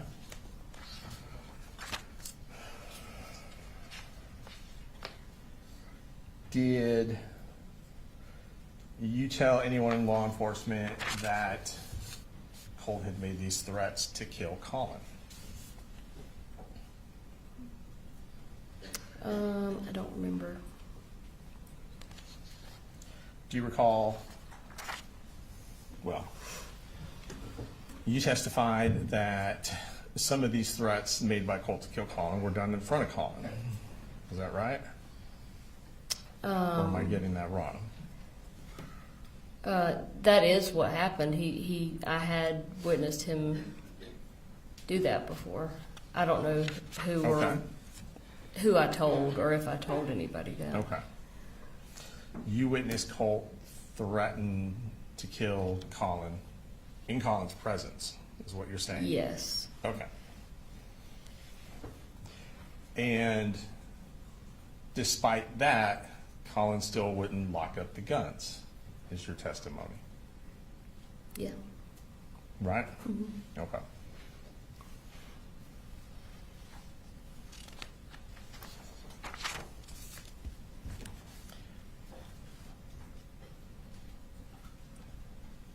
You talked about Colt wanting to complete his school shooter uniform or costume, however you phrased it.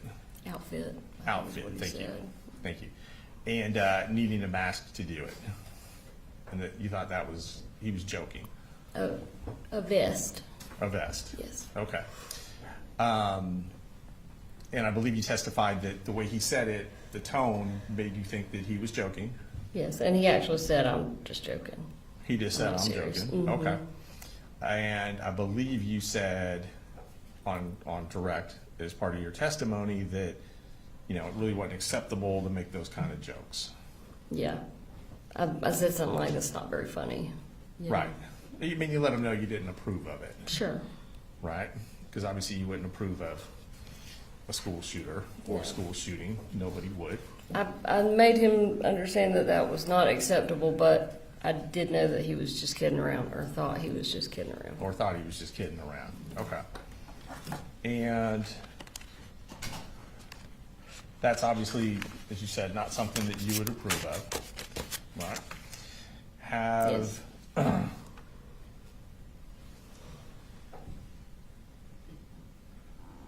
Since Colt's been locked up, have you done anything to try and enhance his popularity or celebrity as a school shooter? No. You have not taken his photograph, for example, and passed it on to people who put it on the internet? I, at his request, sent a picture to, he had two very good friends that he had been friends with for several years, way before the shooting took place. And I sent those pictures to them. Okay. Now, if they shared them on the internet, I That's don't fine. know. Okay. Did you or have you asked Colt questions that people are posting online and then gotten his answers and put those online or given them to somebody to post for him? Say that one more time. Sure. Have you asked questions of Colt from these true crime community subreddit Sure. boards to get the answers from him to then post on these sites? I have never posted anything on any of those sites. I've only communicated with his two friends that Okay. he had on there. So basically, the friends give you the questions, you get the answers from him, and give the answers back to the friends? I don't know of any like quiz type questions. Well, like a question, what's his favorite color? Things like that. They wouldn't have asked those kind of questions because they knew him really well. Right, okay. So you're saying, no, you have not participated in that? Okay.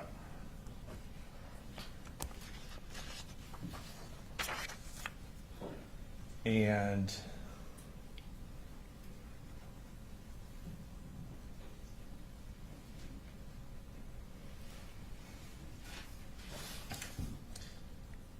so it would not be true that the youth detention center where Colt is staying has prohibited you for a period of time from seeing him based on those types of violations.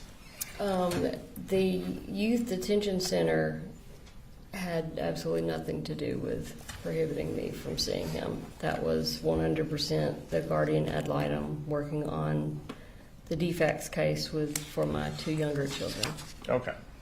But once a different defects investigator got involved, they determined there was no issue, and they're in the process of dropping that whole thing. Okay.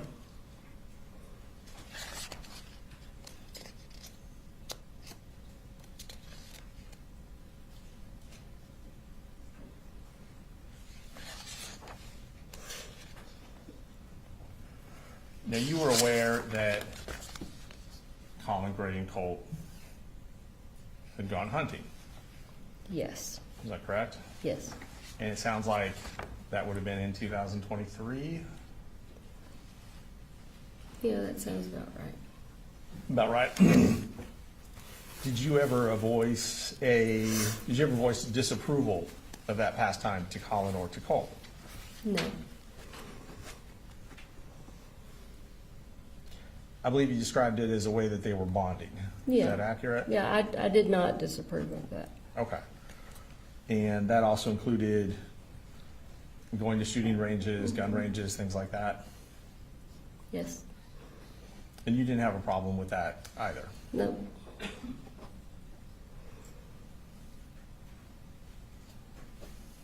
You mentioned when you came up there that you thought Colt had gotten more interested in the guns when you were here in July of 2024. Yes. You saw him cleaning the gun? Yes. Is that accurate? Yes, that's Okay. accurate. He had some parts, or I believe you Yes, said. like he had, I guess his dad had got him some sights, different gun sights and stuff, and so, he would take them off, put them back on. And at that time, were you aware of,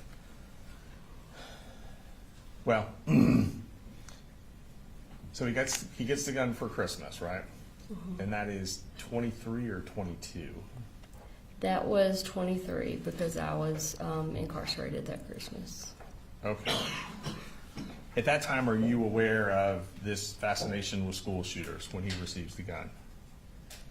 No. Well, I didn't know that I never knew he received a gun for You didn't Christmas. know he received the gun for Christmas? No. Okay, because you were incarcerated with limited And contact. yeah, he was not communicating with me. Okay.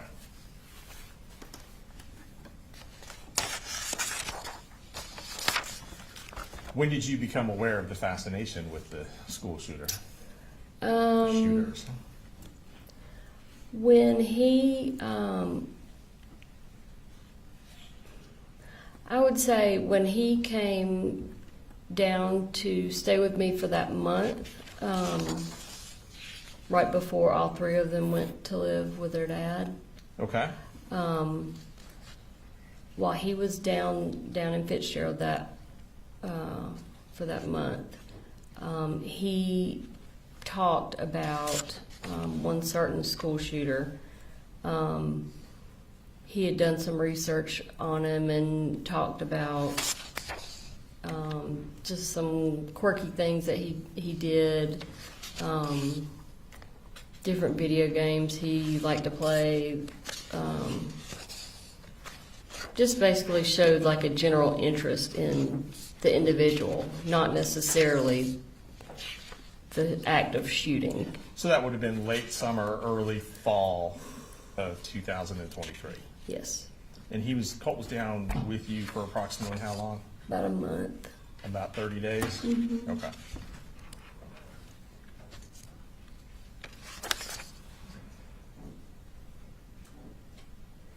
Now, you testified that you got Colt registered for school for the 9th grade. Yes, Is that correct? yes, The other kids as well? yes, Okay. And that was with Colin Gray's knowledge. yes. He knew you were doing that, Sure. right? Mhm. Okay. And he was working at the time? Yes, Was he working full-time? yes. Do you remember what his hours were like?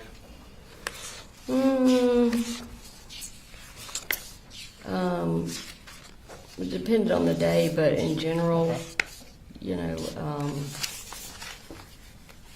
and it may have changed after I went to stay with them because, you know, I was at the house all the time. But I don't know, like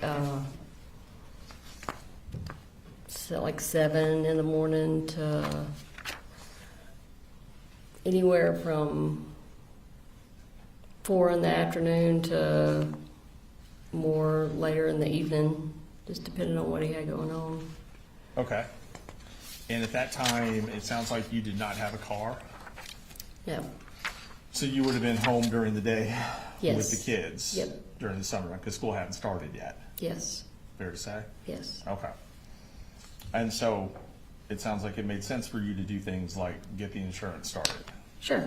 or to get the kids registered. I had always done all of those things, even when I was working full time and he wasn't. Okay, all right. And did he do anything, Colin, to get the kids registered for school? For that school year, Yes, ma'am. I did, when I started running into issues getting Colt registered because of his absence the whole prior year, I asked Colin specifically to either call or go by and talk to Okay, the person that was in charge of attendance, because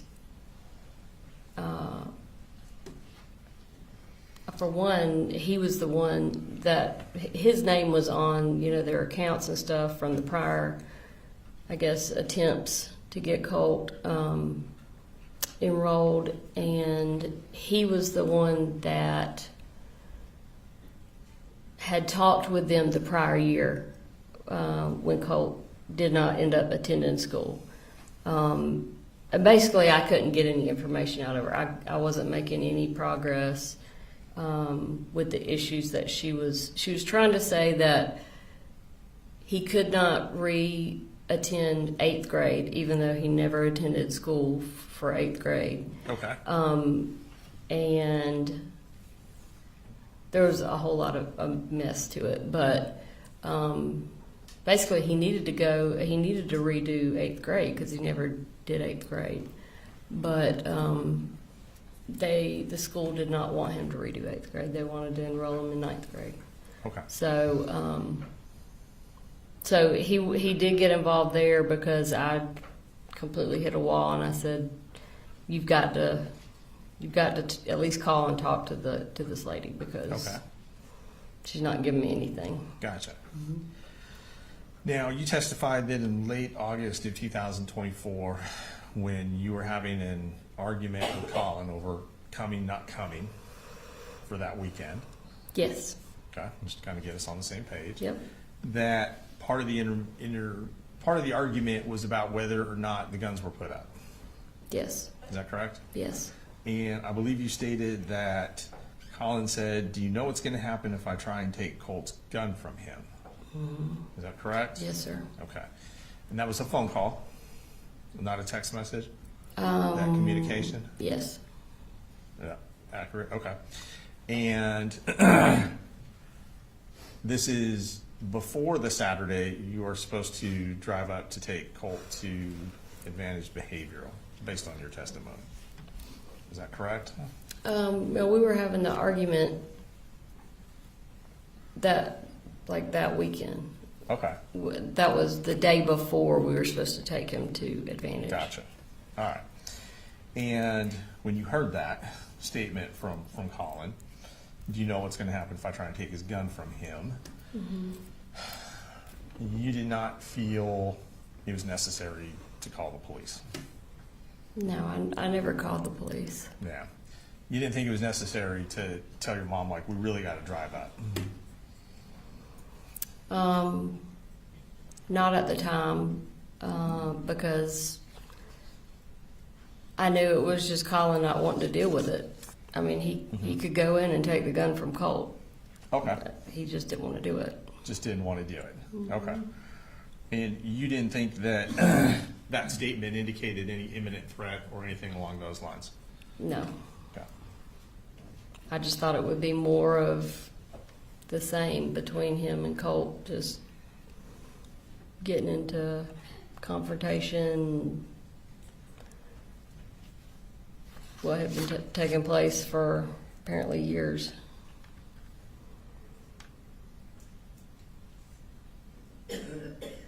Now, if you can, trying to orient this. In 2024, you would have lived with Colt for about 5 weeks. In Wander or in up here? In Winder in 2024. Yes. You're going to work backwards. Yes. In 2023, you would have lived with Colt for about 30 days. Yes. Is that correct? Mm-hmm. Okay.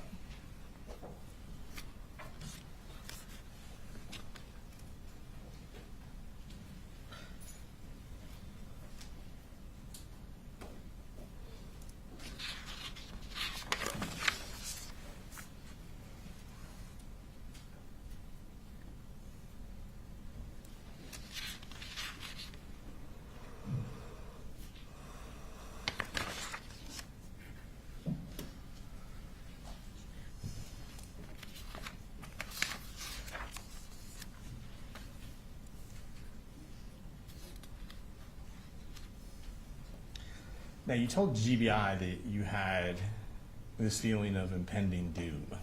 Do you recall that? Yeah. Was that after you received the text messages on the 4th from Colin?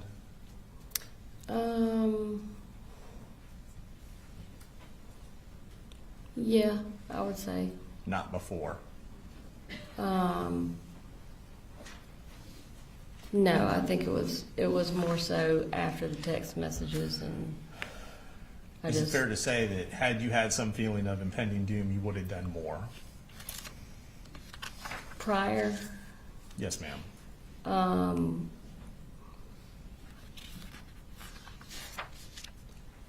I can't say what I would have done or would not have done.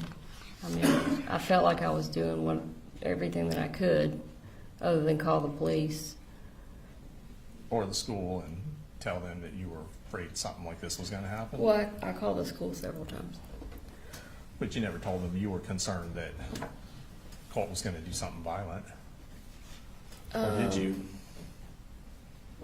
I had a whole list of things that I told Lisa.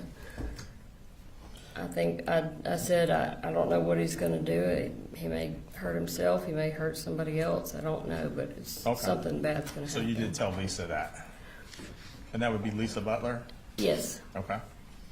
And did you tell Lisa Butler prior to the 4th in any of these conversations? Or well, let me ask you this. Did you have any conversations with Lisa Butler prior to September 4th? Well, I tried to call her the week before, if you remember, and she Right. was supposed to call me back, and that was the first time I reached out to her. So the first time you reached out to her was the week before and she didn't call you back? And the only Yes. conversation you had with her would have been the day of the shooting? Well, I had a very short conversation with her the week prior. Okay. And during that short conversation, and she told me she was going to call me back, I said, it's very urgent. It's very important that I talk to you today. Yes, ma'am. Did you go over that list with her during that conversation where you said it's very urgent for you to call me back, or no? No, I didn't go over the whole list. The list, you didn't go over that with her until the 4th? Yes. Is that fair to say? Okay. Fair to say, the whole list. Now, I could have thrown a couple of bullet points out to her during the conversation the week prior. I don't remember exactly what I said. With one of those, well, you're not sure what you told her No. that week in August of 2024, basically, right? There's a number of different things I could have Okay. told her. But didn't. Well, I did tell her something, but I don't know what exactly I told her. Okay. I wish I had a photographic memory, but I don't. That's all right.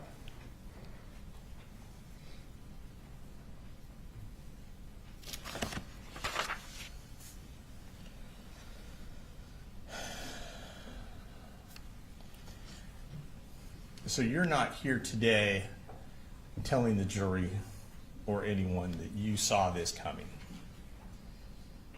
I did not see a mass school shooting coming. No Right. way. Okay. Maybe I was just not wanting to face it because I was his mother. I don't know, but it was the last thing that I would have guessed. Right. I mean, this is your child. Sure. I mean, I would have seen, if you'd asked me if I saw him hurting someone, I would have said maybe himself. But you can't picture him doing something like this to someone else, No, nor could you have in 2024, there's no prior way. to September 4th. Yeah, that's correct.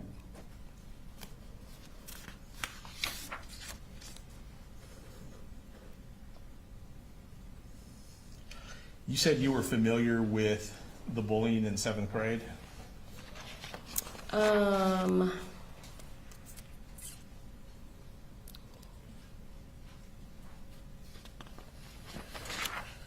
Can you elaborate Sure, the bullying? sure.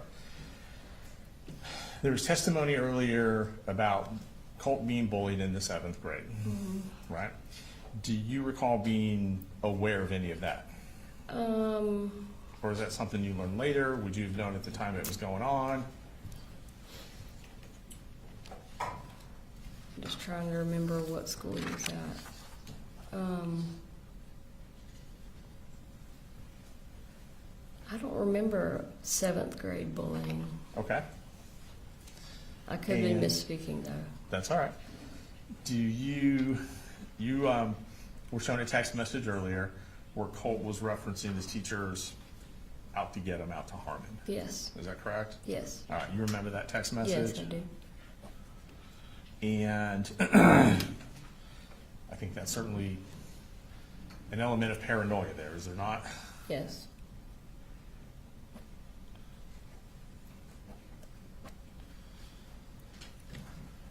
And that text message didn't make you think, I need to get involved and call the police. It did not make me think I needed to call the police. It made me think we've really got to get him into the crisis center. Mental health treatment. Yes. Okay. I remember saying that's not normal. Do you remember telling one of the investigators that you and Colt had long conversations? Yes, we did. Is that fair to say? Oh, definitely. Right, and He he would shared talk to me things for with hours you. and hours sometimes. Right, and he would share things with you, is that accurate? Yes, Share things with you he wouldn't share with his dad? definitely. Is that fair to say?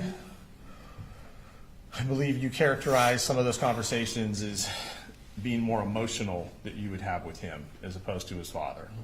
Yes, definitely. Is that right? Is that fair to say? No problem. Yep.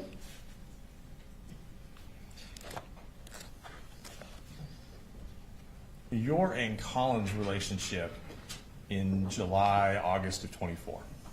So you guys were still married. You're still married today, I want to say.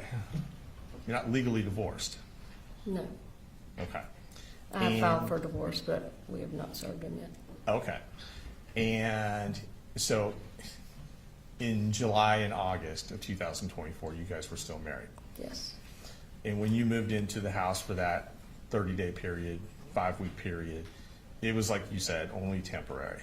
Yes. You guys weren't looking to get back together or anything like that. He was looking to get back together. You think he was, Yes. in your opinion. Well, I mean, he said it. He said many it. times. Okay. Yeah. Okay. And you were, it sounds like, not of the same mind, correct? I knew that I had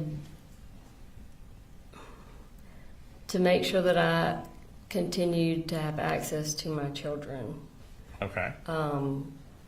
I did not want him to think that all hope was lost of us getting back together. So you were deceiving him in order to maintain a relationship with your kids? I don't know if I was deceiving him, Okay. because I never said, "Oh yeah, we're gonna Okay. ride off into the sunset together." Sure. I was very open about the fact that I wanted to get my own place or, Uh-huh. Another living situation. Right. But as you said, you wanted to make sure there was an avenue available for you to still Yeah. be able to communicate with the kids. Is that right? Yes, and he had proven many times in the past that if that avenue was taken away, then he was going to And at make me that pay point- for it. Okay. And he usually uses our children. And at that point, he still was in charge of what type of visitation you would have with the children, Yes. right? Okay. Just have 1 second. Yes.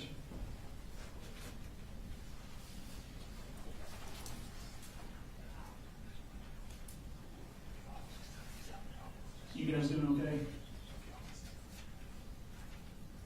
Thumbs up.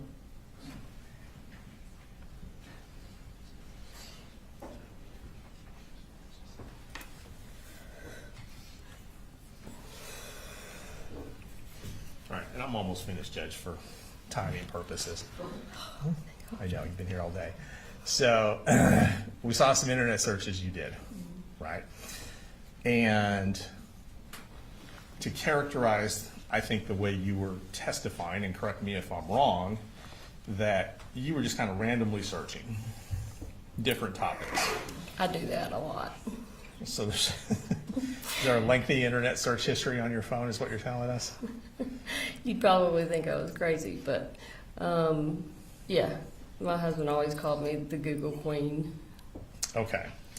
And your testimony today, when you were searching the school shooter parents, that was based on trying to answer some questions you had of a documentary y'all had watched. I know, but we had watched a documentary, and I know that a lot of questions had come up, and I had researched it. In hindsight, as far as the timing goes, it may have been that day when I was doing those Google searches. It may have been a different day. I may have looked up Right. those same Google searches 10 other times. Okay. At I see what you're different saying. times for different Right. reasons. And same thing with the gun safety. That could have been Yes. something you'd searched previously 3 or 4 times. It just happened to be on your mind that day after the conversation. Yeah, it was You didn't definitely have it. related to things that were taking place Okay. in our life at that time. And those searches you did on Ethan Crumbley and the school shooter parents, those types of things, Mm-hmm. you never forwarded any of those articles to Colin, did you? I typically didn't forward anything that required reading to him. I would just read it to him. Okay. But no, I don't think I would have sent any of that to him. If there was something that I read in any of those articles that I wanted to share with him, I would have just verbally or didn't? via text. Okay. And you didn't text Sure. him anything about any of those articles? I have no idea. Okay. All I right. don't know. Thank you. The state may have some other questions for you.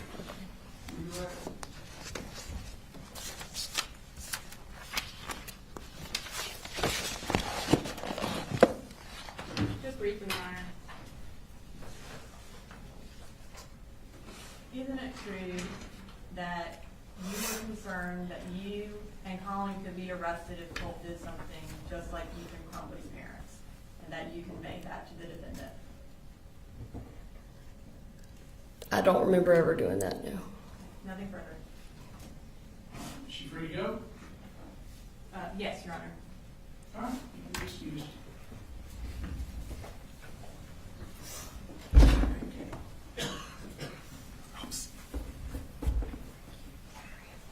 Ladies and gentlemen, let me give you all a break. I'm gonna check in with them about our witnesses look like balance of the day.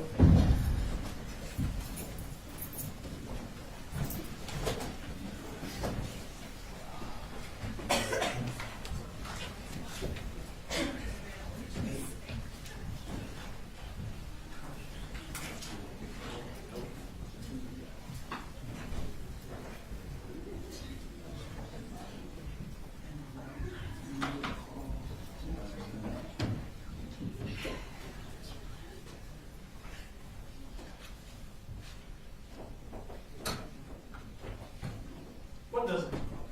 Your Honor, we have two witnesses that we would definitely like to get done today. Okay. Lisa Butler would be a medium-ish witness, and then. Is she one of the two? Or a Yes, third? yes, and then George Clacker. George Clackham, he's from out of town, he'll be short. Okay. Jesus. All right, Mr. Clapham here. I'm gonna do Lisa Butler. I think she may be a little longer than they think. Okay. May wanna get their witness from out of town first, and then we get started with, Okay. Should we approach? We approach Yes. them. Yeah.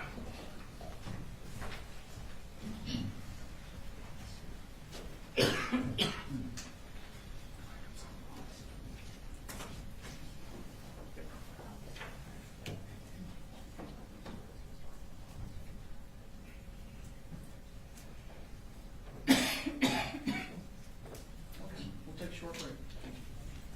We'll be in a short recess.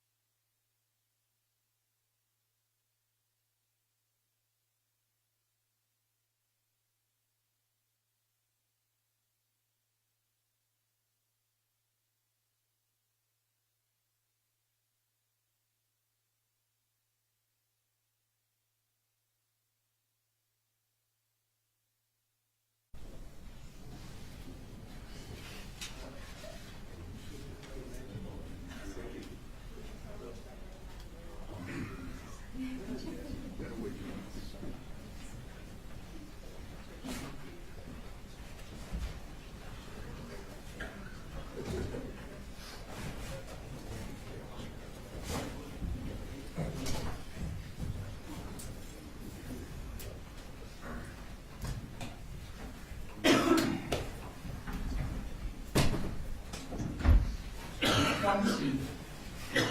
State calls, State calls Lisa Butler to the stand.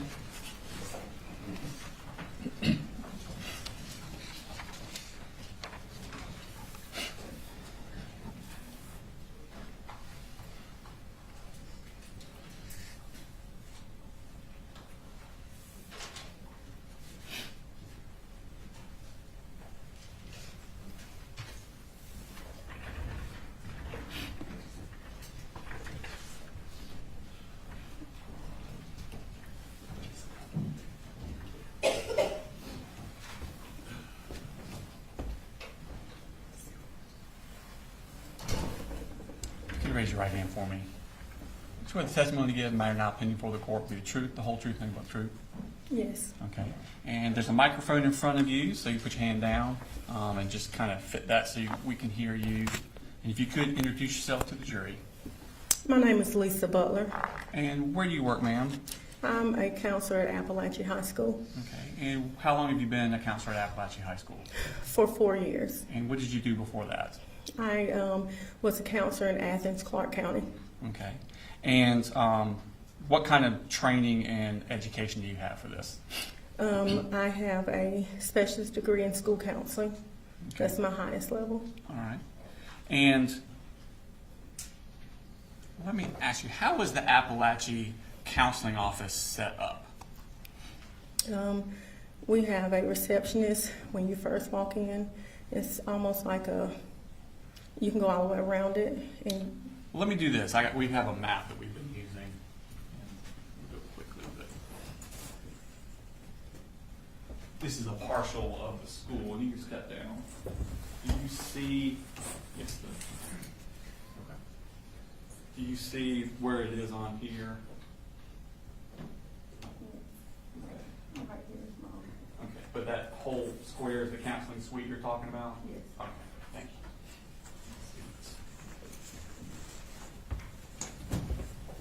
you. So I think you were describing how it's set up. Tell me about that.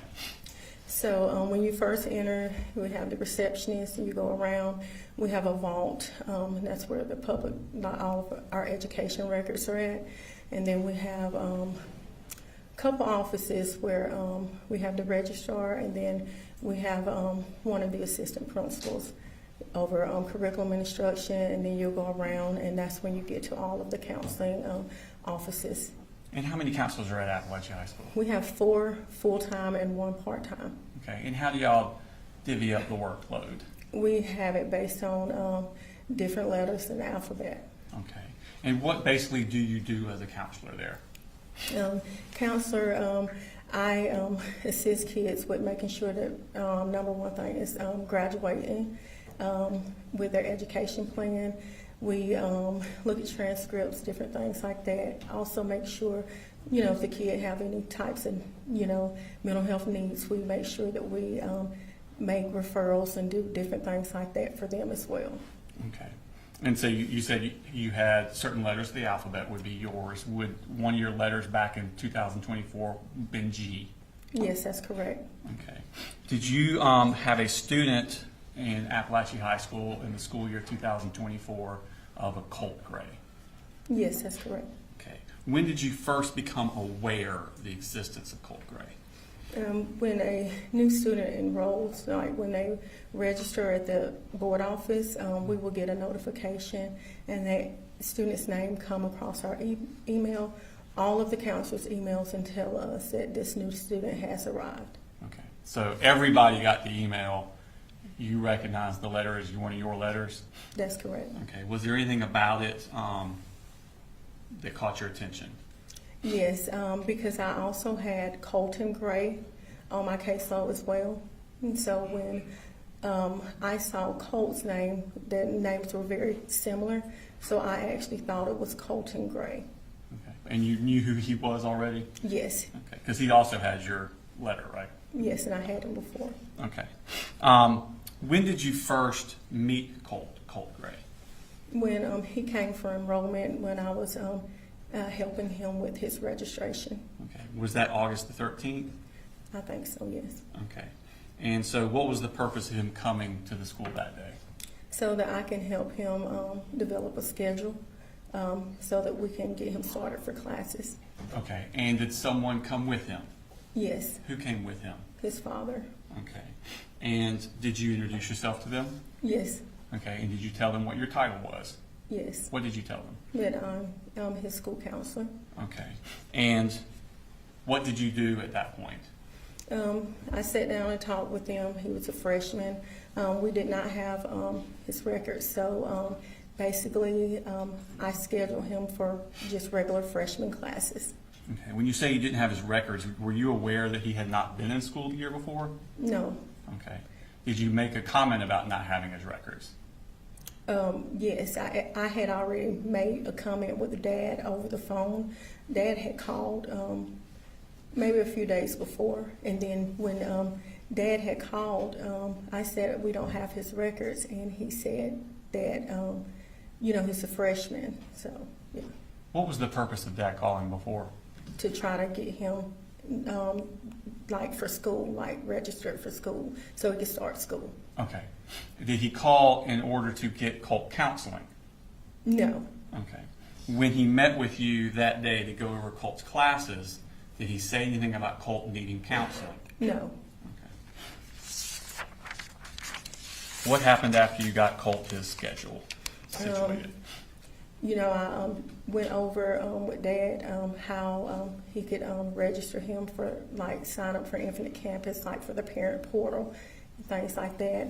I gave printed off a schedule. I gave Colt a copy of his schedule, and I also gave him his student ID. Told Dad to, if he has not signed him up for free or reduced lunch or did an application, to complete that application as well. And then I guided them to, we have like some students that do a tour of the school and take the students around. That way they can know where their classes are at. Okay. And did you then leave them with those student group? Yes, Okay. Did you have any more contact with the dad after that? not that day. Okay. When was the next day that you had contact or any sort of contact with Colt or his father?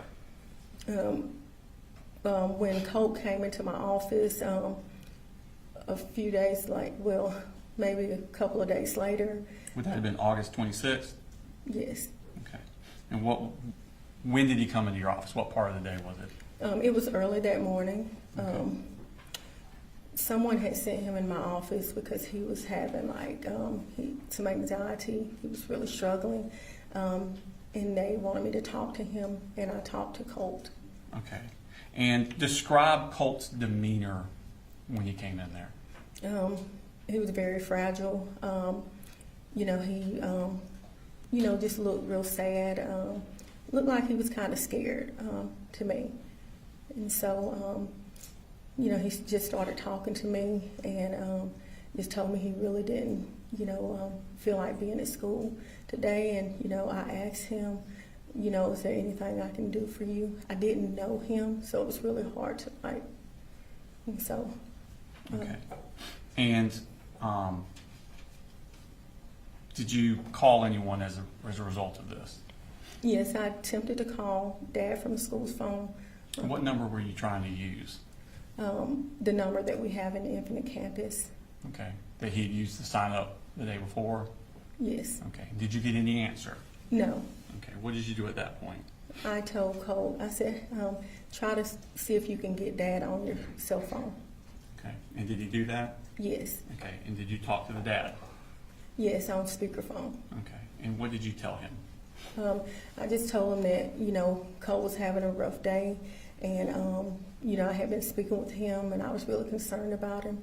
And, he said that he wanted to talk to Colt, so he did speak with Colt. Was that also on speakerphone or was that private? It was on speakerphone. Okay. And did he say anything to you about Colt? Yeah, he had told me that that Colt had, previously, had like anxiety and different mental health, issues. He did explain that to me. Okay. Did he say what the different mental health issues were, or did he just use the phrase different mental health issues? Just different mental anxiety was one of them, and I think some depression as well, and he basically told me that he was really busy, and that I wanted him to come and pick like Colt up because he wasn't in a direct.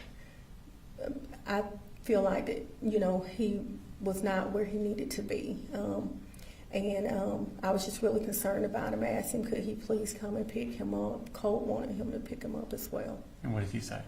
He said that he was on 80, stuck on 85, and he did tell me that he was also on his way to work, and he told Colt the same thing.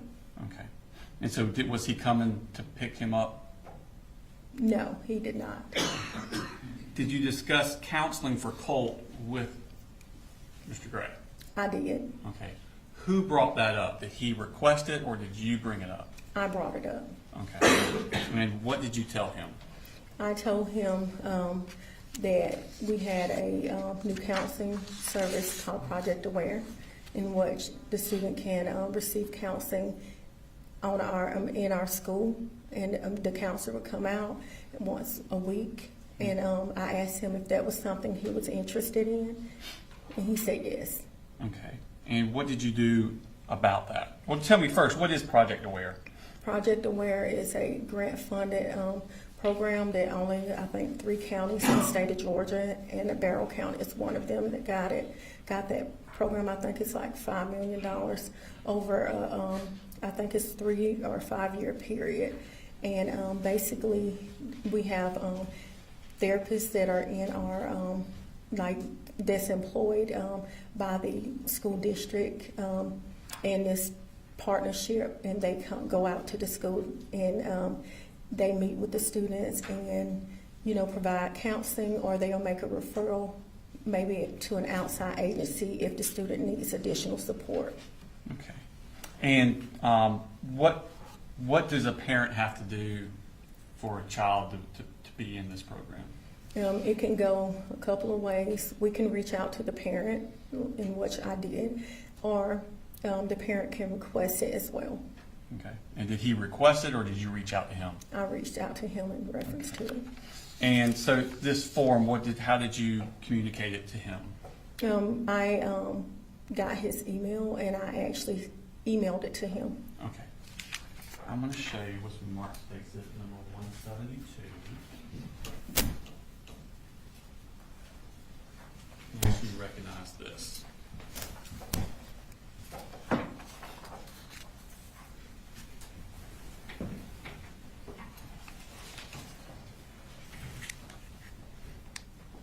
Do you recognize what that is? Yes. And what is that? This is the email in which I sent Mr. Gray the consent for service form. All right.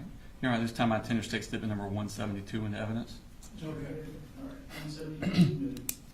We could post that for the jury, please. All right, so that is, we got it up on the computer screen there, and that is from you. Does it have a date and a time? Asking. Yes, And what's the date on that? August 26th, Okay, and what time was that sent? 10:58 a.m. Okay. Now, it has a courtesy copy of, and it's to C. Gray at cpgc.net. Is that correct? Yes, Okay, and is that the address you got from him when you were on the phone? yes. Okay. Now, it has 2 courtesy copies there, a Jay Baker and a Karen Hope. Who are they? Jay Baker is one of the therapists, and Karen Hope is the person that is over the entire program for the district. Okay. And then it has an attachment there. What's the attachment? The attachment is the consent form for the referral for services.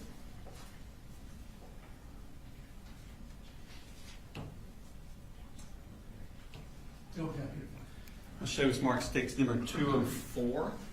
I ask you to recognize that. Yes,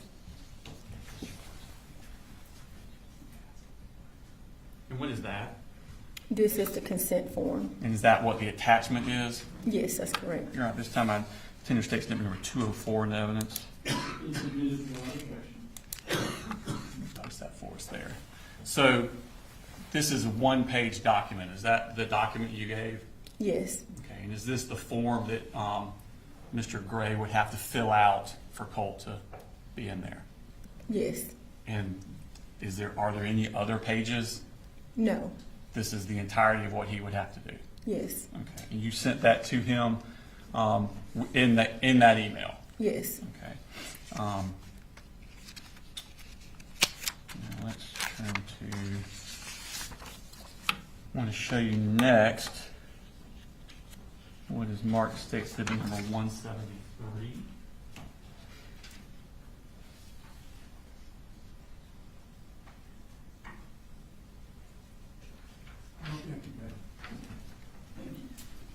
Let's see if you recognize this.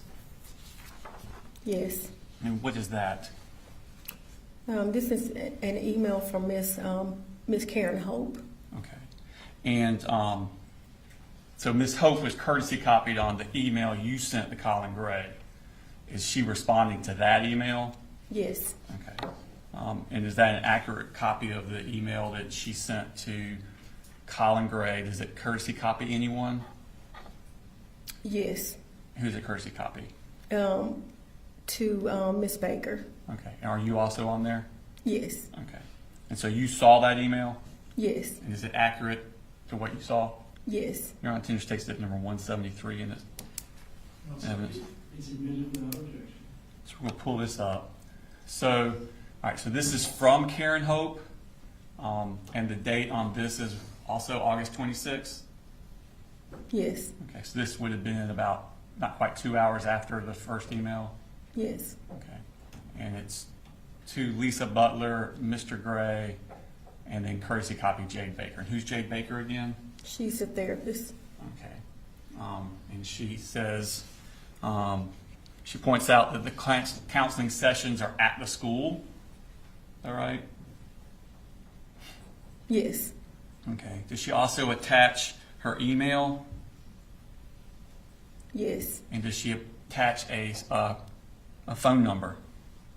Yes. And are those there if he has any questions or concerns? Yes. Okay. Now, on this day that Colt's having this anxiety attack, so this is all happening on that day while this is going on. Colt's in your office. Yes. Does he ever go back to class? Maybe about 30 minutes before school ended. Okay. So I know you didn't have a clock, like a timer, but about how long did he stay in the counseling office? For over 6 hours. Okay. And what did y'all do with him for those 6 hours? We have a calming room, and we provided that room to him. For the first maybe hour and a half, he sat in my office, and I talked to him and just tried to comfort and soothe him. And then after that, I started getting busy with other students, and so I told him that he could go into our calming area, and he agreed to that. And so I let the receptionist know. It's a window where she can see students at that point. And so I let him sit down into the area, and he stayed there for a while. We repeatedly asked him if he wanted something to drink or anything to eat. Did he want to go get lunch or any of that? And he said no every time that we checked on him. Okay. Did he have instructions as to how long he could stay in there? No. Okay. Did he ever feel like he could leave at some point? Yes. And did he say anything before he left? He said that he was ready to go back to class. Okay. Now, what did you do after this in relation to this situation? Just based on the conversation I had with Colt, I did a sworn referral. Okay. What is a sworn referral? That is a referral in which it goes directly to the school social worker, and at that point, the social worker can look further into, things that might be going on with the student.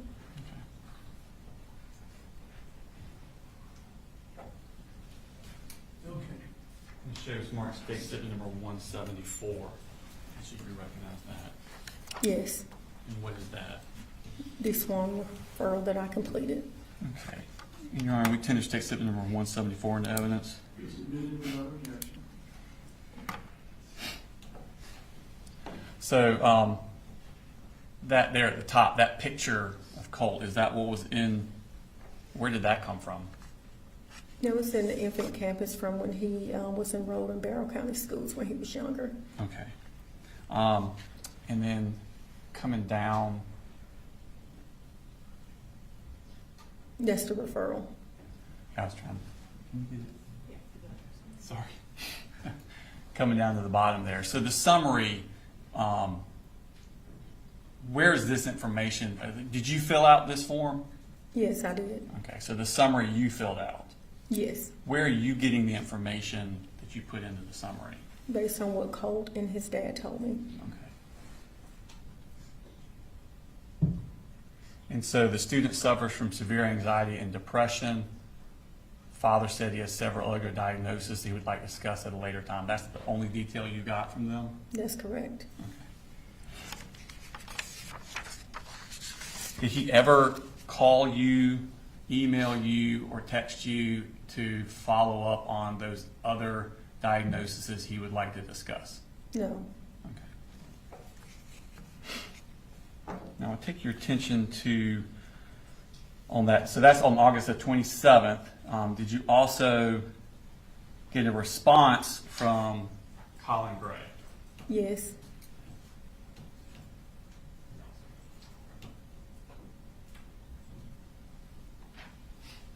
No objection. Showing you 175, states 175. I should recognize that. Yes. And what is that? This is an email from Mr. Gray. Okay. And is that in response to the email you had sent with the attachment of the Project Aware consent form? Yes, that's correct. Okay.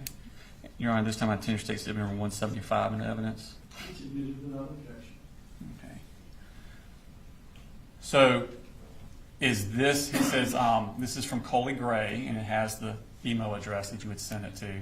And this, again, this is on August 27th at 7:40 that night? Yes. Okay, so this is, if Colt had the anxiety attack on Monday, the 26th, this is the night of the Tuesday. Yes. More than 24 hours later. Yes. And this is when he sent back in that consent form to you. Yes. All right. And again, he's courtesy copying Jade Baker, Karen Hope, and D. Polhamus at Hotmail. Do you know who D. Polhamus at Hotmail.com is? I think it's the grandmother. Did you know that at the time? Or is that something you found out later? No, I did not know it was the grandmother. Okay. So at that time, you don't know who that is? Mm-mm. Okay. But again, we talked about who Jade Baker and Karen Hope are. Now, on August 28th, the next day, in response to this email, does Jade Baker send an email also to Colin Gray? Yes.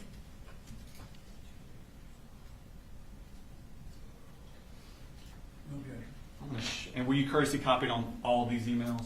Yes. I'm going to show you states 176. Ask you to recognize what that is. Yes. And what is that?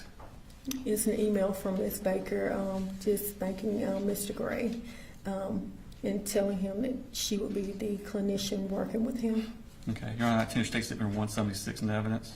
Admitted without objection. Asked to be published to the jury.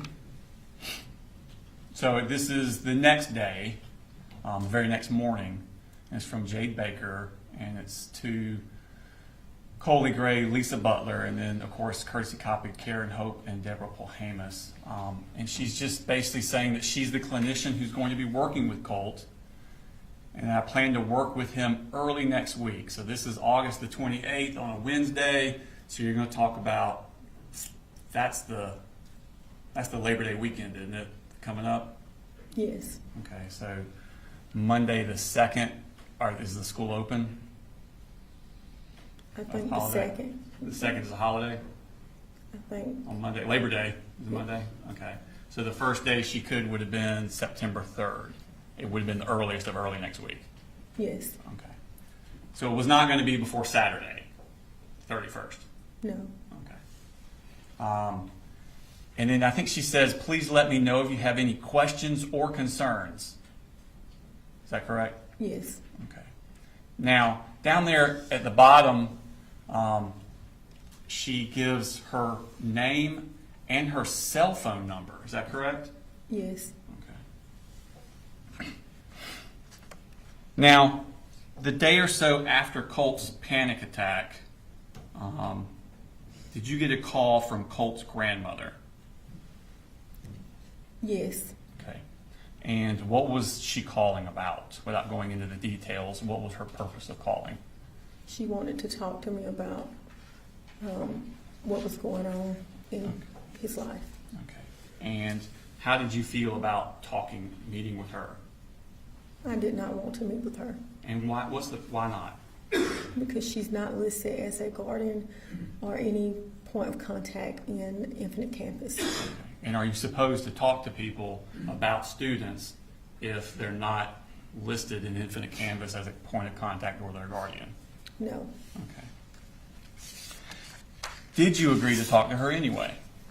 I agreed to listen. You agreed to listen to her, okay. Kind of a halfway point, right? So you don't have to disclose anything, but you can hear what she has to say. Is that the point of the meeting? Yes, Okay. And did you meet with her on August the 28th? yes. Do you remember what time of day this meeting?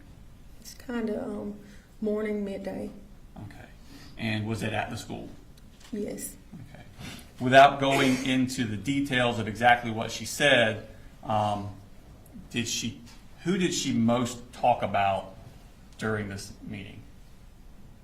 Marcy Gray, Okay. And who is Marcy Gray as far as your understanding? Colt Gray's mother. Okay. And without going into the details, did she have nice things to say or bad things to say about, or neutral things to say about Marcy Gray? Terrible things. Okay. Did she talk about what she wanted for Colt? No, Okay. Did she talk about Colt's problems or issues with Colt? no, Okay. Did you talk to her about about Project Aware? yes, Okay. And did you let her know that you had given that to Colin Gray? yes, Okay. Did you receive information about Colt from her that you had not heard before that surprised you? yes. And what was that?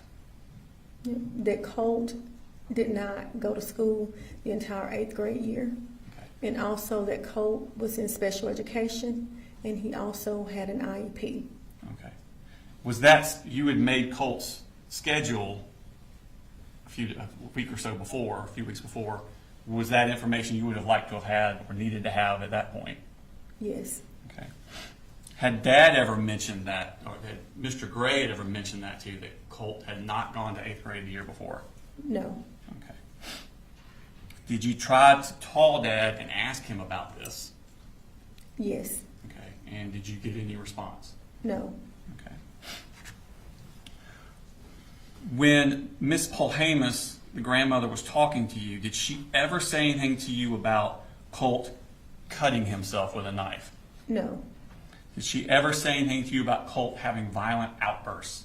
no, Did she ever say anything to you about Colt having urges to hurt other people? no. If she had said something to you like that, what would have been your response? I would have referred her to take him to get counseling or maybe to an emergency room or anywhere and to get counseling. Okay. Did she say anything to you about trying to get counseling in Athens for that Saturday? No, Okay. When was the next time you had contact with anybody from that family? when Marcy Gray called me, Okay. And when was that? September the 4th. Okay. I want to go back. I want to talk about September 4th, but I want to go back a little earlier into the day. Did you get an email from Miss Harris? Yes,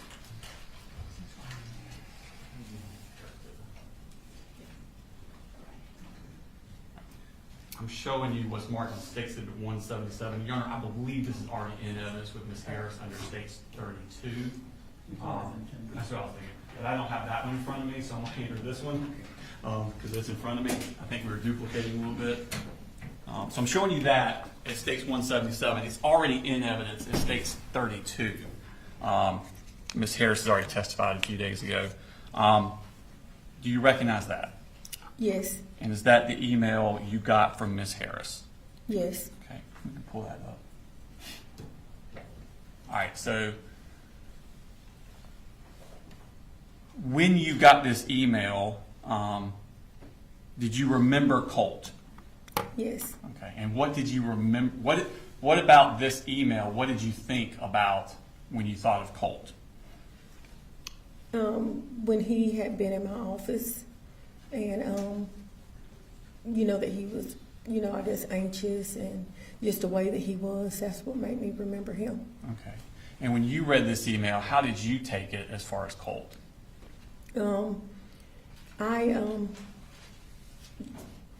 I was just really worried. I thought that maybe he was scared because this is a new school. Okay, so you thought Colt was scared Yes, because that's the last kid you just saw a week before. yes, Okay. Did you talk to Miss Martin after this by phone? yes. I called her immediately. Okay. And did you discuss the interactions you had had with Colt the week before? Yes, Okay. Now, you said that you got a call from Marcy Gray. Do you have in your office, tell me about the school phone system, I guess the best way to put it. Does it record, or is it, not record, that's a bad word, does it show when a call comes in on your phone? yes. Once the call is transferred to us, it will show the time frame of when the call is transferred to us from the front office. Okay. And you can go back and retrieve this information later? Yes, Okay. And does the phone store this information just as a matter of course? yes, Okay.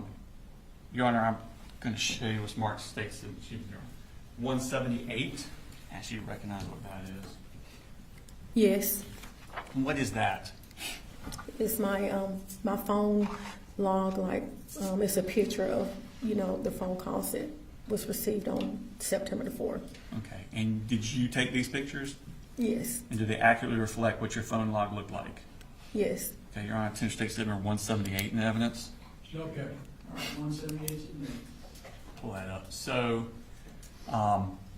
at the very top, it says wireless caller. Is that the phone call you got from Marcy Gray? yes, Okay. And so it says that you received that at 9:50 a.m. Is that correct? yes. Okay.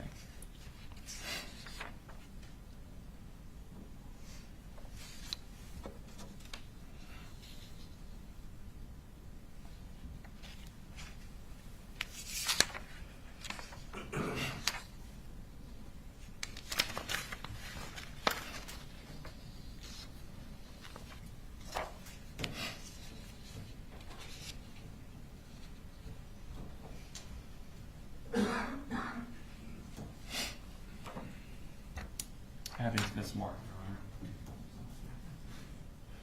Your Honor.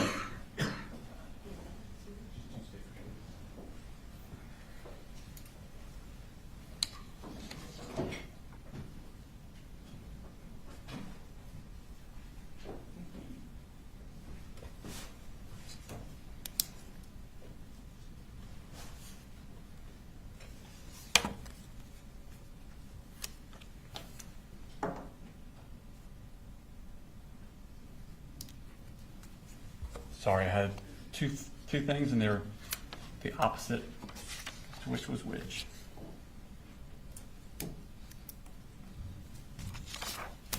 Now I'm going to show you what's marked state statement 179.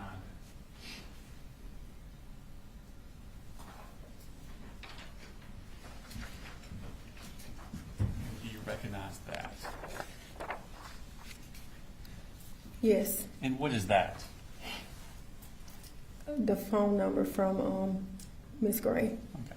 So if you click on what it shows there, does that screen then pop up? Yes, Okay. And it tells you the duration of the call? yes, Okay. Your Honor, attention to take statement number 179 in evidence. No objection. 79 is moved. So this is the wireless caller that came in at 9:50 a.m. And what was the duration of that call? 8 minutes and 29 seconds. So basically 8.5 minutes. Yes. Okay. Now, during Miss Marcy Gray's conversation with you, without going too much into the details, what did she talk about? Basically, that she was really concerned about her son. Okay. And did she tell you why she was concerned about her son? Yes. What did she say? She said that he had been texting her and that she could not get him to respond, and that she just started talking about past tense and things like that. What do you mean by past tense? She was talking about, like she was saying, I wanted him to go to Athens to receive counseling and things like that. And we discussed the sworn referral and the Project Aware form that I had completed. And she goes to tell me that the Project Aware form had already been completed. We talked about counseling for him. Mm-hmm. And we just talked about different things. Did she give you any further, I guess for a better term, diagnosis of Colt than you had already gotten about the anxiety and the depression? No. Did she give you any details about Colt's behavior that was disturbing? Yes. When was that? Towards the end of the phone call. Okay. And what did she say? She said that she was concerned about him because he had access to multiple guns through his dad, Okay. and that he had became obsessed with school shootings. Okay. And was this at the end of that 8.5 minute phone call? Yes. What did you do when you heard that? I took her number down. I told her I needed to get her number, and I wrote her number down, and I told her that I would give her a call back. Let me go back. I told her that I was really concerned.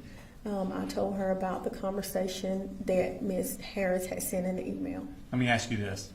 When you're telling her about the information Ms. Harris had sent, was that before or after she had said what she said? Before. Okay, so this is before she says about access to guns and stuff, okay. Yes. So you told her about the email earlier with Ms. Harris. Did she immediately respond with the access to guns, or was it even further into the conversation after that? Further into the conversation. Okay. So her saying he has access to guns and school shooter, how'd she say it about the school shooter? That he had became obsessed with school shootings. Okay. How close to the 8.5 minute mark was that? Right. It was at the end of it. Okay. What do you do at that point? I got her number. Mm-hmm. I told her that I needed to get an administrator, and that I would give her a call back. I was really worried. Okay. And what did you hang up? I assume you hung up. Yes, I did. I hung up. Okay. And what did you do when you hung up? I immediately called the head counselor just to tell her about it, and then within that same minute, I called Miss Martin. Okay. And so the head counselor, do you know her name? Whitney Hardegree. Okay. I want to show you Smart Sticks number 180.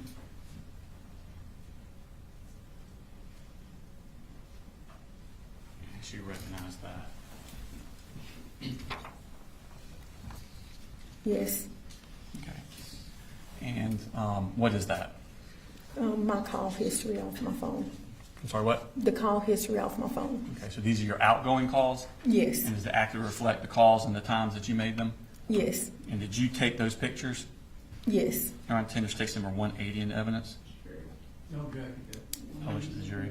All right, so this is your outgoing, and it says there Whitney Hardegree at 9:59. Is that correct? Yes. Okay, so if the other call came in at 9:50, duration 8.5 minutes, you're hitting at 9:59 or 9:58 and a half, I guess. And then so once you hung up from Whitney Hardegree, then you called D. Martin 1 minute later? Yes. Okay. Did you reach D. Martin? No. Okay. What happened at that point? I called Miss Matthews. And who's Miss Matthews? She's the receptionist that has a walkie that can call administration. And by walkie, do you mean a radio type thing? Yes. Okay. And did she send out a radio call to Miss Martin? Yes, Okay, and that would have been around, what, 10:01? yes. Okay. What did you do at that point? I went up to, I had her page out, and then I went to the head counselor's door to see if I could speak with her, and she had a student in her office. The head counselor? Yes. Okay. And so at that point, I went up to Miss Matthews' desk, and I discussed it, told her what was going on. I really needed to get an administrator. Okay. Were you aware that Ms. Martin was already actively looking for Colt with the school resource officers at that point? No. Okay. What happened at that point? So at that point, Ms. Matthews, I think that someone replied back on the walkie and told Ms. Matthews that it would be a minute because they were in the middle of a search. And so, you know, I was just waiting. I tried to get the head school counselor again, and then at some point, I was able to tell the head school counselor what was going on. But eventually someone came, Miss Martin and the school resource officers actually came back into counseling and asked me, was Colt with me? And I told them no. Okay. Did they then leave? Yes, but I also told them what was going on. You told about the phone call? Yes. Okay. And did they go then to Miss Martin? Did you know where they were going when they left? No, they took off running. Took off running? Okay. And what happened at that point? And so I was just like waiting. I talked to the head school counselor about what was going on. Someone, one of the officers came back and asked me to give them a description of Colt, and I did. Okay. And then what happened? So when I gave them a description of Colt, Miss Matthews someone called her on the phone. It was Miss Rayburn, and she wanted me to give her a call. So I went back into my office, and I proceeded to call from the head counselor's cell phone, Miss Rayburn. And as I was discussing with her about the phone call, that's when we heard shots fired. Okay. And did the school go in lockdown at that point? Yes, it went in lockdown. Okay. Just a second, please.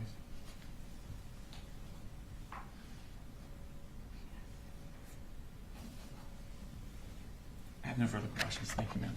Mr. Gray, can we approach you? Yes, sir.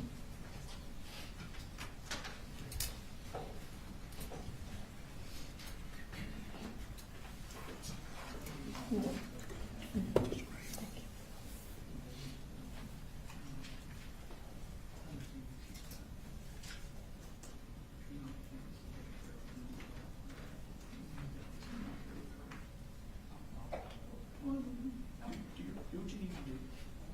Thank you.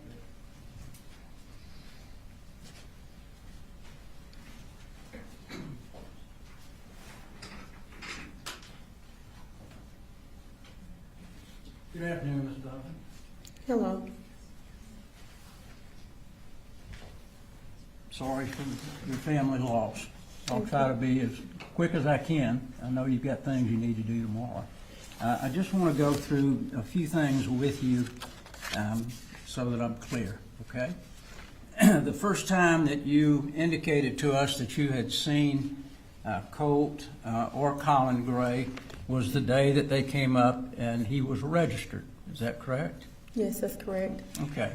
And when he registered, did he sit down with you and talk with you about any issues at all, or was he just trying to get information about the classes that Colt would be in? Just classes that Colt would be in. Okay. So you really didn't have any conversation that day with him about what was going on with Colt or his family life, I presume, correct? Correct. Okay. But you do remember that they came up together. Yes. The mother did not attend. Correct. Is that right? Let me ask you just a little bit about your background. I know you told us that you graduated in counseling. As a counselor, what things are you trained to look for when you're dealing with teenagers? Just basically if they have like, sometimes if they have like trauma, some things we can see. You know, just be able to try to help them, make sure that while they're in school, that, you know, they can, you know, school is not in their home life, and whatever else is going on in their life, it's not affecting their education. Okay. And I know that you gave a statement in this case. I think you gave more than one statement. But in one of the statements, you indicated that there were several students that were waiting to talk with you. So I presume that you, in teenage years, you have a lot of students that you have to talk with about anxiety and problems that they're having. That fair to say? Yes. Okay. Matter of fact, you had several of them waiting on you. Yes. So anxiety is not something that you're unfamiliar with. Yes. Okay. When Colt came in several days later, you put in your report and indicated to the officers that he seemed to be suffering from anxiety. Is Yes. that correct? Did you have any knowledge of his background about being bullied at school? No. At that point, you didn't have any information, correct? Yes, that's correct. Okay. And so when he came in to talk with you, he gave you a little bit of background information. I don't want to go into that because it would be hearsay. But he did give you a little bit of background, correct? Yes. And you sent him to, I think y'all call it a panic room, or what do you call it? Some sort of waiting room? We have a calming room. Okay. And that's for students that are having anxiety issues. That's correct. And on that occasion, when he was having this anxiety, you told us that his dad, you were able to get his dad on the phone, and his dad basically told him to calm down. Is that right? Yes. Okay. And he told him that he was stuck on I-85 where he worked. Yes. Is that correct? Okay. Did you find anything unusual about that? No. Okay. And I think you said a short time later on, Colt said, I'm ready to go back to class. Yes. Did he appear to be over that anxiety spell that he had? Yes. Was there anything about that episode that would cause you to believe that he was a violent person? No. Okay. Now, you did get some information from Colin Gray after that. Yes. Is that right? And when was that you talked to him about problems that Colt may have been having in dealing with some situations? When I had spoke with him over the phone. Okay. And how long of a conversation was that? It was a few minutes. Okay. Told you a little bit about the background with the mother. Is that correct? No. With his wife, with Colt's mother? No, we did not discuss that. Okay. All of that information you got from the grandmother? And also Colt. Okay, and also Colt. And when the grandmother came to see, I think you told us that you primarily just listened to her. Yes. But she gave you some information that was disturbing, correct? Yes. She told you that her daughter had tied her up. No, that was Colt that had told me that. All right. So you got some information that the grandmother was tied up. Yes. And did you get any information from the grandmother that Marcy, the mother, started doing methamphetamine unbeknown to the father, Colin Gray? Did she tell you that? Yes, that's correct. And did she tell you that Colin and she were working together trying to get Colt some help? No, she did not tell me that, no. Did she tell you that Colin had been working through these issues and that they were talking about counseling? Yes, Okay. And as a matter of fact, she got the information also about the counseling that you told Mr. Gray about. yes, And even though it was about 24 hours, I think y'all cut your phones off like at 3:30 in the afternoon, right? no, Okay. Does it go all night? I saw something on the bottom that says we don't answer anything from after 3:30 or something of that nature. that would be Ms. Baker's email, and so she might not, but our school ends at 3:45. Okay. So the forms were filled out, correct, Yes, for the counseling. And the counseling was supposed to take place on Thursday? Is that right, the 5th? I think the counseling would have started on that Tuesday after Memorial Day or Labor Day. Okay, Tuesday, or could it have been Thursday the 5th? No, it would have been September the 3rd. Okay. And was there something sent out that said on that particular day, this is when we're going to have it? In the email Ms. Baker sent to Mr. Gray, she said that she would be meeting with him earlier that week. Okay. It would be earlier in the week, but not a specific time, right? Yes. Okay.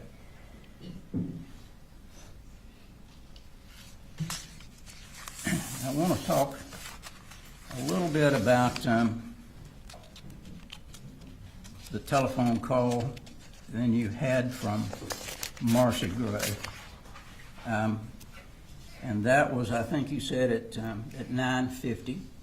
Yes. Is that right? You received this call from Ms. Harris, this email from Ms. Harris about 8:46 in the morning Yes. about her concerns. Did you know that Ms. Harris had gone to Ms. Martin's office and said she thought that she may have seen a gun in that bag? No. Nobody ever told you that? No. Okay. Did you ever tell Ms. Martin there's two Colin Gray or Colt Grays with two Grays with different names that are in the same class?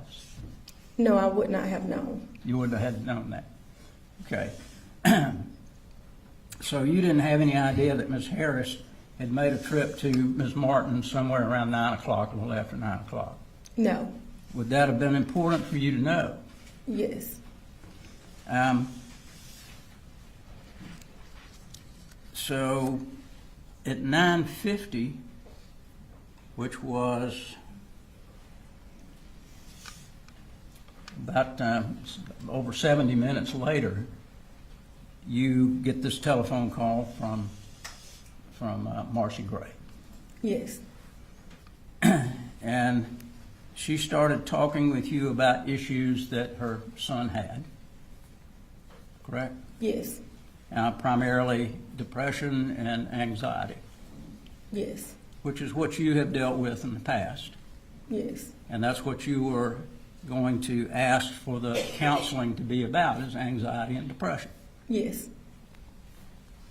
Did she tell you that she had put her son on Zoloft? Yes. Okay. Did you question her about that at all? No. All right. And then at the end of that conversation, 8-minute conversation where she was telling you different things, she indicated that he had access to a gun. Did she tell you he had access to ammunition as well? No, but she actually stated that he had access to multiple guns. Multiple guns. Yes. And said that he had some sort of obsession with shooters. With school shootings. Okay. And I'm sure that raised a red flag. Yes. Okay. Because you all have had, I'm sure, in your counseling, you've had a number of classes on school shooters, what to do. Matter of fact, I think you had a drill just a short time before this, correct? Yes. Okay. So when those red flags went up about shooting, you immediately turned around and tried to get a hold of an administrator. Yes. And were you able to get a hold of anybody to tell them they needed to shut the school down immediately? No. Okay.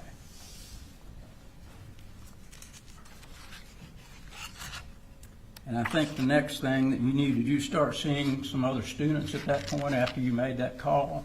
No, sir. Okay. I think that you started maybe hearing gunfire shortly thereafter. Yes.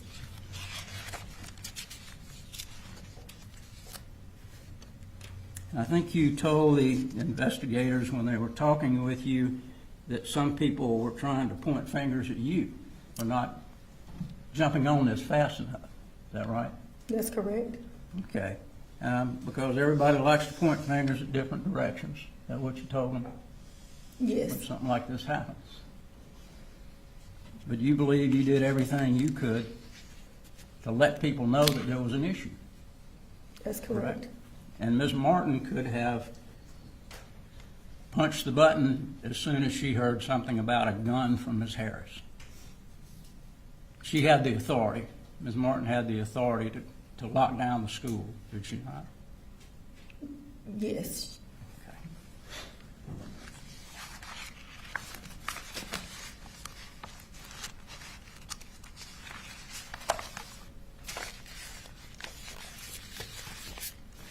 Did you have any further conversation after your conversation with Colin Gray on the telephone? Did you talk with him again before the shooting?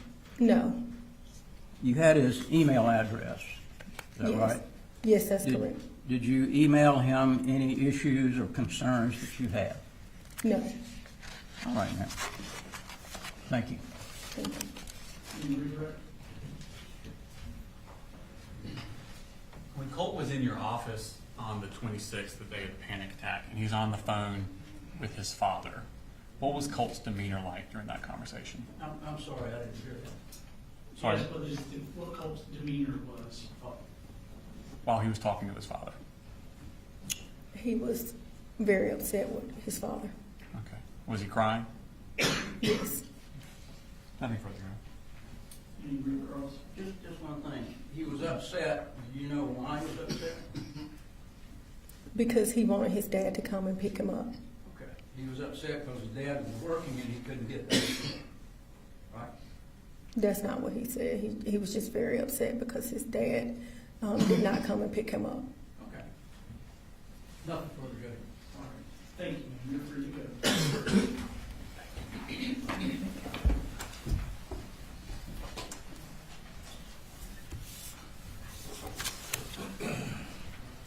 You all want to approach?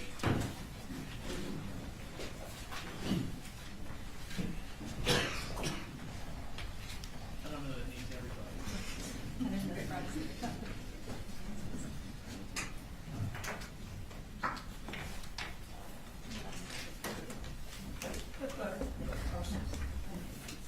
Soon give you a chance. All right, ladies and gentlemen, because we've run over, they went ahead and released the last question today, they'll come back tomorrow, so. We're gonna suspend the trial for the day, go home.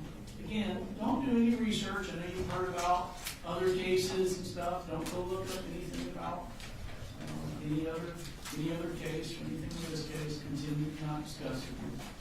Seem to be doing a great job, thank you, and we'll see you tomorrow morning. Thank you.